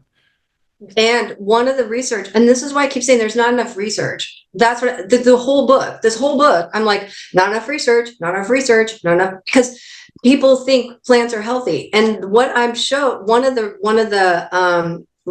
studies I include is that they did, and it's right here on the back of the book, that there's a study showing transplacental transfer of soy from mother to fetus. This book, I show DES, transplacenta from mother to fetus. So they already had a whole bunch of birth defects due to the synthetic estrogens in the 60s. So they already proved that in this book, Thermography Revolution. This book, I'm proving it with plants. Okay. Okay. I'm excited to dig into both of those books. Lastly, before you go, on the very bottom of your list here, on your avoid list, you've got bottled water, tap water, which I'm on board with, but then you put reverse osmosis in. What's up with that? Thank you. Oh my gosh, Ryan, you get all the gold stars today. Oh my gosh, because you can't remove. When people, it's like my pet peeve, Ryan. You don't even want to get me started on my pet peeve. This is a whole other 4 hours, okay? So I had to research water before I wrote this book. And reverse osmosis, you cannot remove medical waste with reverse osmosis. You cannot. What about you combination cannot. reverse osmosis? Look at the words coming out of my mouth. You cannot. So Dr. Hobbins is the one that taught me about water. And he taught me so much. This is how brilliant this man was. To remove medical waste, Dr. Hobbins was huge on water. You don't even want to get him started on water. And if you want to watch an old video of ours, you can go on Facebook and he talks about water. He's big on water. So to remove medical waste, you need a micron of 1/10,000th. 1/10,000. My micron that I use is two 10,000ths because it's the smallest one I can find. So I'm hoping it's removing as much medical waste as I can get. But I have one of the only filters in the United States available. I've been using it, I want to say 15 years now. And I can give you the guy's name, and I'm going to do an interview with him and he can tell you more. But no, you have to have a filter to remove the medical waste. If you're not, you're drinking everybody's medical waste. So what about combination filters? RO plus carbon plus, like 7-stage. It has to have, he can tell you more, but you have to have you have to have that micron. You have to have that special micron, and he has the smallest one available that I know of. But you said that's still twice as big as we need. It's but it's the smallest one I can find. What I used to have the one that was 1/10,000th, but they went out of business. Huh. So he had his is 2/10,000th. So I'm giving you the best you can possibly find. But the reason I love this water is because it's not electrocuted. As soon as you electrocute water, so water should be a hexagon. As soon as it's hooked up to your tap, it's dead. His water is a pump system, so you've not electrocuted it. So when I leave and go on vacation, I get really anxious because I no longer have water that's hydrating me. And it includes how he makes it alkaline is he includes like Kangen. Kangen people are the most angry people in the world. Stop yelling at me. It's a supplement. Kangen uses a supplement. It's not my fault. I'm sorry you spent $4,000 and this guy's I think his is $700. So don't yell at me that you chose a $4,000 multi-level system over my guy who's a $700 system under the sink. It's under the sink. And Kangen uses a supplement. My water never dies. So if we go on vacation, we take all our water with us because it doesn't die, because it's live water. It's alkaline. It holds its alkalinity. Kangen supplements, unless they've changed it, Kangen supplements it. This guy, his system infuses all the minerals into the water. So you're getting your sodium, you're getting your potassium. That's how I'm getting my minerals, is in my water. So that's why I also so when you were talking, I don't worry a lot about my minerals because I'm getting them through my water system because he's infusing them back. Because remember, water was live. all that glacier water that you were talking about and why it's so rich in minerals is because we're supposed to be drinking from wells and waters, and it's rushing over the rocks, and it's mixing with those rocks, and it's infusing, I don't know how, but it's infusing those minerals into the water molecule. So the water I'm drinking is infused with not all my minerals, sodium. What's in water? Sodium, Should be a whole bunch of stuff, especially magnesium, potassium, calcium. magnesium, potassium. I'm missing one. So he infuses that back into the water system. His might be different, may not have all of them. Silica may be the one you're thinking of. Huh? Silica may be the one you're thinking of. No, it's not that one. And again, it's in the book. Okay. That's why I like his water. And his water, I can tell you right now, it's filter, FILTER, CON.com. So it's filter con. And he is in all of my websites. He should be on my website. Very likely there, yeah. His name's Bill, and he's like, I've been with him, I want to say since 2016. Oh, here's my estrogen-free water. He is like the sweetest. Oh my gosh, you don't even want to talk to that guy, Ryan, because he will talk to you forever. As long as we could take a break at one point. Yeah, I know we did. I'm so used to I know most people, I have this information that I have, no one else really has it. So I was trying to see if I could see the supplements really quickly because it's like 3 or 4 pages, but I can't find it. But anyways, yeah. So make sure you get the best water system you can get. And that's why I drink this water. But RO will not remove medical waste. So I have to, it will not. So that's why I get people are like, I don't drink that tap water, that water. I'm like, it's all dead. Reverse osmosis doesn't remove it. I'm out of the water fight. Does that make sense? I'm just like, no, I get it. I gotta test my water at my house. Here in Texas, we use a 7-stage filter, and then we hook that up to a hydrogen water machine, by the way. And then at my house in Canada, we use a lake reservoir, first of all, for the town. So I'm sure there is. My dad does. Well, I'm sure there is medical waste from the townspeople, but I don't know how much it is filtered through naturally by the rocks and stuff in the lake itself. I'm interested now at this point. I only use a 5-stage filter up there, but yeah, it is RO plus carbon, plus a coconut husk remineralizer. Good. Oh yeah, you definitely. I'm glad you added those to it. Definitely, yeah. We have a coconut one on ours, and maybe yours is getting rid of that, because I know ours has a coconut one on it, because my husband was like, oh, this is a coconut one. I'm like, okay, whatever. I know you at a very minimum you need RO plus carbon. Yeah, that's what ours has 7, because before I met my husband, I would hire someone to come put it, come, and they're like, what is this, because it's 3 or 4, and then it has 3 on top. It's like, I want to say 6 to 8 filters. It's not your normal 3. Yeah, that sounds good. That sounds like your minimum to me. Yeah. And so the other guy and you know what I just talked, I'm interested in this hydrogen water, and Bill says he's not sure about it. So I'm like, that's interesting. I'm super interested. I finally jumped into it. I've been pitched on some other companies, but I'm open. There's thousands of studies out there showing a benefit. And I even think even with the estrogen, there is studies on it. Oh, no, estrogen won't affect it. You know what I do? I do hydrogen peroxide on my body. Okay. You know how people are they drink the hydrogen peroxide? You've heard of that, right? Yes. Okay. I don't think I'm allowed to recommend that, but yeah.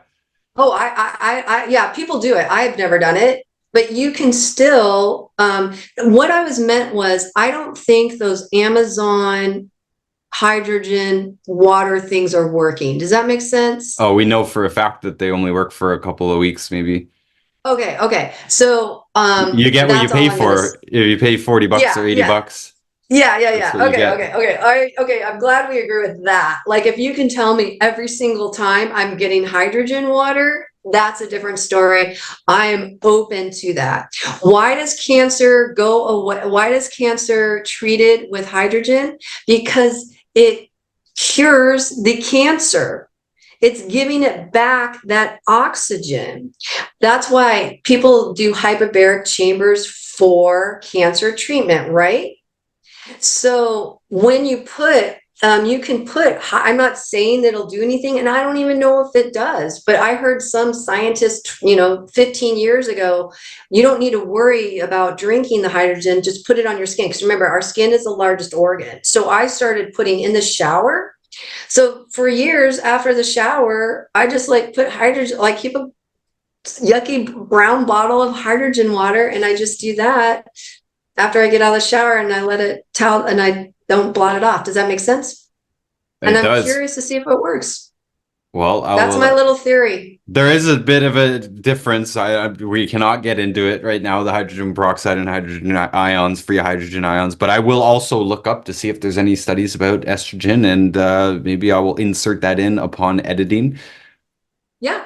Estrogen, well, because it's so simple. Estrogen, remember, we're perfect. Ryan, always go back to physiology. We are hormonally balanced, okay? So let's say we lived in the perfect world. There's no menopause, there's no PMS, and there's no breast cancer. How do we get it? We have to express the cancer cells that are living in our body, right? And I'm not being mean. I'm literally like, I always want to bring people back to physiology. So how do I get cancer? My body can't get breast cancer from itself. How do I get it? I have to consume it. Stop producing the estrogen, guys. Check out all of Dr. Wendy Sellens' information in the description, her websites, her Instagrams, Facebook, Twitter, Pinterest, even the books, especially Soy Boys and Breast Thermography Revolution. So I'm looking forward to reading those books. I'll give them a review when I'm done on my personal Instagram channel. Dr. Wendy, do you have any closing words? I want to thank you for your time. I really truly appreciate that. You're one of the you have to understand, I've been doing this for 16 years, 11 years since I published my book. If you look in my press, I've done radio, I've done everything for 11 years, and everyone ignores me. I can't tell you how many documentaries and podcasts I've done, and no one will magically, every single time coffee got on my computer and destroyed your documentary or destroyed your podcast. Of course it did. So I appreciate you being open. I enjoyed our conversation. I loved all your questions. I just enjoy that you were interested. That's what I am here to do, is share and take with it what you want, and ask more questions. I'm here to answer them. Awesome. And thank you for coming. You're welcome back on anytime. If you think there's something we missed or something else that you want to hit in the future, you just let me know. Thank you, Ryan. Thank you for everything. I really do appreciate all your time and your questions. It means a lot. And thank everybody for listening. Of course, remember, you can find everything that I do on my website, notusbooks.org, including the books that I've written and helped publish. Most of them are about health. There's also all of my social media, all that's in the description as well, but it's also on notusbooks.org. And of course, there's an archive of this podcast. Since this podcast was taken down last year, we had to relaunch, and now there's an archive on my website, and you can download those episodes for free. And if you want to see all these episodes at least 1 week early, you can see them on patreon.com/therealnotus, also in the description. Just $1.99 gets you access to all the content there. So you can check that out, and we appreciate the support. And once again, thank you, Dr. Wendy. Thank you, everybody, for listening. Stay healthy, my friends. Until next time.